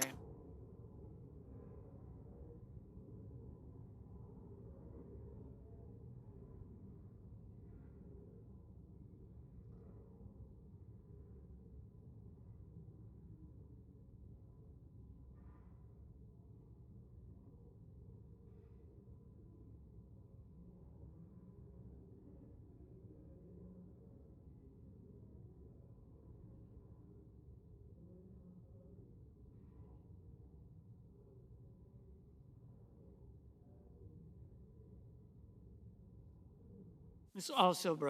Also Brooks, aye.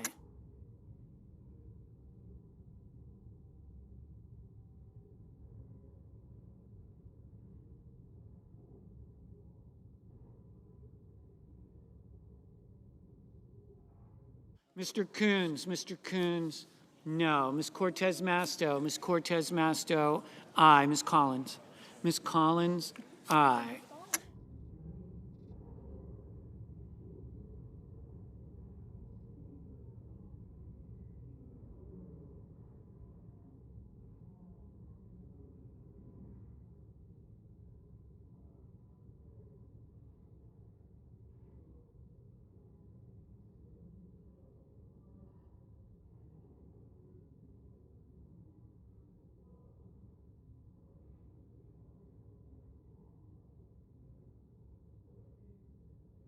Mr. Lujan, aye.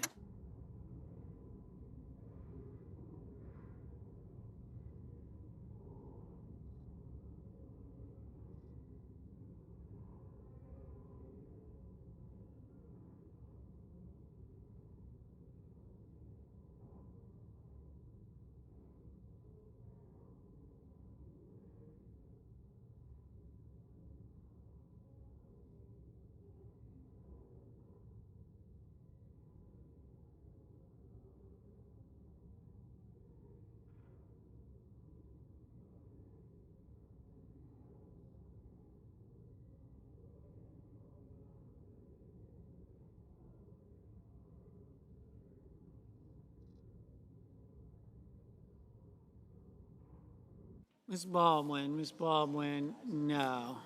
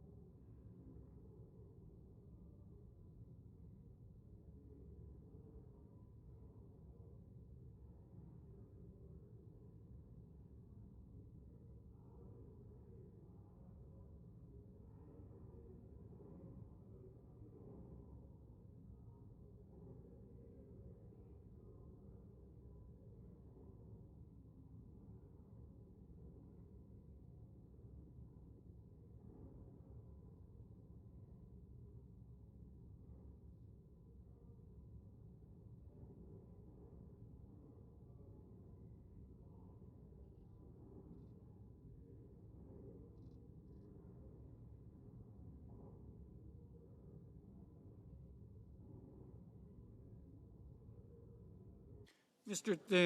Thune, aye.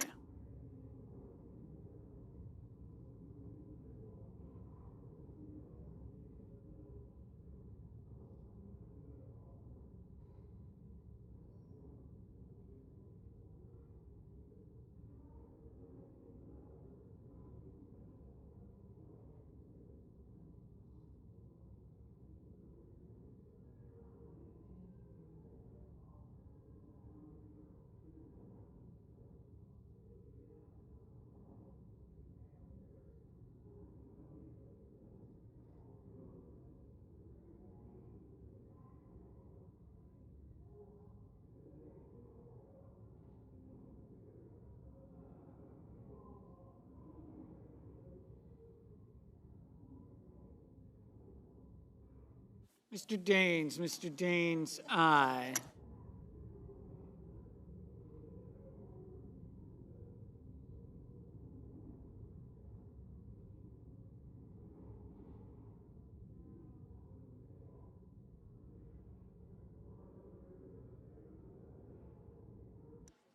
Mr. Cornyn, aye.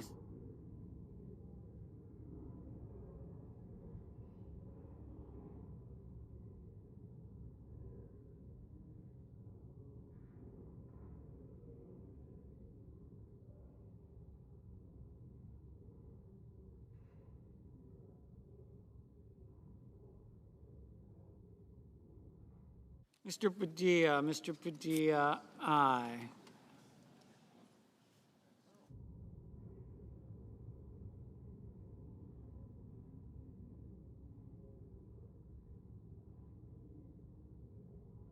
Ms. Hassan, aye.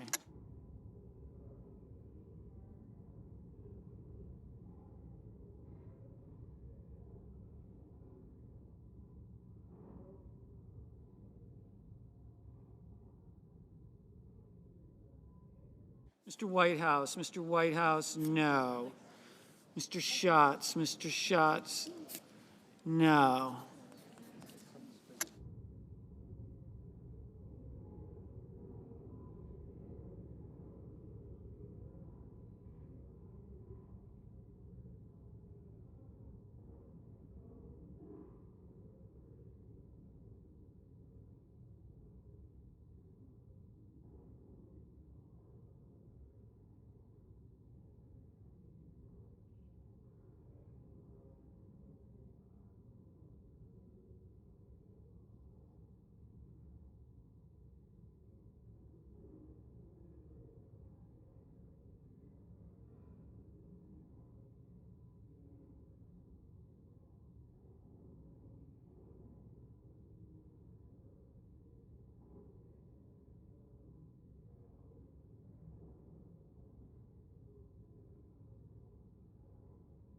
Ms. Murkowski, aye.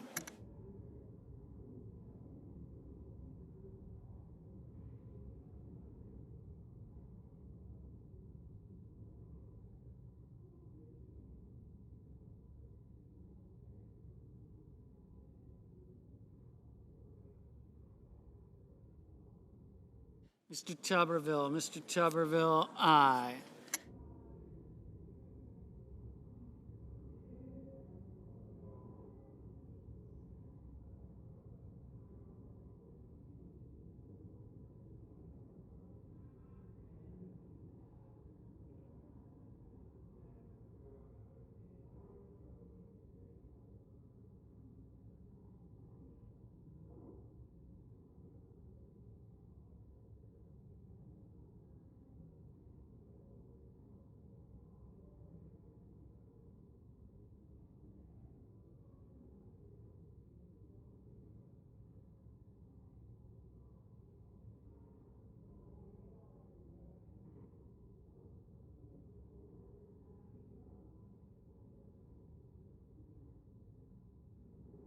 Mr. Scott of Florida, aye.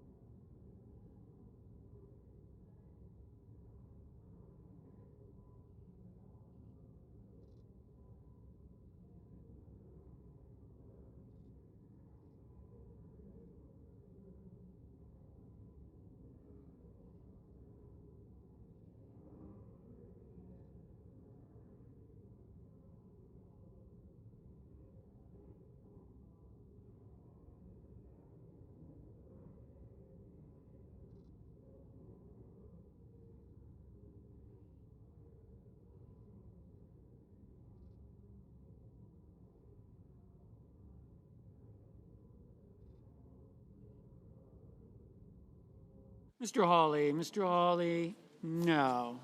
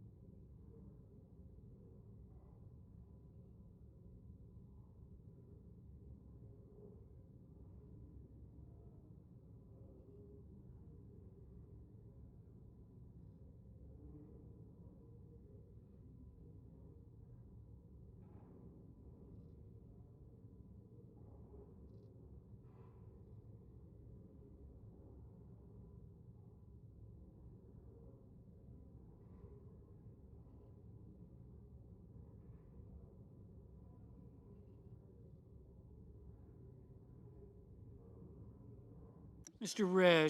Risch, aye.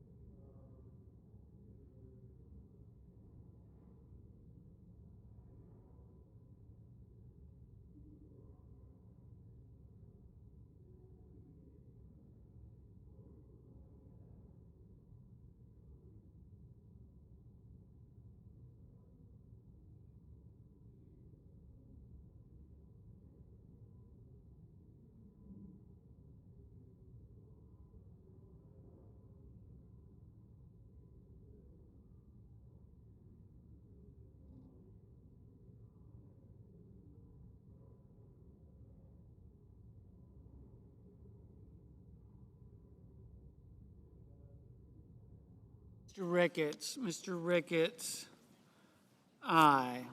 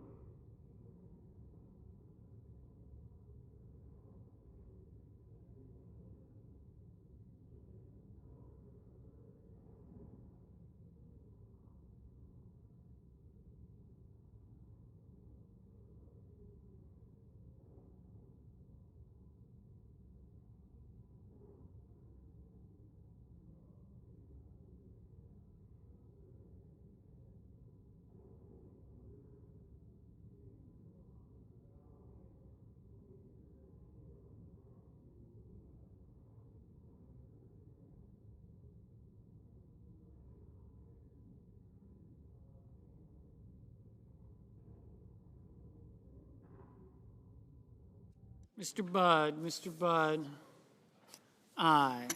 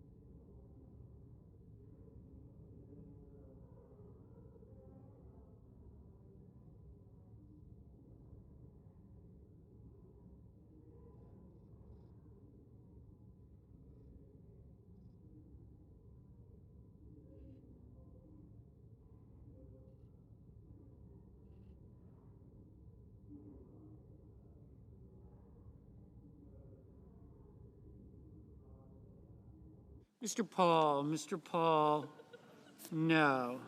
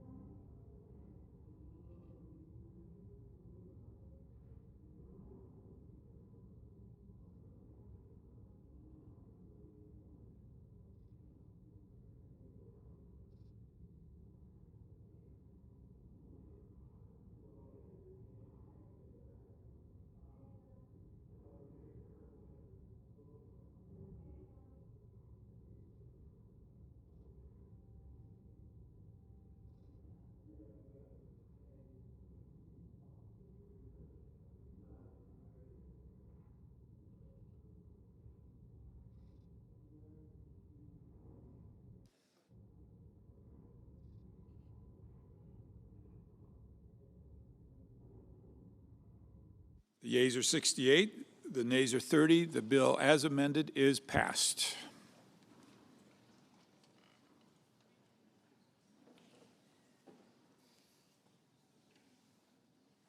Mr. President. Senator from Tennessee. I ask unanimous consent that the Senate be in a period of morning business, with senators permitted to speak therein for up to 10 minutes each. Without objection. I ask unanimous consent that the Senate now proceed to the en bloc consideration of the following resolutions, which are at the desk. Senate Resolution 284, Senate Resolution 285, Senate Resolution 286. Is there an objection to proceeding to the measures en bloc? Without objection. The Senate will proceed en bloc. I ask unanimous consent that the resolutions be agreed to, the preambles be agreed to, and that the motions to reconsider be considered made and laid upon the table, all en bloc. Without objection. I ask unanimous consent that when the Senate completes its business today, it stand adjourned until 11 a.m. on Wednesday, June 18th. That following the prayer and the pledge, the morning hour be deemed expired, the journal of proceedings be approved to date, the time for the two leaders be reserved for their use later in the day, morning business be closed, and the Senate proceed to executive session and resume consideration. Further, notwithstanding Rule 22 at 12 o'clock noon, the Senate vote on the motion to invoke cloture on the Scott nomination, and following the cloture vote, the Senate vote on confirmation of Executive Calendar Number 99, Olivia Trusty. Further, if cloture is invoked on the Scott nomination, all post-cloture time be expired, and the Senate vote on confirmation of the nomination at 1:45. Finally, if any nominations are confirmed during Wednesday's session of the Senate, the motions to reconsider be considered made and laid upon the table, and the President be immediately notified of the Senate's action. Without objection. If there's no further business to come before the Senate, I ask that it stand adjourned under the previous order following the remarks of my colleagues. Without objection. One more thing. Mr. President, I have 3 requests for committees to meet during today's session of the Senate. They have the approval of the majority and minority leaders. Duly noted. Thank you.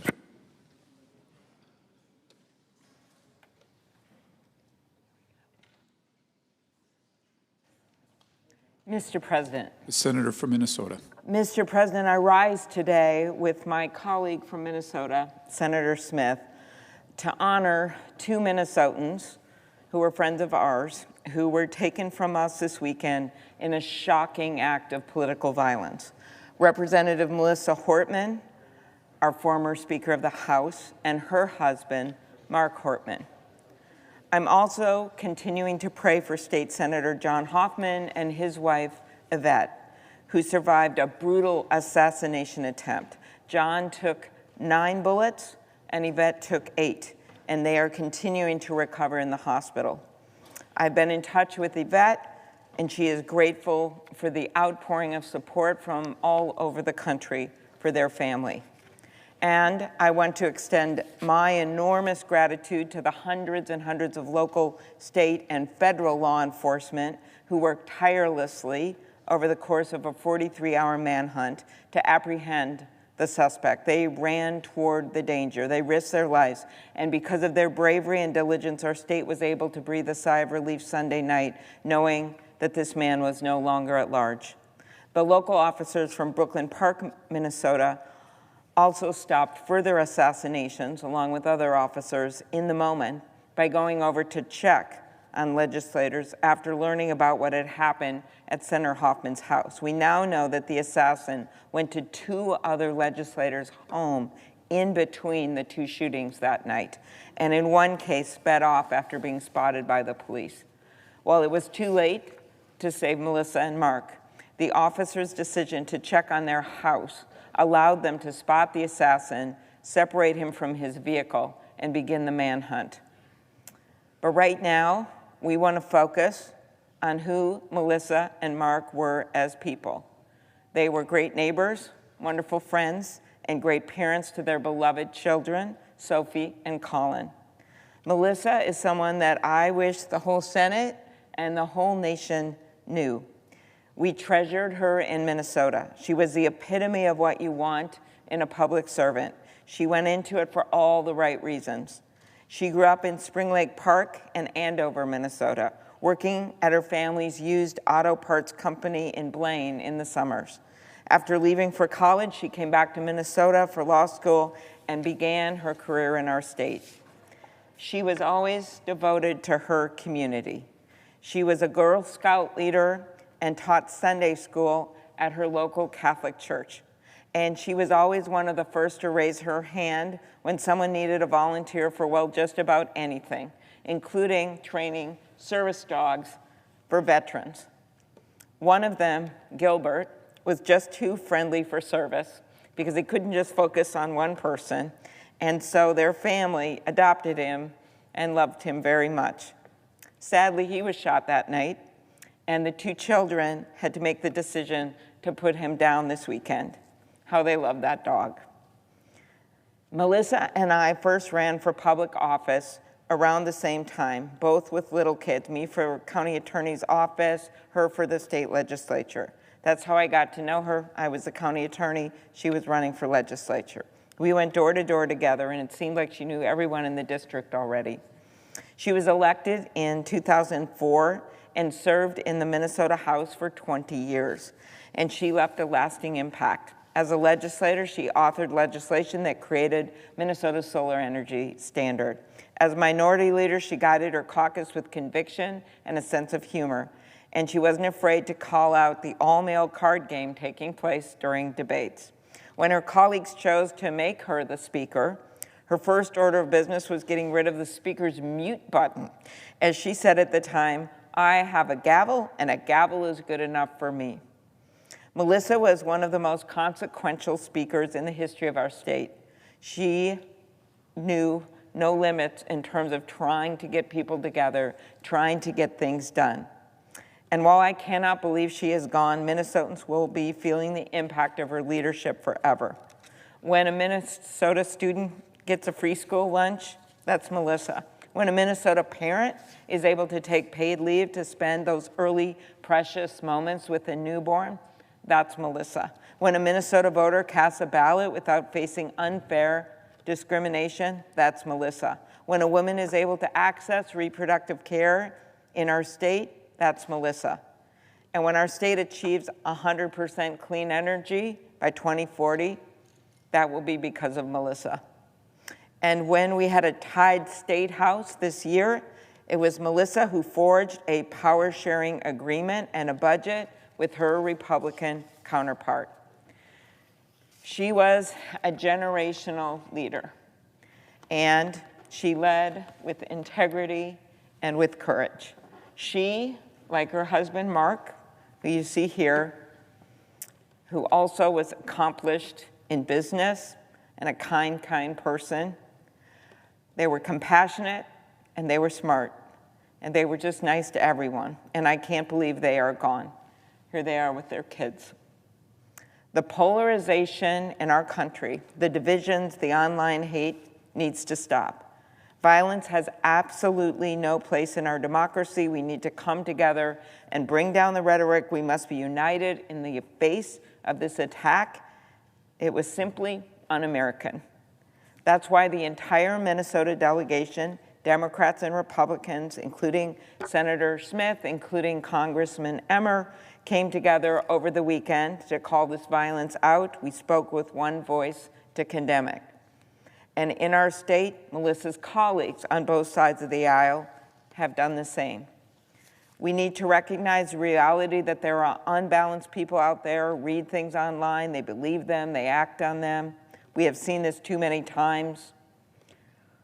There are many things we can do as a body to fix this problem, and I'm sure in the days to come we will offer legislation on security and all kinds of things. But we don't need to pass a law for people to turn down the rhetoric, to treat each other with decency and respect, to act a little more like Melissa and Mark. Mr. President, Melissa and Mark Hortman were the best of us. I am shattered to have lost them, but eternally grateful to have known them. I want to end by sharing a message from their beloved kids, Sophie and Colin. They wrote this just last night. This tragedy must become a moment for us to come together. Hold your loved ones a little closer, love your neighbors, treat each other with kindness and respect. The best way to honor our parents' memory, they said, is to do something, whether big or small, to make our community just a little better for someone else.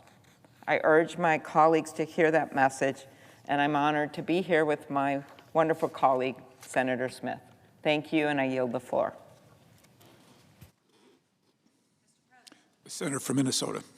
Thank you, Mr. President, and thank you, many thanks to my colleague, Senator Klobuchar, for her heartfelt words.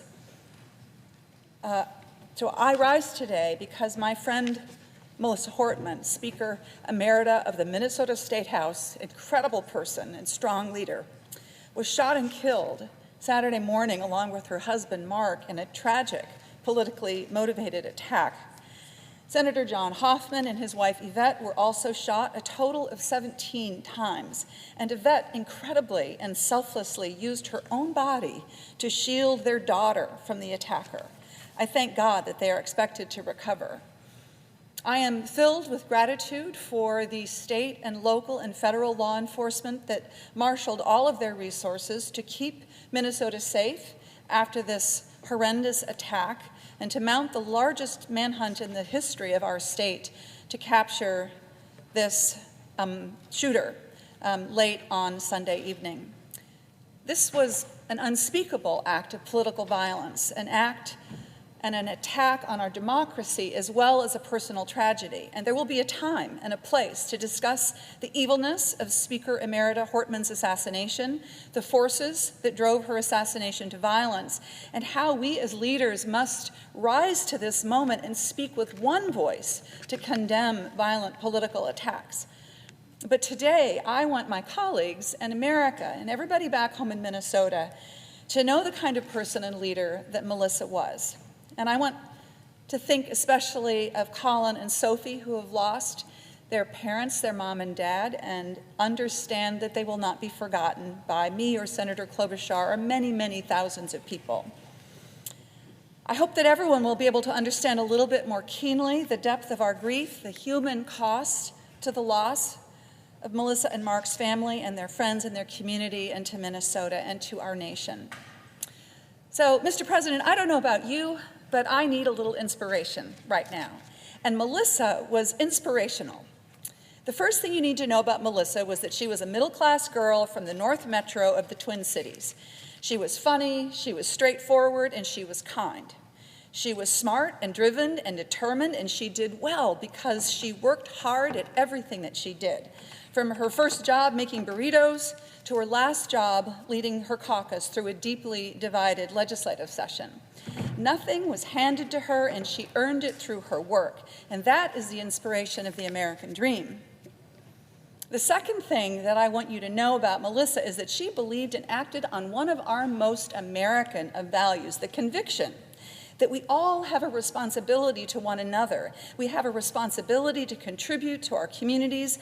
And we have this unshakable belief that our country is great because we feel that connection and that obligation to one another. Service to and respect for others was the guiding principle in Melissa's life.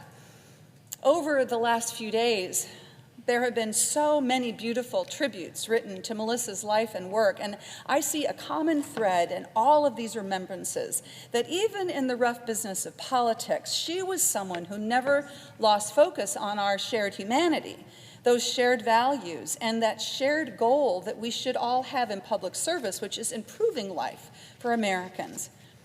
And her gift for focusing on that shared humanity helped her not only to earn the deep loyalty of the members of her own caucus, but also the trust and respect of Republicans on the other side of the aisle.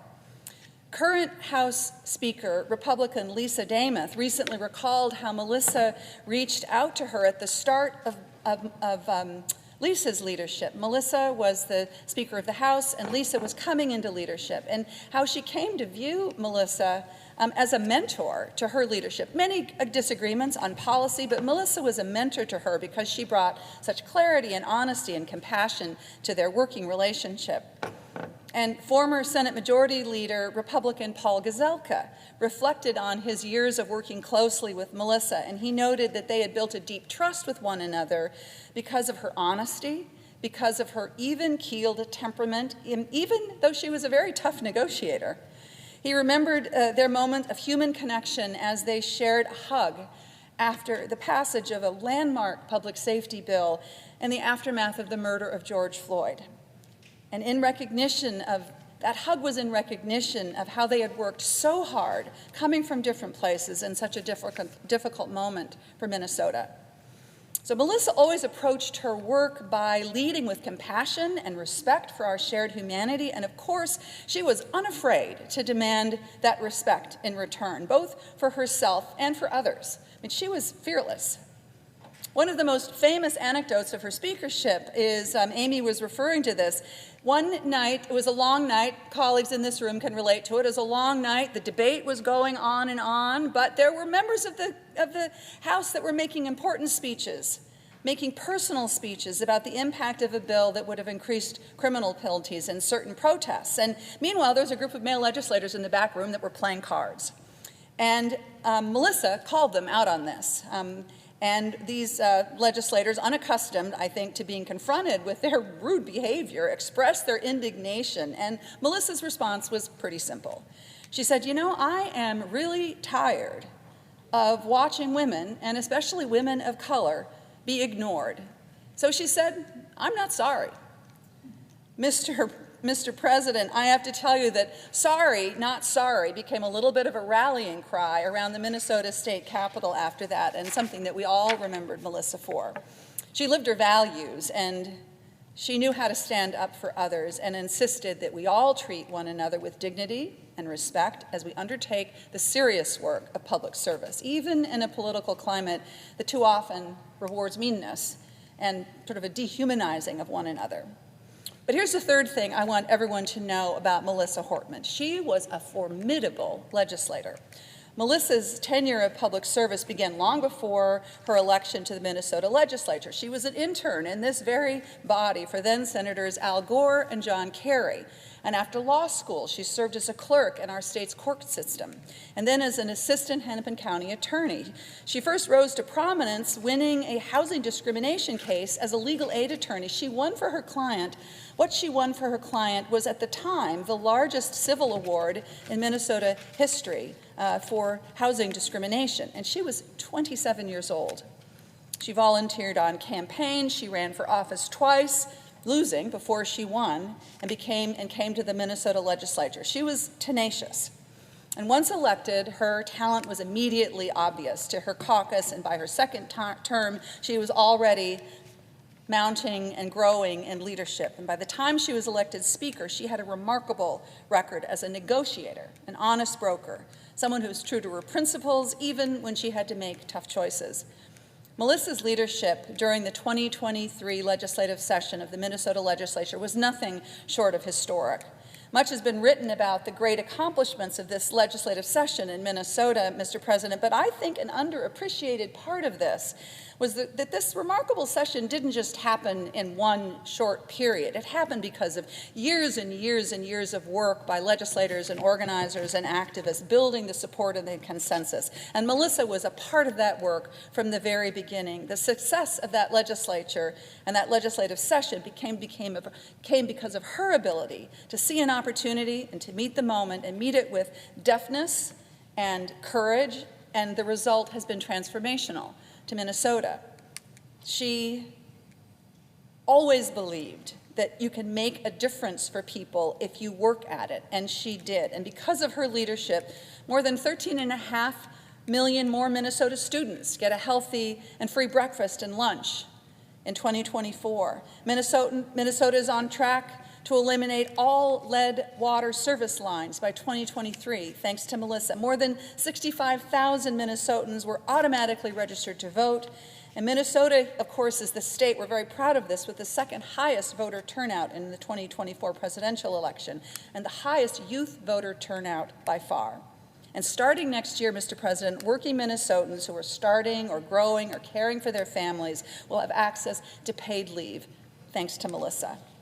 In short, millions of Minnesotans are better off because of the work that she did. Her record of accomplishment is so extensive, it's hard to capture it all in just a few short minutes. And so it is so bitter to realize that she was only 55. She had so many more contributions to make, so much, as Melissa would say, don't get carried away. I was just going to do my work. I was going to work as hard as I could. And so it is bitter for us that her life was taken in this way.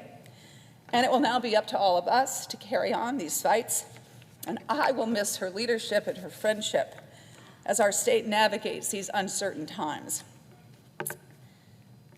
Mr. President, I look around this Senate chamber and I see legislators who, like Melissa, understand that the job of a legislature and a legislator is to help fix things, not just talk about fixing things, to lift up people who need help, to build opportunity, and to use the power of our connections to one another to build a better, stronger, more fair community.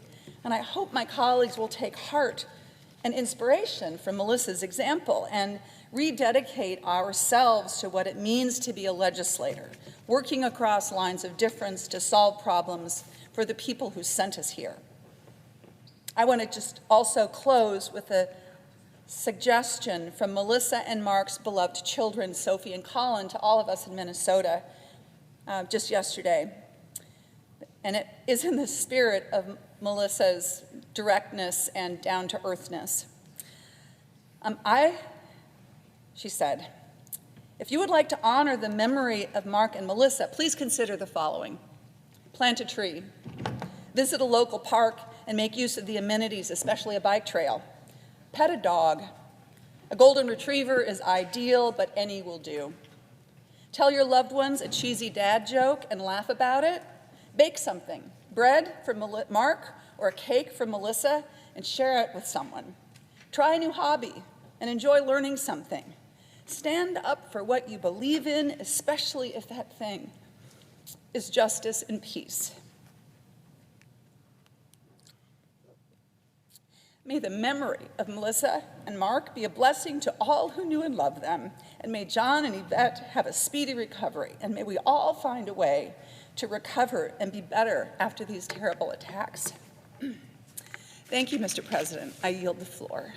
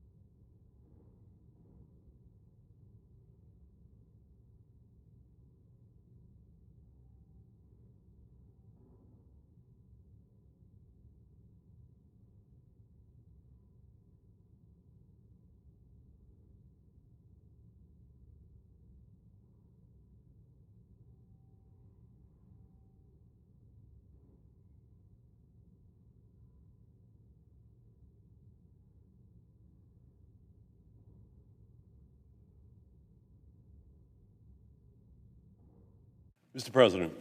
Senator from Massachusetts. Thank you, Mr. President.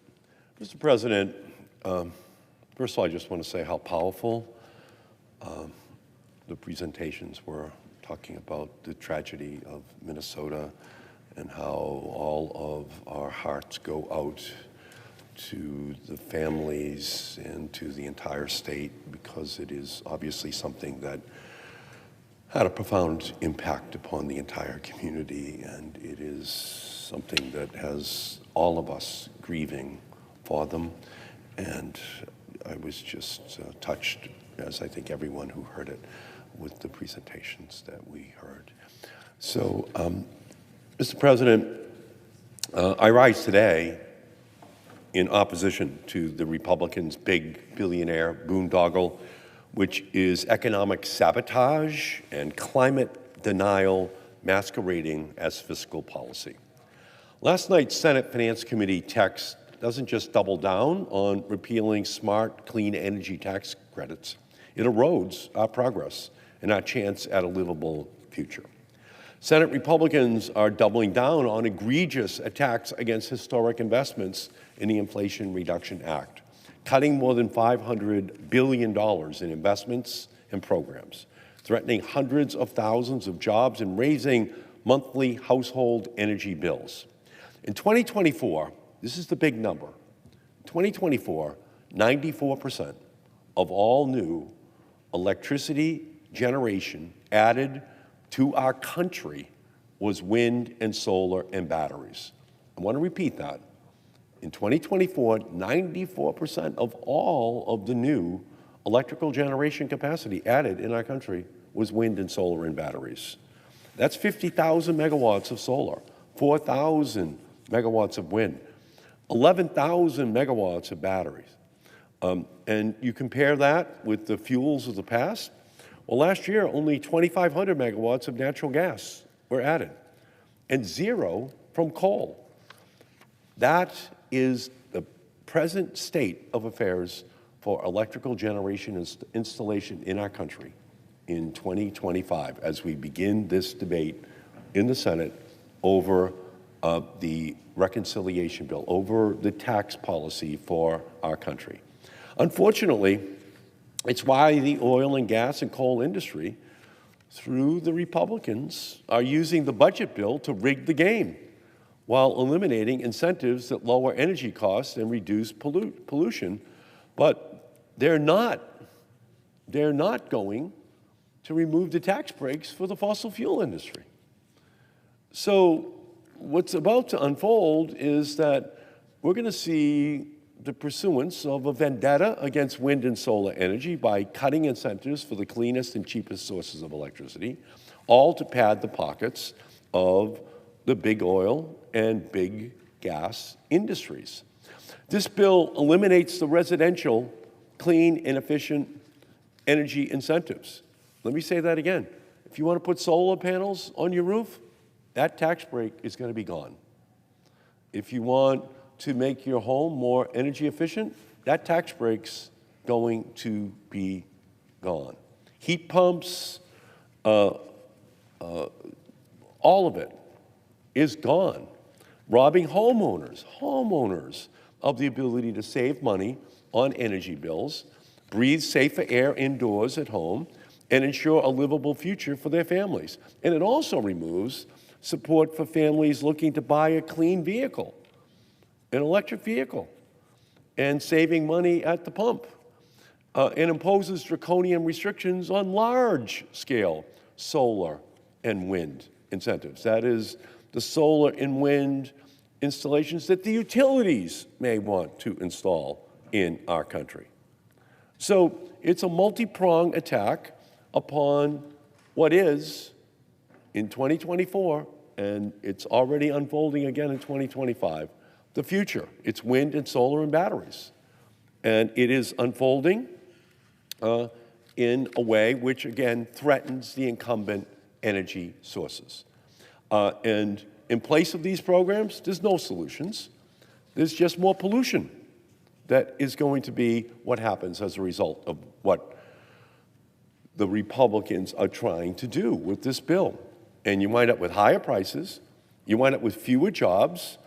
If this bill passes, solar deployment is expected to drop nearly 40% by 2030 than what it was expected before. And as energy demand increases, driven by power-hungry AI data centers and natural gas LNG exports, Republicans are choosing to strangle America's supply of cheap solar and wind, which we're going to need for the AI revolution. The estimates are that AI itself over the next 10 years could double the need for electricity in our country. And what this bill will do is take wind and solar and batteries off the field and then say to the natural gas industry and oil industry, you figure out how to get it done. But that's not what obviously people in our country want. They're making decisions that have resulted in 2024 with 94% of all new electricity being wind and solar and batteries.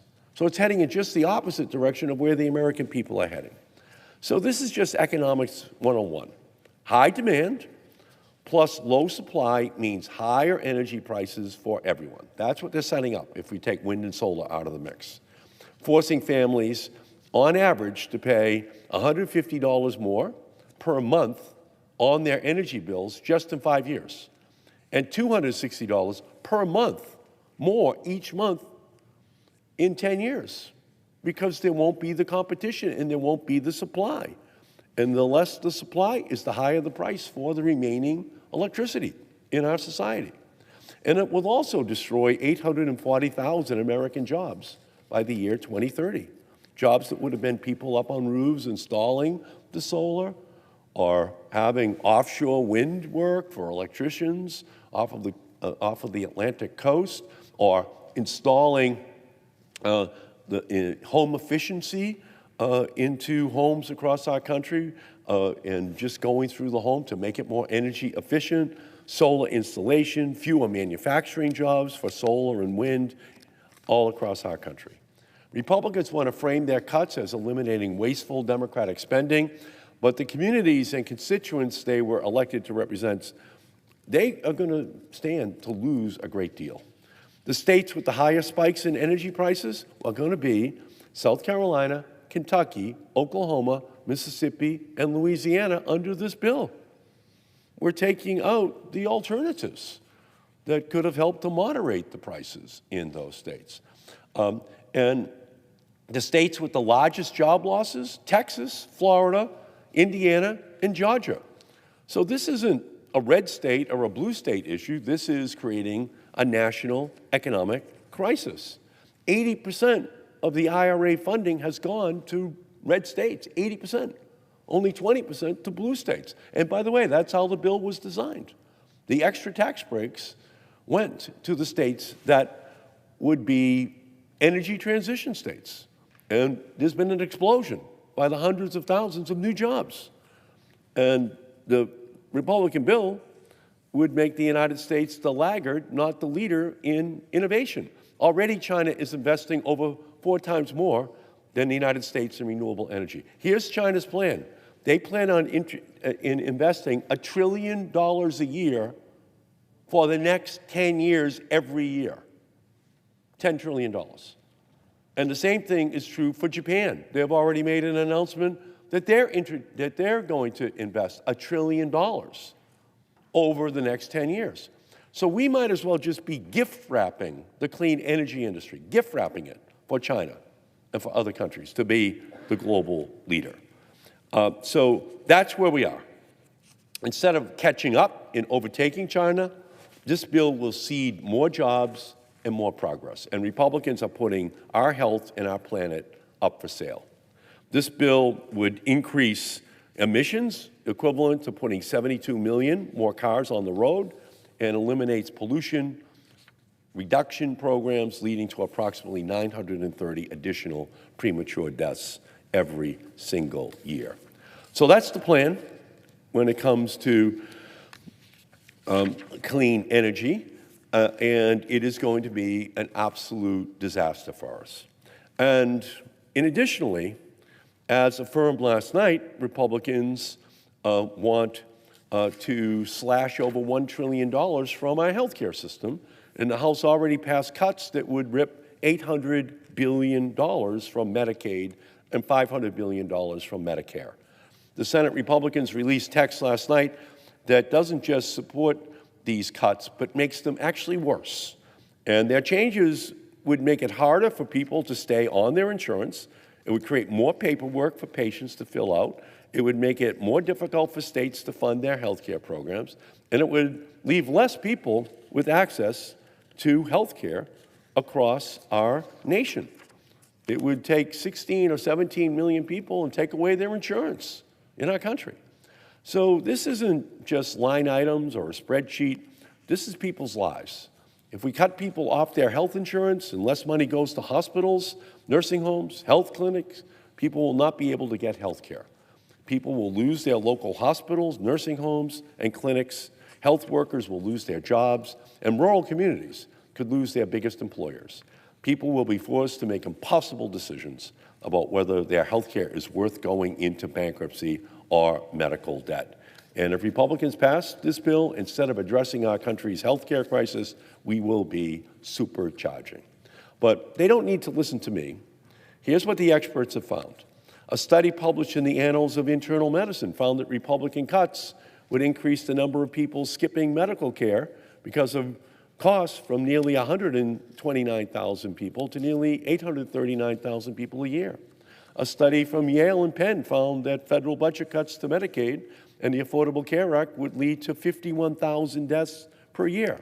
And just last week, I released data produced by the Sheps Center at the University of North Carolina about how substantial cuts to Medicare and Medicaid could force 338 hospitals across the country into financial distress, leading them to cut services or close the hospital altogether. Where are those hospitals? Well, in Kentucky, there are 35 of them that could be at risk for their viability. In Louisiana, it's 33 hospitals. These are rural hospitals. They rely upon Medicaid. They rely upon the Affordable Care Act to pay the bills. So this is something that is going to be very, very dangerous for hundreds of rural hospitals put on the brink because of the decisions made by Republicans in this Congress and in this White House. This is a lethal risk to take on to pay the tax breaks for billionaires. If this bill passes and even one patient loses their insurance because of burdensome paperwork in a single hospital or nursing home, the responsibility will fall on anyone who voted yes on this bill. And our state and local public health officials know this risk, which is why they're asking to stop these cuts. The Louisiana State House, with a Republican majority, passed a resolution just this week asking Congress to, quote, oppose sweeping or indiscriminate cuts to Medicaid and to instead work in partnership with states to strengthen and preserve the program for the future. That's the Louisiana State House Republicans.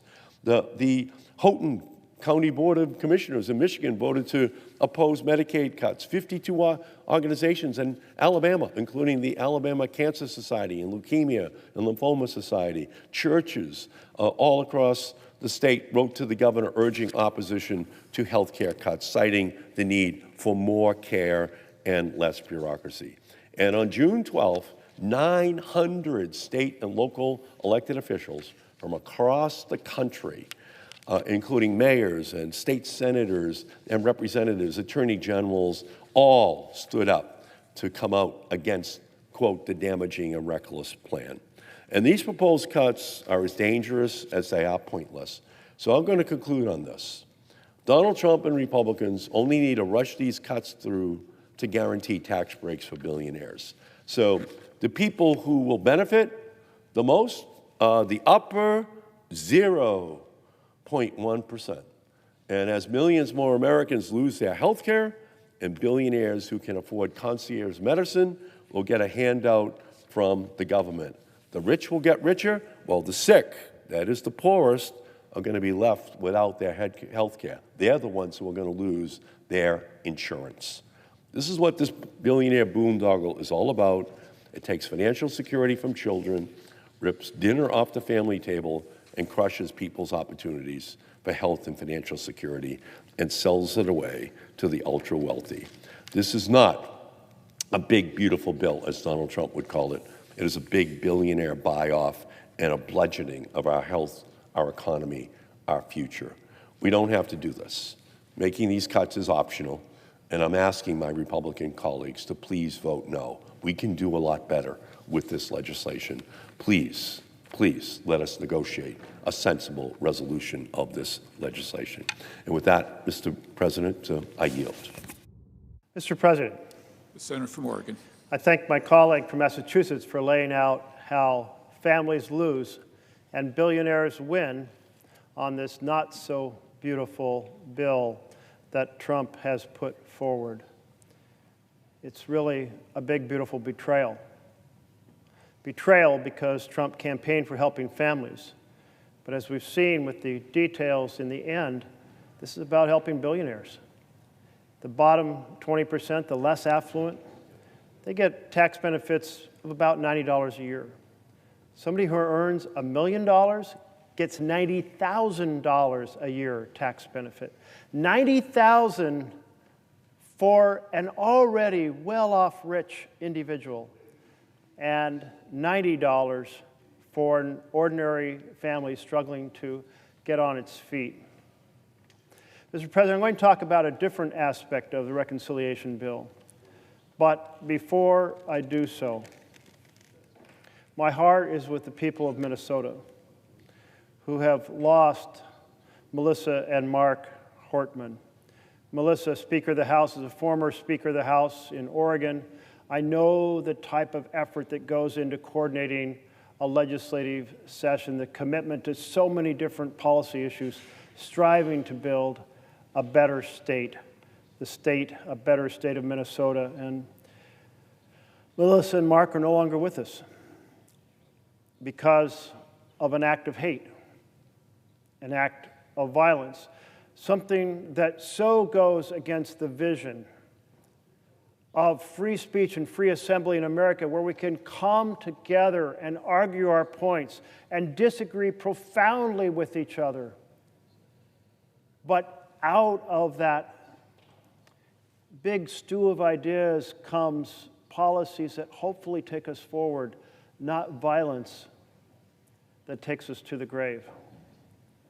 So again, my heart is with Melissa and Mark's family and the people of Minnesota. And I hope we can all work together to end the type of rhetoric, the type of framing that suggests that the differences that we have, though large on policy, that neither side is coming from an evil point of view. They're bringing different differences that have to be worked out in legislatures like the U.S. Senate. And now turning to an issue that has to be worked out in our U.S. Senate is the challenge of having honest budget numbers for the conversation over the reconciliation bill. Back in 1974, the Senate and House were alarmed over the growing deficits. They were microscopic compared to the type of deficits we have today. But still, people said, let's not get on that path of expanding the national debt. Let's create a real budgeting process where we lay out a vision at the front end so that the bills that are passed by the committees, the revenue bills and the policy bills, fit into that budget framework. So we will have control over the result, whether it's a surplus that we want or whether we want to spend more and run up some deficit because perhaps it's a year in which the economy is dipping and we need to provide some stimulus. But the point was a front-end budgeting process into which we could put the effect of all these different bills in the course of the year. So it was an act designed to bring planning for revenue and spending levels into a coherent framework by laying out a budget and holding committees accountable to that budget vision. In this Budget Act, Congress created two significant tools for very different and separate purposes. One of them is Section 312 of the Budget Act. Section 312 says that the Committee on the Budget will establish estimates of, quote, the levels of new budget authority, outlays, direct spending, new entitlements authority, and revenues for a fiscal year. So there's the framework. And to clarify, for most of the work that's done, the committee depends on the Joint Committee on Taxation for revenue projections and depends upon the Congressional Budget Office for the cost of programs. But this section in 312 has also been interpreted to give the chair of the Budget Committee the authority to resolve complex scoring questions that come up or technical ambiguities that come up on particular programs or particular revenue measures during normal legislating. I emphasize, during normal legislating, has nothing to do with reconciliation. Now, Congress created a second tool that was specifically about reconciliation. It is presented in the Budget Act and for a very special purpose. This section, reconciliation, was to be a filibuster-free pathway in the Senate for one reason and one reason alone: decreasing the deficit. And you can imagine, there's Robert Byrd, who's the champion of the filibuster, wants everything to have to go through a supermajority vote. It was often used against civil rights bills, but it was often used in other ways as well. And he would not let go of that for any reason except the special role of reducing the national deficit. 100 senators said yes to that vision, all the Democrats, all the Republicans. So we have in that act a Section 313, affectionately known as the Byrd Rule, that lays out some very specific details for how to handle that reconciliation process. So we have Section 312, normal budgeting for non-reconciliation bills, and we have Section 313 with special rules for reconciliation bills. Now, why am I coming to the floor to make such a detailed examination for issues that we wouldn't normally, wrestle with in a public forum? Well, the answer is because there is a plan afoot to take this tool that was always used and framed for regular budgeting to give a bit of flexibility to the Budget Committee through the Budget Chair, to resolve complex technicalities or abnormalities, issues on small issues in normal bills, and apply it in a completely corrupted version to Section 313, overruling the Foundation for Reconciliation. Two very different tools, two very different purposes, but taking one and applying it to the other destroys the integrity of the reconciliation process. And I'm going to lay that out in some detail. Section 312 allows the Budget Chair to be a referee, to find bipartisan common ground to resolve those ambiguities in the budgets, but again, never used in reconciliation because it wasn't intended for that purpose.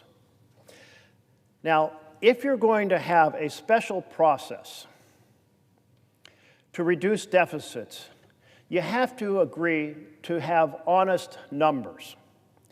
So therefore, the Act created the Congressional Budget Office to give us those honest numbers on what programs cost.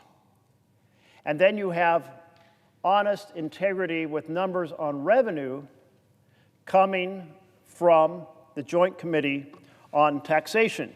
So you have these two institutions and a commitment in Section 313 to honest budgeting numbers. So we'll quit fooling ourselves and we'll quit fooling the public, because the goal was to reduce the deficit, and you can't reduce the deficit if you're lying about what new measures will cost, whether they be revenue measures or they be policy measures.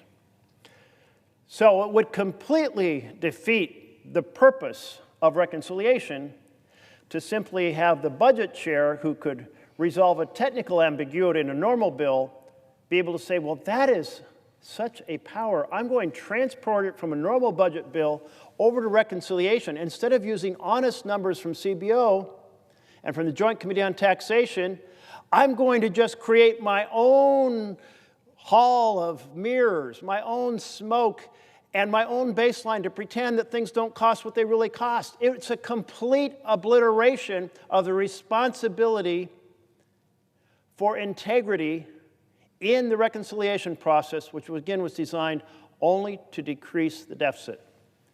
Now, there's been a bit of a journey for the House and Senate since 1974. And that foundation, that this reconciliation process would only be used to reduce the deficit, got blown up in 1996. My colleagues across the aisle decided that, well, they wanted to pass a big tax bill, and they knew they couldn't do it through regular order, so they repurposed a process designed to reduce the deficit, said it could also be used for a tax bill that increases the deficit. Well, that was a painful blow to fiscal responsibility, because each and every one of their tax bills has vastly increased the deficit. But they retained two other things. A second pillar that said after 10 years, every title has to either be deficit neutral or reduce the deficit, so after a 10-year frame, and that they would continue to use honest numbers. Okay, well, so now we have another situation where we've arrived here using reconciliation, not for its original purpose to decrease the deficit, but for a tax bill. But pillars 2 and 3 were still in place up till this moment. No deficits in any title after 10 years, and using honest numbers. But the chair of the Budget Committee is saying, I don't want to keep Pillar 2 and 3. I don't want to keep Pillar 2 that says everything after 10 years has to be a deficit neutral, deficit reduction. And I don't want to use honest numbers because it lets the world see how expensive this bill is and kind of destroys our reputation for fiscal responsibility.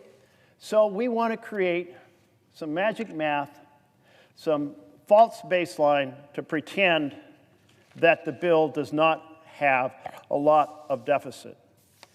Well, this is a huge mistake. And I'm just here to say, let's not let this happen. Let's not destroy the second and third pillars. Let's not destroy the second pillar, which says no deficits after 10 years. Let's not destroy the third pillar, which says we'll use honest numbers from Joint Committee on Taxation, and the Congressional Budget Office. There are two reasons that my colleague who chairs the Budget Committee wants to take this provision from Section 312 for normal budgeting that gives some flexibility to the budget chair and bring it over and create this new fake baseline so this bill doesn't look like it will run up the debt that it obviously runs up. One is that he wants to make the tax cuts permanent, meaning deficits will be run far beyond the 10-year period. And second, he wants the American people to believe that this is not going to create huge, massive additional deficits and debt. Well, those are not good reasons. We should all work together to maintain the second and third pillars of no deficits after 10 years. The third pillar, that in fact we will use honest numbers and not lie to ourselves and not lie to the American people about the cost of a bill. He calls this new fake baseline current policy baseline. And part of what the little twist is to say, hey, the law says that a tax provision ends, but we'll pretend that it doesn't say that. The law doesn't say that, and that it just continues on forever. And since we're now pretending that the law was written differently than it was really written, it's really not a new provision that costs anything. Because all these new extensions or new tax provisions cost because they reduce the revenues. We'll just pretend they don't. But you know, it's that side of pretending that got us into this trouble to begin with. That's what the 1974 bill was about. Let's quit lying to ourselves. Let's quit lying to the public. Let's quit pretending that we're not creating deficits when we are. Let's have honest budgeting. So, the irony is that you can even see how this philosophy fails even within the Republican bill. Because if this philosophy that every bill or measure that was pretend that the law says ends actually continues, then there would be no reason to have in the bill what my Republican colleagues have put in the bill, which is to end a bunch of tax provisions in the middle of the 10-year period so they can say the bill costs less. So the old laws that are going to expire, we pretend they continue. But the new laws that we're creating at this very moment that end within the 10 years, we pretend they actually end. You can see how phony this situation is, and we need to do better. Now let me just go through how modest the use of Section 312 in general budgeting was. The first is, it was always bipartisan. It was bipartisan in 2017. It was bipartisan in 2023 and 25 and 24, 25. Each of these times it was bipartisan. But this new proposal is to use it in this partisan fashion.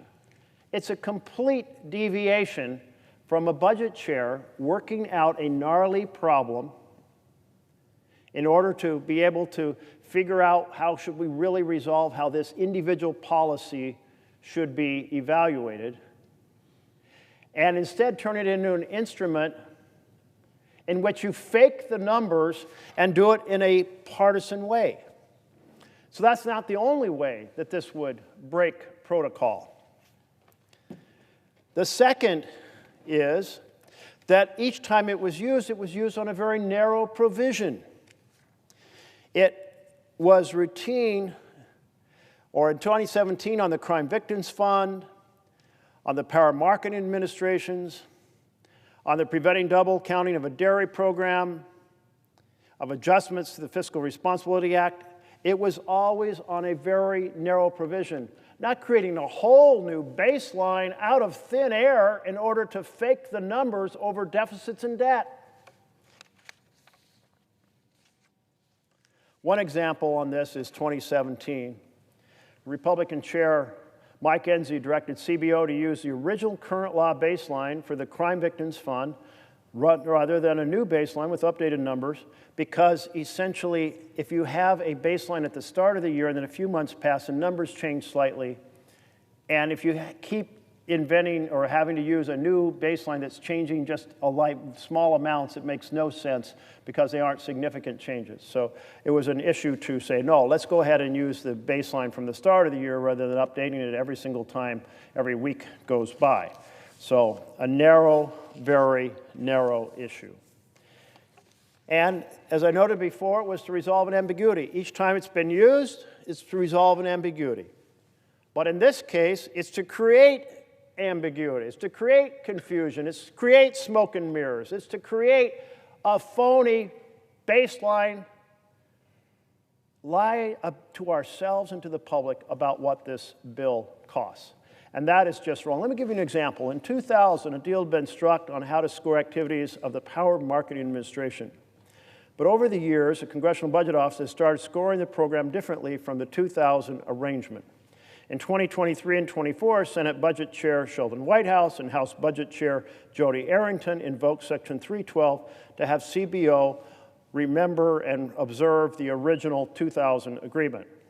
It was an example of Section 312 being used to resolve a technical ambiguity. Let's look at one other way that it's been used in the past. It had never used on reconciliation. It was not used on reconciliation in 2017. It was not used when they addressed the Power Marketing Administration. That was not in reconciliation. Preventing the double counting of a dairy program was not in reconciliation. Adjusting the Fiscal Responsibility Act was not in reconciliation. This provision wasn't designed for reconciliation. Reconciliation has its own set of rules in Section 313. And those rules say each provision, the word is provision in the proposed law, is accounted for in terms of estimating accurately through these numbers from CBO and the Joint Committee on Taxation, what its real effect will be. So that's the story. And give you an example. In 2023, Senator Whitehouse and Rep. Arrington again worked together to resolve an issue in the Farm Bill, in which CBO was scoring for a dairy program, reducing the cost of extending the program by $105 million over 10 years. But CBO didn't include it in the new Farm Bill's baseline, meaning the Ag Committee has to pay for the program a second time out of the funding allocated to their committee. That didn't make any sense, so they fixed it. That's an example.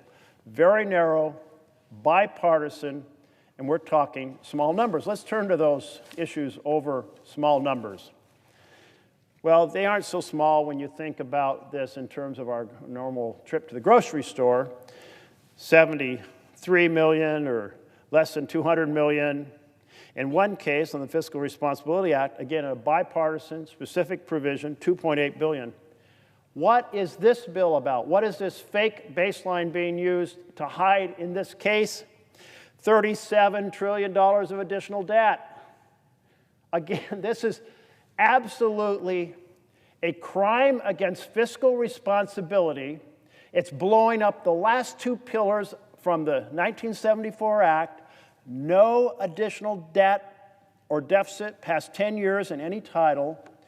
Honest use of numbers from CBO and the Joint Committee on Taxation, taking a provision to allow taking on small ambiguities to be wrestled with in a bipartisan fashion and resolved, taking that flexibility and using it in a wholesale destruction of responsible budgeting. So let's not do this. Colleagues, the deficit now annually is sizable. It's about 6% of our gross domestic product. Remember the end of the Clinton administration? We were raising in revenue about 21% of GDP. We were spending about 21%. We were actually running a surplus. Now we are spending 6% more of GDP than we're bringing in as revenue. We're no longer bringing in 21% of GDP in revenue. We're bringing in 17%. We're no longer spending 21%. We're spending 23%. And this bill, by the way, will crank up that gap between revenue and spending even more as time passes. It is a pathway to not only destroying the current programs that my colleague from Massachusetts was talking about, 16 million people losing health care, 4 million children growing hungry, to give tax breaks to billionaires. It's not only a pathway to destroy current programs, but it runs up debt to destroy the ability to provide fundamental programs in housing and health care and education for the next generation. And that is wrong. And that's why I say to you, colleagues on both sides of the aisle, let's be honest about the numbers. Let's not corrupt the process by bringing a measure that belongs in the regular budgeting world, not in the reconciliation world, in order to destroy reconciliation as a process that will not reduce or will not increase deficits after 10 years and will honestly convey the effect of each provision in the bill as to whether it raises revenue or spends money. Preserve honest budgeting. Let's do that. It will serve us well. It will serve the nation well. Thank you, Mr. President.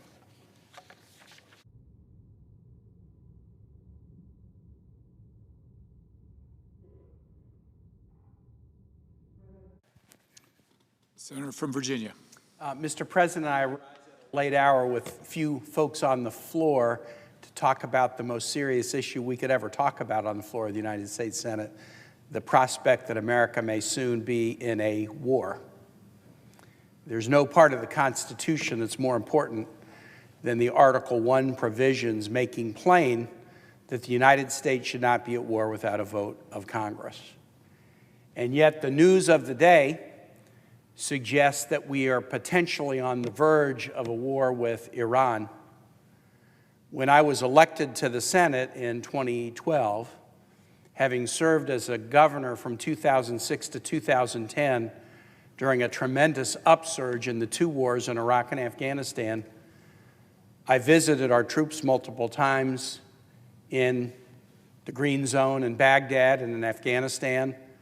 I went to the deployments and the homecomings. I went to the wakes and the funerals. And I told myself when I came to the Senate that if I ever had the chance to stop this nation from getting into an unnecessary war, I would do everything I could to stop us from getting into an unnecessary war. I happen to believe that the United States engaging in a war against Iran, a third war in the Middle East since 2001, would be a catastrophic blunder for this country. I think there are some in this body who have a different point of view than me on that point, but I think we should all be able to agree that the fundamental constitutional principle that says we shouldn't be in a war if Congress doesn't have the guts to debate it and vote on it, we should all, having taken an oath to the Constitution, at least support the principle that war is something that should be for Congress to declare. Mr. President, just recently, right before I walked to the floor, the New York Times published this article, and I'm just going to read this to demonstrate the imminence of the threat that this country faces.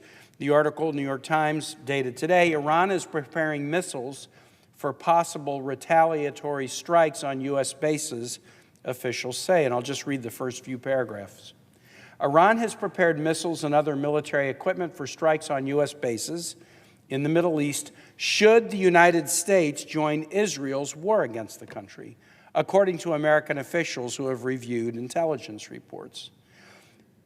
Fears of a wider war are growing among American officials as Israel presses the White House to intervene in its conflict with Iran. If the United States joins the Israeli campaign and strikes Fordo, a key Iranian nuclear facility, the Iranian-backed Houthi militia will almost certainly resume striking ships in the Red Sea, the officials said. They added that pro-Iranian militias in Iraq and Syria would probably try to attack U.S. bases there. Other officials said that in the event of an attack, Iran would begin to mine the Straits of Hormuz, attacking meant to pin American warships in the Persian Gulf. Commanders put American troops on high alert at military bases throughout the region, including in the United Arab Emirates, Jordan, and Saudi Arabia. The United States has more than 40,000 troops deployed in the Middle East. I met the father of an Apache helicopter pilot currently deployed in Syria yesterday. Finally, from the article, 2 Iranian officials have acknowledged that the country would attack U.S. bases in the Middle East, starting with those in Iraq, if the United States joins Israel's war. We stand tonight as close to the potential initiation of a third war in the Middle East, the United States against Iran, as we have been during my time in the Senate. And so yesterday morning, when the Senate came into session, I announced, and then I followed up with the filing of a War Powers Resolution in this body, a privileged resolution that by my clock will mature and be subject to a vote on this floor because of its privileged status on a week from Thursday. 10 days from the filing of such a motion, even by a single senator, the Senate is required to take this matter up for an up or down floor vote about whether or not war should happen without a vote of Congress. A little bit about the Constitution. Many in here have heard me speak about this over the years, but about the Constitution. The framers of the Constitution grappled with the question of how war should begin, and they grappled with the question in a most unusual way. In the Constitution of 1787, the Article 1 power is the congressional, the legislative power, and the Article 2 power is the executive power. And the framers of the Constitution split war powers into a legislative responsibility and an executive responsibility. The legislative responsibility is clear. Congress declares war. It's in Article 1. The executive responsibility is to be the commander-in-chief. Once Congress, 535 people, have declared war, you don't need 535 commanders-in-chief. That would lead to chaos. So a war once declared by a debate and vote by the people's elected body then gets handed to a president who, as commander-in-chief, is responsible for executing on that declaration. Now, the framers of the Constitution did understand one thing about the president's power, which is the president, as commander-in-chief, should defend the nation. The president always has the ability to defend the United States without asking Congress's permission. Back in 1787, Congress might adjourn and ride horseback back to Vermont. What if the United States was attacked? You couldn't wait for all of Congress to come back to enable the United States to defend itself. And so a president has the inherent power under Article 2 to defend the United States without asking for permission. But it's been the understanding since the very beginning of this republic that if it's more than defending the United States, if it's going on offense in any way, congressional authorization is needed. It's so rare. In other countries and in other times, war has been for the executive. It's been for the king. It's been for the emperor. It's been for the monarch. It's been for the czar. It's been for the sultan. But in the United States, we made a very careful choice to do it differently. And that choice was described most eloquently in a letter from the main drafter of the Constitution, James Madison, to President Thomas Jefferson. Actually, he was not yet president. This letter was dated April 2, 1798. And James Madison described what were they getting at when they vested the power to declare war with Congress. And here's what James Madison wrote. Our Constitution supposes what the history of all governments demonstrates, that the executive is the branch of power most interested in war and most prone to it. Our Constitution has accordingly, with studied care, vested the question of war with the legislature. Other countries don't do this. But the framers of our Constitution in 1787 decided we're going to be different. Before we send troops into harm's way, where they could be killed, where they could be injured, where they could see people that they love, their colleagues, killed and injured, before we're going to send troops in harm's way in war, we want to see the people's elected bodies. Both houses have a debate about what the stakes are and whether we should force our troops into harm's way and potentially lose their lives. And that debate will be in full view of the American public, so the American public can understand what's at stake, and then they can call their representatives or write them a letter and tell them what they think about whether war is necessary and whether the sacrifice we ask of our troops should be the ultimate sacrifice that we are often asking of them in war. And that's been the Constitution since 1787. The Constitution's been amended probably in the 25 or 26 amendments now. That has never been amended. That has never been amended. In 1974, Congress grappled with a challenging problem and passed the War Powers Resolution of 1974. What was the problem? The problem in 1974 was this: a president began war without telling Congress.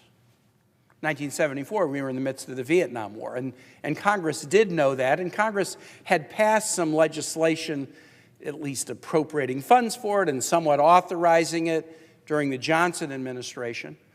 But President Nixon, Congress knew about the war in Vietnam. Obviously, there was a draft. 56,000 Americans were killed in that war.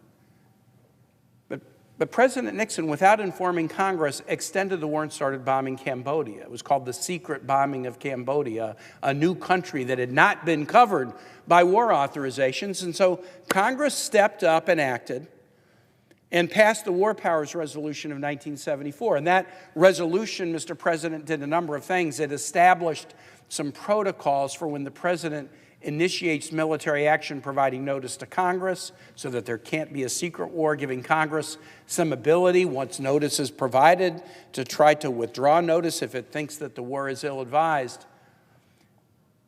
But the War Powers Resolution also did something else.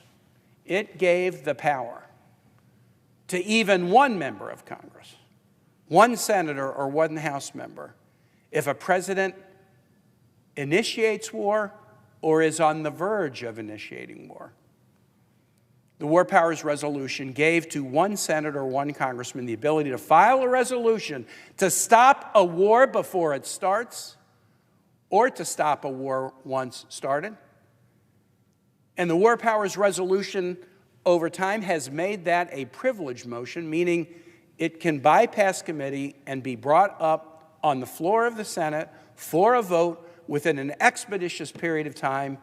A privileged motion is one that sort of elbows everything else out of the way because Congress has judged that the matter is so important that it should take precedence over normal committee proceeding, and it should be considered in a prompt fashion. It's a simple majority vote, not subject to filibuster and cloture. It can't be buried in a committee. It has to be debated on the floor. It's amendable. It can be amended. But as long as you meet the criteria, the privileged criteria in the War Powers Resolution of 1974, you are entitled to try to stop a war before it starts. The criteria that you have to meet, Mr. President, to have the privilege are two. One, hostilities between the United States and another actor, nation, Iran in this case, have to either be underway or they have to be imminent. That has to be the case. You can't just say, I want to stop a war that no one has contemplated and nothing is happening. So you have to demonstrate imminence.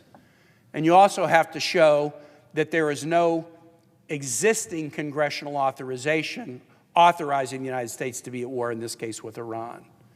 That second criteria has been met. We had a similar resolution on the floor a few years ago following the U.S. strike that killed the Iranian military leader Soleimani, and the ruling of the parliamentarian and really the acknowledgement of the body was that there is no current congressional authorization authorizing war against Iran. So the question is the imminence standard met? And I would argue that it clearly is. The U.S. is already using U.S. weaponry to knock down Iranian missiles. That's more than imminence, that's actual kinetic hostility. The United States is being urged to enter the war. The United States is moving military assets into the region and withdrawing diplomats from the region. The Iranians are acknowledging that if the U.S. enters the war, we have plans to go after U.S. troops, the 40,000 U.S. troops in the area. And so since Congress clearly wanted a member to be able to file such a motion and be heard before a war begins, I believe the imminence standard is clearly met in this case with actual kinetic activity between U.S. weaponry and Iranians. And so over the course of the next few days, you'll likely hear me talk more than once about the need for Congress to stand up and say there shall not be a war against Iran without a congressional vote. Pretty simple proposition. No U.S. war against Iran without a congressional vote. Now, Mr. President, let me answer a couple of questions that colleagues of mine have asked about the resolution that I filed yesterday. First, what about self-defense? What about if Iran does take action against the United States, the homeland, or a U.S. base in the Middle East, or a U.S. consulate in Erbil in the Kurdish area of Iraq? What if Iran takes action against the U.S.? The answer is pretty straightforward. Under the Constitution, the president can defend the United States, and the president doesn't need Congress to do that. So if there is Iranian attack on the United States, the president can and has said he will, and I would strongly support him, as I know everyone in this body would, to defend U.S. interest against Iranian attack. So the self-defense question is mentioned in the resolution. The resolution says nothing in this resolution will block the ability of the U.S. to take legal action to defend itself, and that is clearly contemplated by Article 2.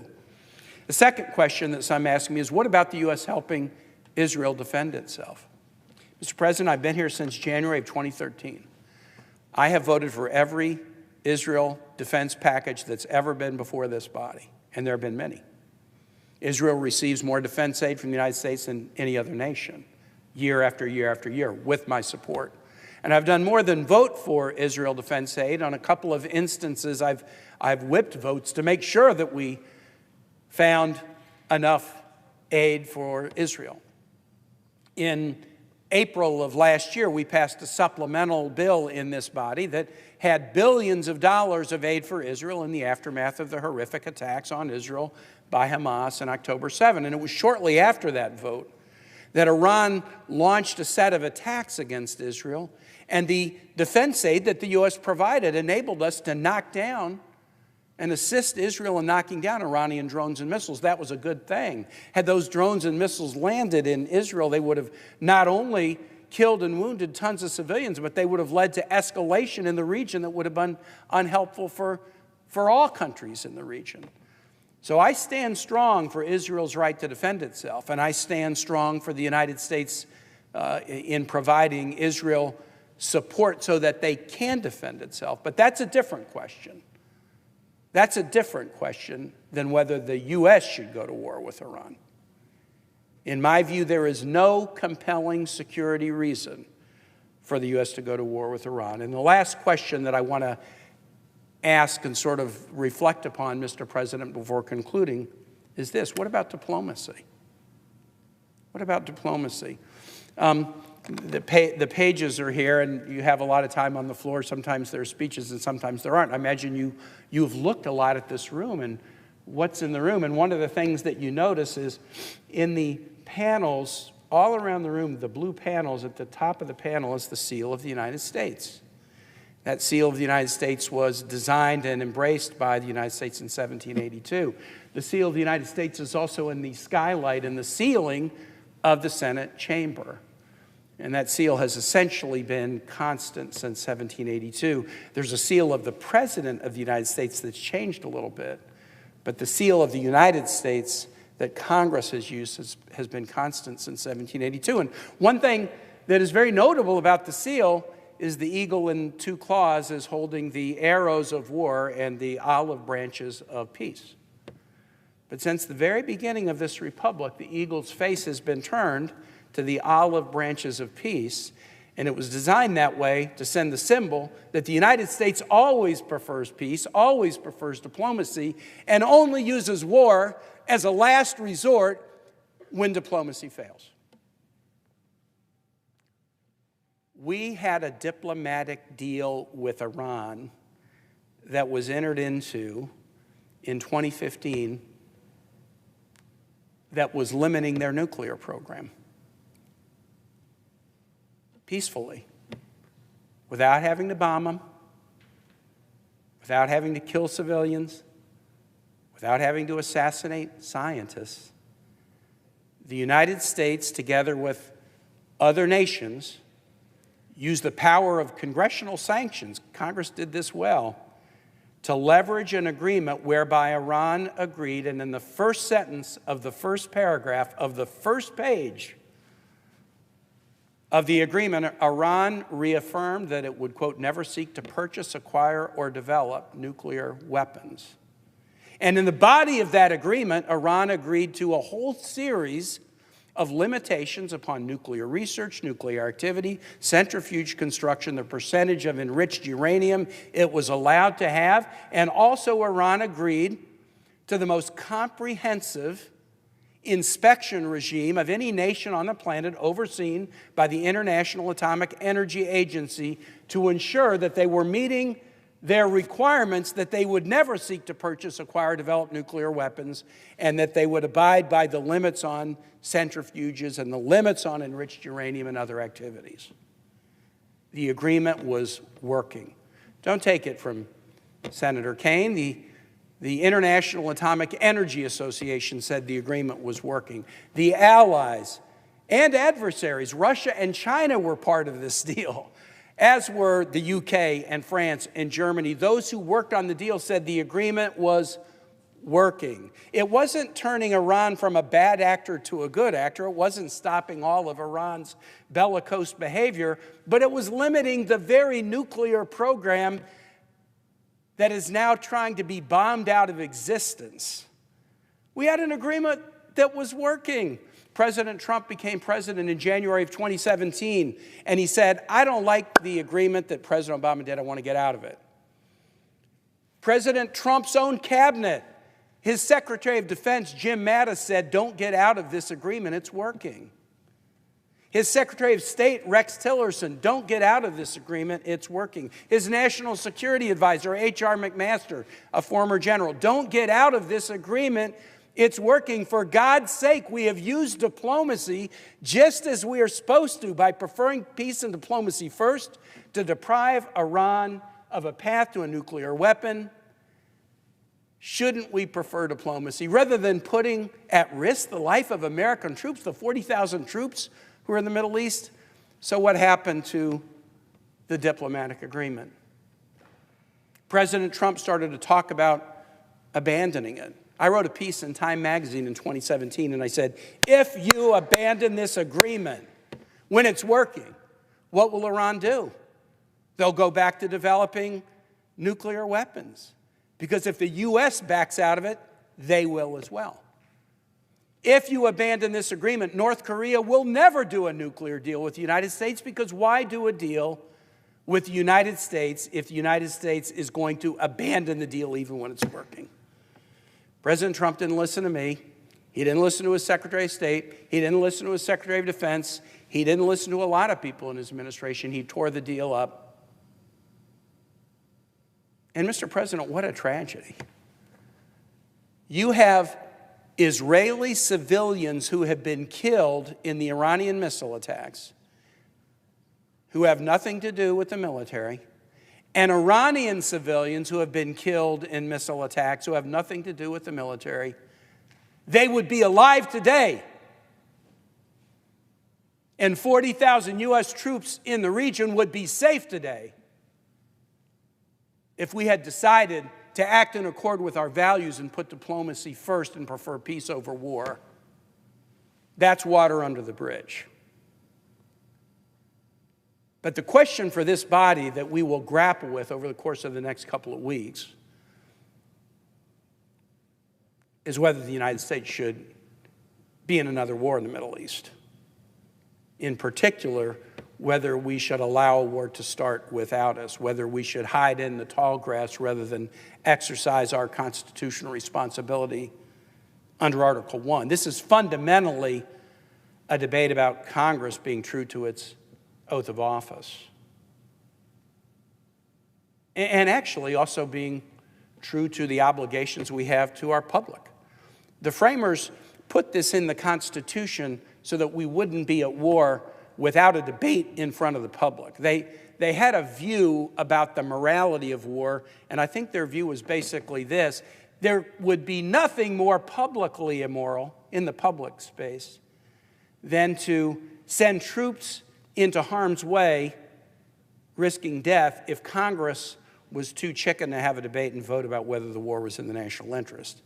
If we have that debate and we decide that war is in the national interest, then the troops go into war knowing that the civilian leadership of this country have had the hard debate in view of the American public and have decided that the stakes are sufficient to ask people to make the ultimate sacrifice. But how dare we,